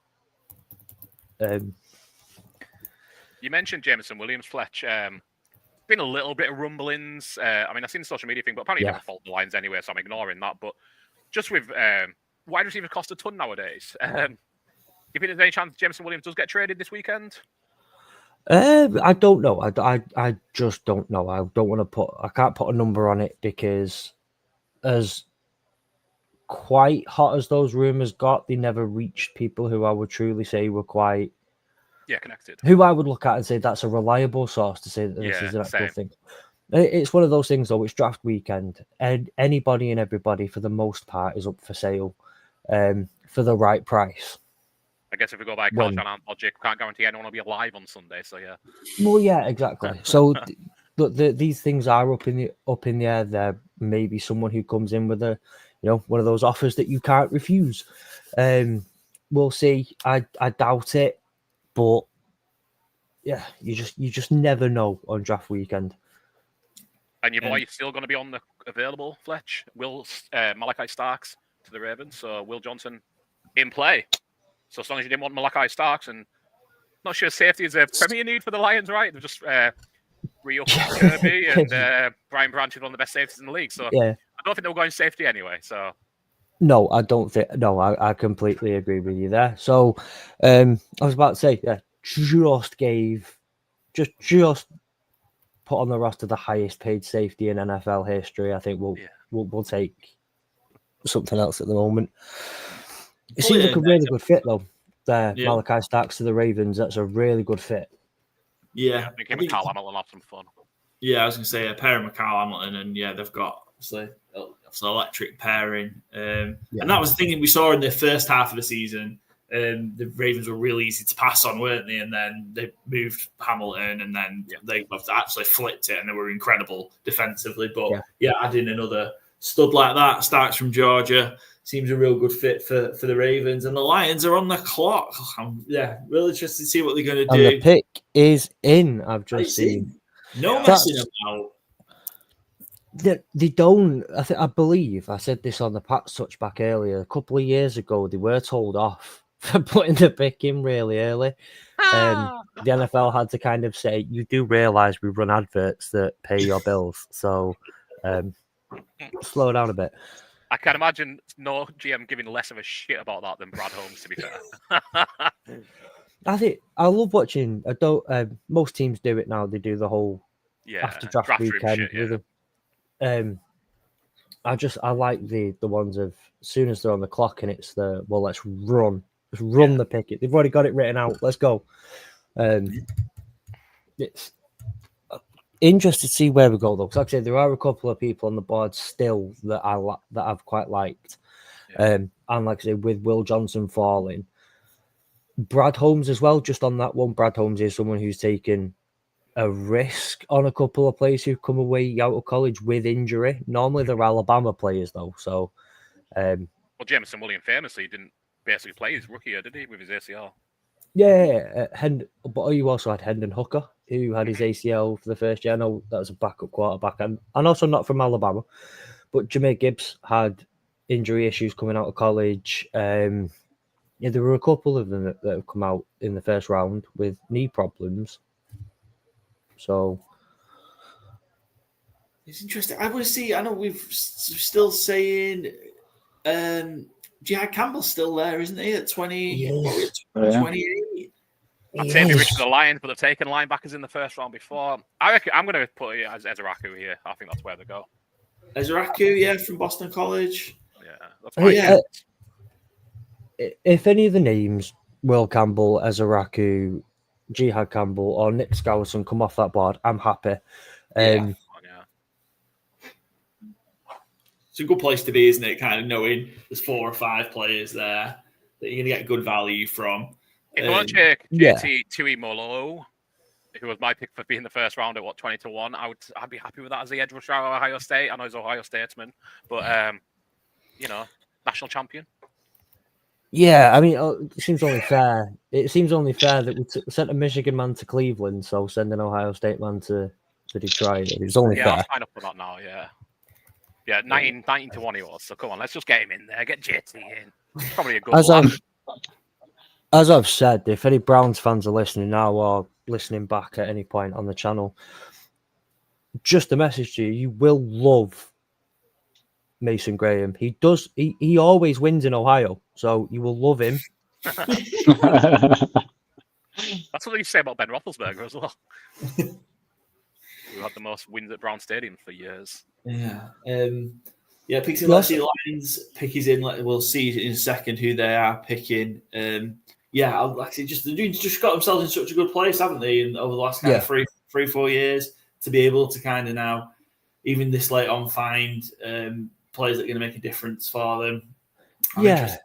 Goodell's there. You're going to put a name out, Paul Joe? I'm going Ezeraku. I'm going to say Jihad Campbell. I'm going to say Johnson. State player. Oh, Simmons. Tyleek Williams, defensive tackle. DT, not a position of need. Interior wouldn't have been my. I'm not complaining with it, but I wasn't really looking at his interior as somewhere we'd go in the first round. Caught me off guard about that, yeah, given kind of who's left. Yeah, they've got Reader and McNeil already in there. But and just signed McNeil to that blockbuster contract before he got injured. Mm-hmm. Yeah. So it's Ed Hutchinson versus the world once again on the edges. Unless we bring back Zadarius Smith. Yeah, it's definitely. Is he still available? Yeah, he's still out there. Yeah, obviously there's options yet. Later on, I'm sure they'll address and get some more depth. Edge rushing, just completely caught me off guard this one. I thought it was going to be one of those guys kind of that we were expecting to hang around the end of the first round. I don't mind it. I didn't take in Kenneth Grant in my mock. I think that they did want a DT, and I think the defensive tackle is not as deep in this draft. So if you get one of the top 3 or 4 players, and you probably could get a good edge in the second round, rather than if you went edge, you're probably not going to get a decent tackle. Going forward, that's 50 linemen as well through 28 picks. Mm-hmm. It's big DT draft. Mm-hmm. And that's the way the drafts are moving, aren't they? I suppose a little bit around just that. And if you can get difference makers at these positions, it sets you up well. And you can find, other positions you can find. You can find through your veteran pickups, training camp cuts, etc. And later on in the draft, you can find those players to fill out the rest of your roster. So. Yeah, interesting. Not kind of the move I was expecting, but I don't mind Tyleek Williams to be fair. I think, probably is the third one of the interior, the D lineman. Third, fourth, I don't know, maybe Norman Lott, maybe as well from Tennessee, but. I think, is he the fifth one gone? What? So you've had Harmon, Graham, Nolan, Harmon, Grant. Yeah, Williams. The fifth, So yeah. Once again, my co-host don't listen to me. I just said 2 minutes ago it's a 50 lineman off D tackle off the board. He just literally do not listen to me. I don't know why I turn up. And I was going to say as well, Over the Cap put this really useful chart out maybe a couple of months ago now, basically like, wasn't exactly what they were saying, but like, this is why you draft these premium positions. And it was like availability in free agency versus salary getting paid in free agency. Yeah. And way out, you've got quarterback. Then after that basic level, you've got edge, interior defensive line, and wide receiver as like they're the people who get paid most in free agency. So if you can get them wrapped up in 5-year contracts now, yes, then that means you can go spend on your premium positions and get your Saquon Barkley's like the Eagles did, because they've got their trenches built up on rookies and very well paid contracts in Harry Roseman's case in advance. But yeah, the interior defensive line, and more so again like pushing nowadays the interior offensive line as well, they're not luxury players. They're not like second, third rounders now. Like we say, this is a 50 defensive tackle to go in the first 28 picks. That's a lot. Yeah. I was on the when we were talking on the college football pod the other day, because we were kind of covering the second day 2, day 3 side of things. And I said the thing with this draft is it's not lacking talent; it's lacking, for lack of a better term, for 4:30 in the morning, sexy talent. Yeah, it's lacking the sexy picks. It's lacking, it is your trenches. It's the talent is on the edge. It's on the interior. Edge is becoming a bit of a nicer position. I feel like, and I think the edges are getting a bit more, just there's more finesse in being an edge rusher these days. And now you've got the hybrids with the outside linebackers. But this is where it's real talent. It's just you meat and taters kind of talent. Yeah, I think that's a good shout. What are you expecting kind of the Lions to do the rest of the weekend, Fletch? Kind of where do you think they're going to pick up?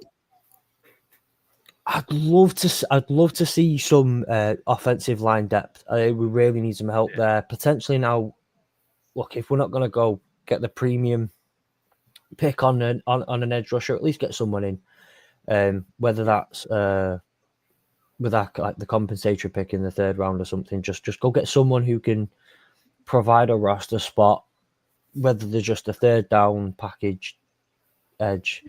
But no, O-line depth is really helpful at the moment. That would be really good. Depending on what happens with Jameson Williams, unless that's part of a trade for something, I would like to see maybe another wide receiver again. But it's purely a depth piece, and I think that's, as you were saying before, Paul, it's the position that you put yourself in over the last 3-4 years that we put us. It's actually really nice to say a pick like that. You can kind of go, oh, that wasn't what I was expecting. It's kind of not where I thought we'd go or what I thought we needed the most. But it's not the end of the world. It's fine because it's not a glaring hole where we've got that problem, or it's not. And it's a really it's a really nice place to be, to kind of go, do you know what? I trust my GM that he's made the best decision possible. They've got the play that they want. And there's nothing out there that's glaring. And what we can do is we can go afford to spend and get nice depth and the pieces that we kind of want to have rather than need to have.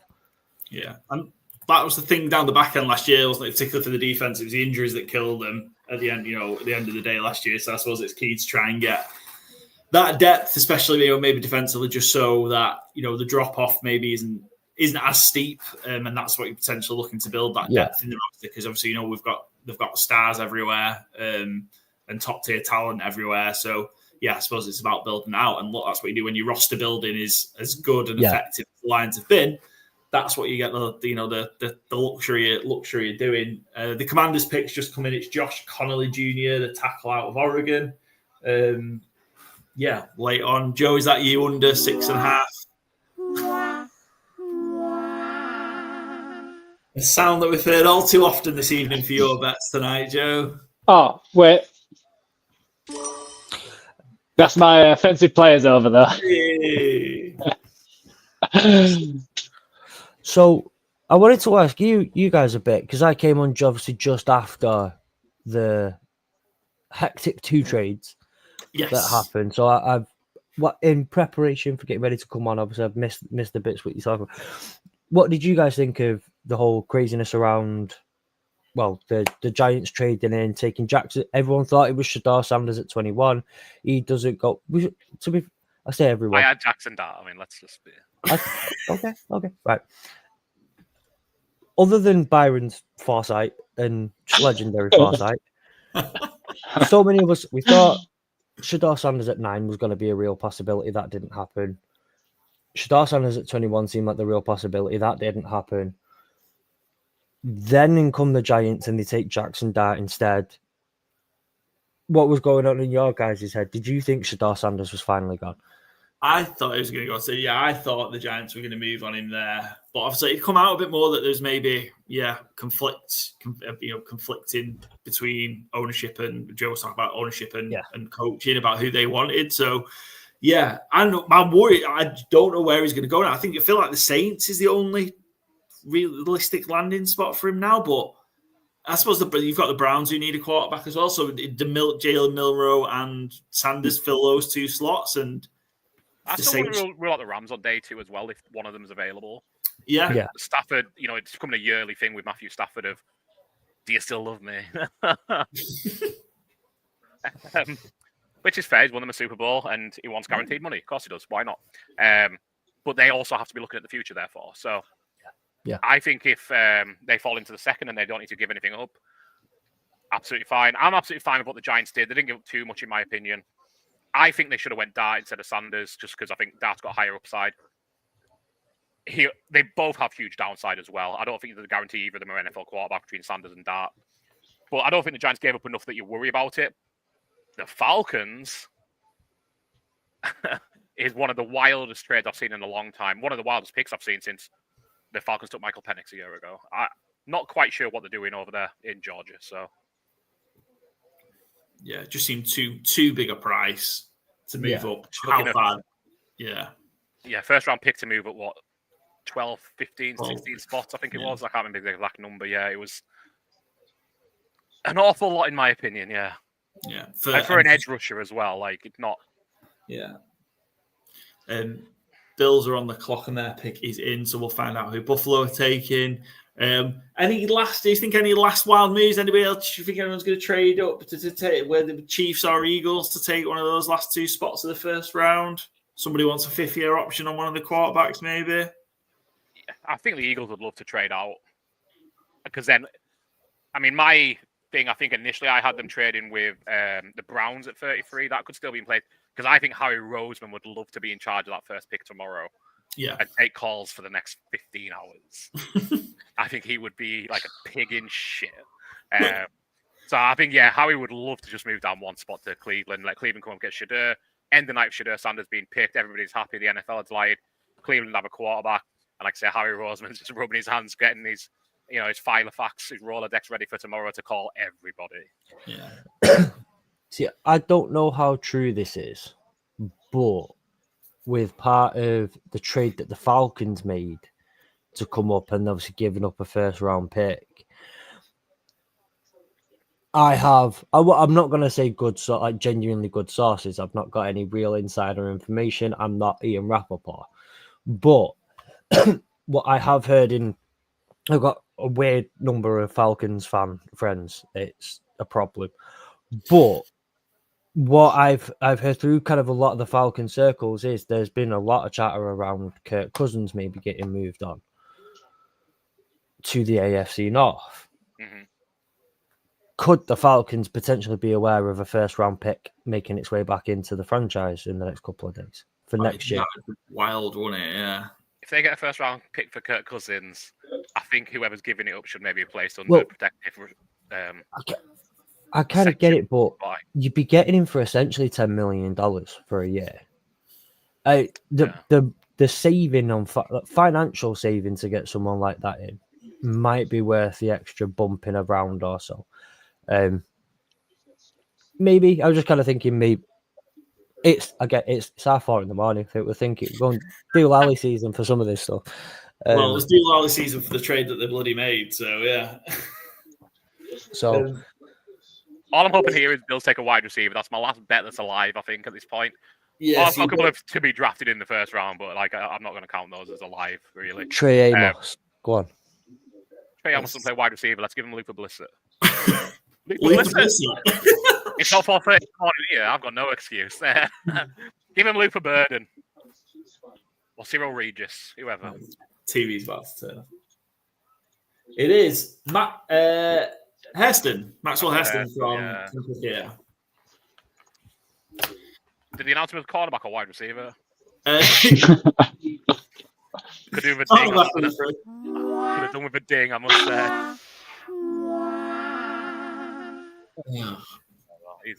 All right. I feel like the sound effects have been a welcome addition to the third annual NFL Draft Bonanza.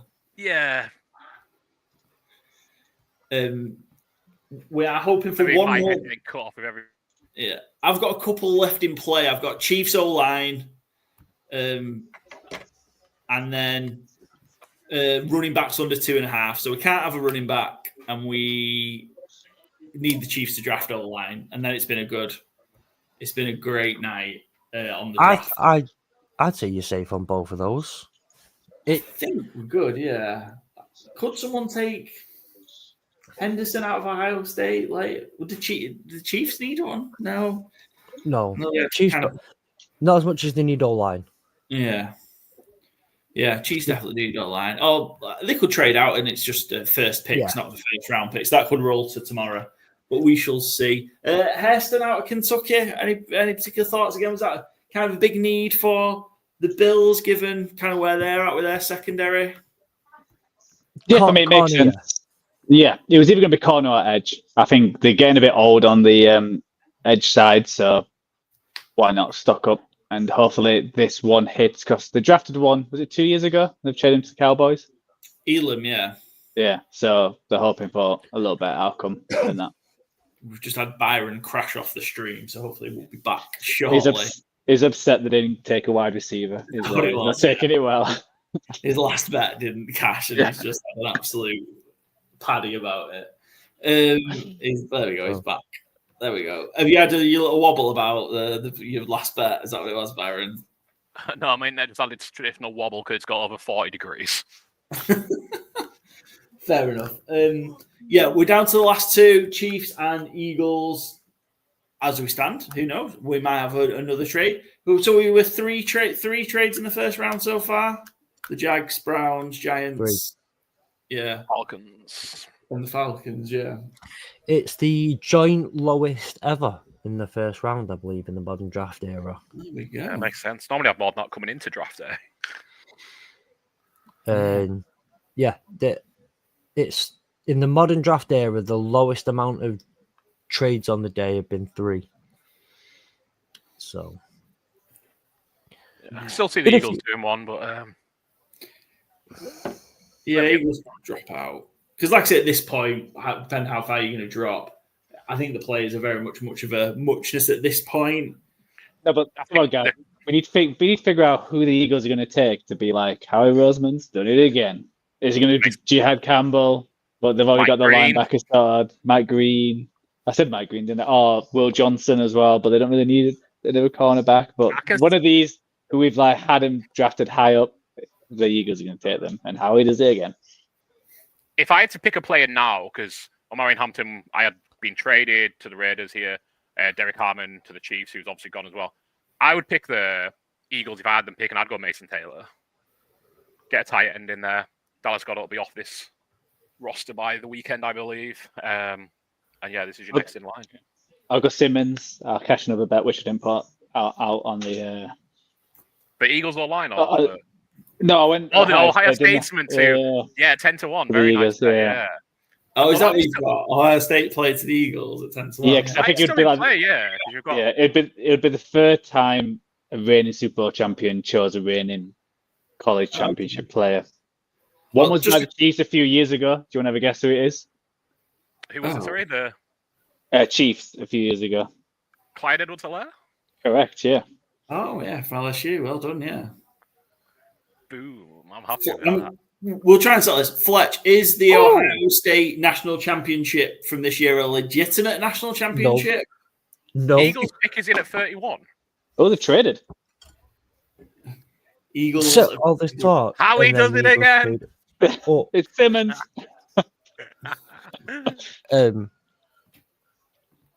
yeah, no, I'm not even being generous. Now, even though we've taken one, his can be. His is. Very kind of you. The rest of him, no chance. Everyone knows Tylee carried them. He grabbed Ryan Day, He carried really him on did. his back all the way through the playoffs. Yeah. He really, really did. Or the Big Ty will, And- yeah. it's all I've said on the college football part. Don't go back and listen to it. Just take my word for it. Well, the thing is, like, how was yeah. anyone else meant to compete when you could get Tylee Williams? Like, I mean, it beats me. It's yeah. Brad Holmes does it again. All right, let's see. So we've got this trade in. Just to move up the one spot. It can't cost you a lot, can it? Surely. I wouldn't think so. Chiefs is probably giving them back to Howie. It's probably like It's cost them pick number 164. So what's that? A mid fifth? Yeah, I think it's just after 163, and it's around there. Yeah, fifth round pick. Thanks for that, Byron. Yeah, I think They should take Elijah Arroyo, in my opinion. 1400. Come on. Yeah, Elijah Arroyo. Or JT Tuimoloau. Surely that's preferable at 90 plus 1900. Yeah. Yeah, but I've already shouted him out, so I just wanted to give a shout out to Elijah. Got it. And excellent work on both pronunciations as well. Thanks very much. Yeah, I didn't even have to look them up this time. Excellent. Yeah. I mean, Elijah Arroyo's a bit easier. Yeah, that's fair. Yeah. JT. I would take Mason Taylor as well at plus 450. I would take it. Gun to my head. You just want another win at this point, don't you? I think. Of course I do. Yeah. But why would you trade up for him though? That's the crazy thing. Why would you trade up for anybody here? Like who are the Chiefs gonna? Who are you worried about? I mean, it's got to be an old lineman then. That's what I think it is Simmons, yeah, because a few people might be giving the Chiefs a call. Can't believe Jalen Campbell's not going to go in the first round. That's nuts. I think the first linebacker. Well, yeah, depends how Jalen Walker was scored. Yeah, so you still didn't play for first linebacker? No, sorry. Yeah, sorry. Yeah, Will Johnson's not gone. Obviously, we've talked about. Yeah. The other players who haven't gone. I'm so annoyed. I had Will Johnson not going in the first round mock yesterday. I wish I just left him there. Just trying to look who else hasn't gone. Yeah, so the safety ranked highly. I guess you look at Mike Green's got to be the one that's probably the highest on the board for the longest. Jihad Campbell. So if Green, Campbell, and Will Johnson, I think if you look at your consensus board, probably your big three. Will Johnson, Ezeraku.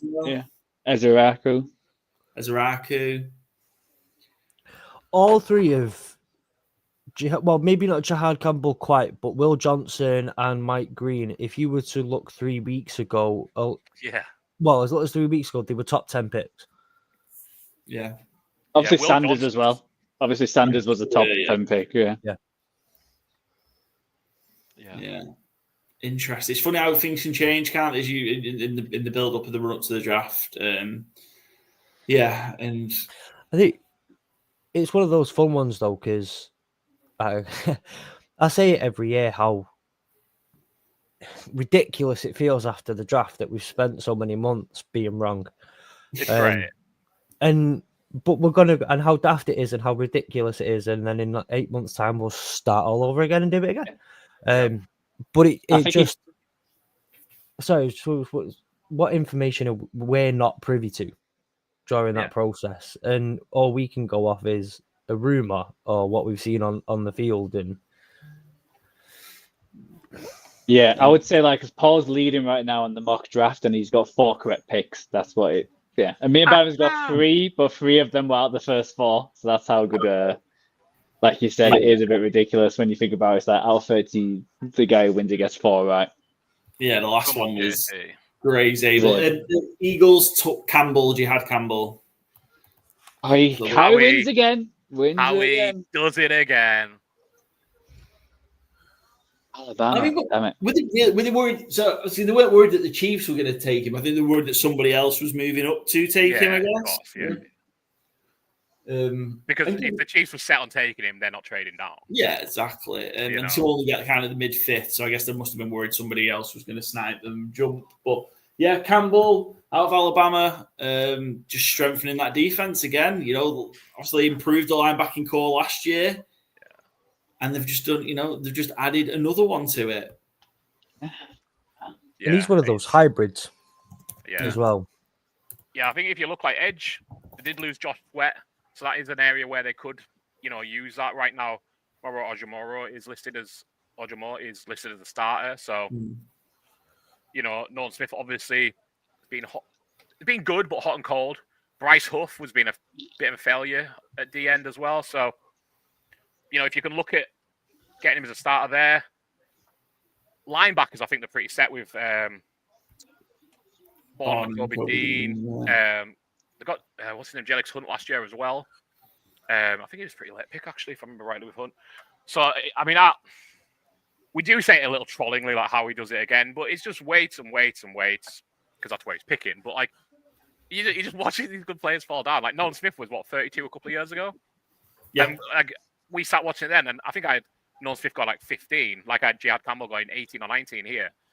And he just keeps falling and falling. You're like, it's going to be fucking Howie Roseman again. And once again, it's Howie fucking Roseman again. Like, just that front seven, just making it even better. It's more depth, more talent. It's going to be tough to stop again.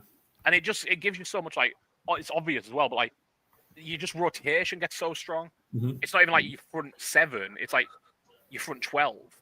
Like, if you want, and that's been one of the great things I think they've done with Jordan Davis, is, I mean, does it look a bit rich that he only plays like 40% of the snaps for a player who was taken, 10 overall-ish? 10, 11 overall? Mm-hmm. Yeah, it seems a bit rich, but if those 30% of snaps, 35% of snaps are dynamite, and you can backfill those snaps with other players getting 30%, 20%, 20% here, it's really hard to stop. It's really hard to slow it down. So, and how mentally that weighs on an O-line, because you don't get. I mean, you've got to admit, I'm not an O-lineman. I've never played O-line. I don't know what it's like, but you've got to imagine that for most teams, when you play someone and then you get on that rotation, the third stringer comes in, you kind of get a bit of I can not take a snap off, but. Yeah. I get a little bit of respite. This is probably going to be an easier block for me. I'm going to be okay. Oh, no, their third stringer's coming out. I've still not got a snap off. I've still got to work I get it. Even the third stringers in the NFL are very good. There's not a thing at them, but you still, every snap is relentless. Yeah, you don't get no respite. Yeah, it's... But again, it's similar to what we talk about the Lions, Eagles are in such a good spot because of what they've done and how they've built that roster over the last kind of 4 or 5 years, and able to just keep adding pieces, and it doesn't matter where the draft, they're going to find someone that's going to make a big difference for them. And I would expect that to be the same with Jihad Campbell.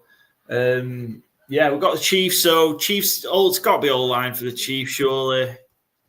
Do we think, or do you think they maybe take a punt on one of the guys that's fallen, Green or Johnson? I think Josh Simmons just slot him right in there. Excellent. Would love that. Kind of surprised he's still there. I think on our mock's going to the Rams, who I thought could use him. Yeah, I had him at the Rams. I would just pencil in Josh Simmons here, but as Joe said, I've got 3 picks right all night, I believe. Yeah. Similar. I guess it's just the injury is obviously. Yeah. There's been a few players who have been taken with that injury and it's not worked out. So it is that gamble. So. Byron, are you okay? Just looked at his bets. Yeah, I did just look at my bets. So one that I didn't have on the sheet and forgot I'd placed. Kelvin Banks, 9 overall, plus 1,600. Oh, nice. Amazing. Yeah, I logged into my bet 365. I'm like, that's more money than I anticipated. So 365 Byron, you just called this. Our $20 bet on Kelvin Banks to go 9, which Oh, I don't remember placing, and I didn't even list our sheet. So, great way to end the fucking draft. I'll take that. And you just called Josh Simmons to the Chiefs as well. That's in. Picky's in. Josh Simmons to the Chiefs. Play my music. There we go. I think the soundboard's going to get us in trouble. That is the first round of the NFL draft. That is it. 32 picks in. Fletch, thanks for joining us for the last half hour or so. I appreciate it. No worries. Before I go, just wanted to say shout out to all of you. Again, that's nearly 4 hours that you've been live talking. I know you've had guests and all that. It's not easy. It's a lot of work. And at this time of night, it's even worse. Well done. Cheers, mate. Appreciate it. You'll be back. Don't worry, Fletch. You'll be back for the 4th annual NFL Draft Bonanza when we do it all again next year. I'll put you in touch with my PA. We'll sort it. Cool. Appreciate it. Well, I hope you get what you want from your Lions for the rest of the way, Fletch. Appreciate you coming on. You guys. And we'll see you during the off season, no doubt. And I will see you in Dublin anyway as well. Yes, you will. See you later, guys. See you later, Fletch. Fletch. Yeah, always good to have Fletch on. Go follow the Sleep at Work Network. If you're still watching, I'm not sure if anyone is still watching, but if you are, go follow the Sleep at Work Network. Hurdle the line. That's it, and go sleep. Yeah, College Football UK. Maybe do it once you've had a sleep. Yeah, I'm about to have a sleep as well. Should we wrap it up, gents? That's the first time you mentioned the sleep, Paul, to be honest. You've done well. I've got 3.5 hours before I have to get up for work, so that's good. Rough day tomorrow. So, quick rundown. Mixed night on the betting front. You got anybody overall pick. Plus 500 for Colston Loveland in the first round, first tight end to go. Plus 650 Egbuka, second wide receiver, as did I. And then 1600, just a random Kelvin Banks plus 1600 for 9th overall pick. Joe? Oh, so you got 2 more bets. Sorry, Paul. You got the Chiefs line and the running backs under 2.5. So I'll give that a shout out. So I think I went, and we could probably say this for the next episode, but 1, 2, 3, 4, 5, 6, 7, 8, 9, and 3 from my 12 draft bets. That's really good for the draft. It can be a bit of a pretty good goal. And to be fair, the 3 I missed were just punts as well. They were plus 750. Just massive. And I'll take that for QBs under 2.5. I've only not got many tonight, so I've got a shout out when I do actually win. Yeah, definitely. Yeah, so under 2.5 quarterbacks, plus 150. Offensive player over 15.5 was that minus 110, Joe? Yeah. And then what else did you hit? You hit something else. As well. Jackson, I had. Oh, sorry, you're talking to Joe. Yeah, I had Loveland top 10. Loveland top 10. That's a real good one. Yeah, that was 10-1, right? 7-1, I think it was. Oh, I thought it was 10. Anyway, sorry. Cool. And Byron, your last one? I also had not on the sheet because I placed it yesterday. Jackson Dart, second quarterback, plus 225. Excellent. Good. So decent night's work. Gentlemen, it's been a pleasure to spend the first night of the NFL draft with you. We'll be back with our winners and losers episode, I guess, of the draft. It'll come out next week at some point. Yeah. And then we've got a great interview with one of the NFL Academy players, Barney Short, as well. So lots of great stuff coming at Good Teams and Great Teams cover. Go follow it. I'm not going through it now. You know where to find it. Gentlemen, we'll see you soon. Cheers.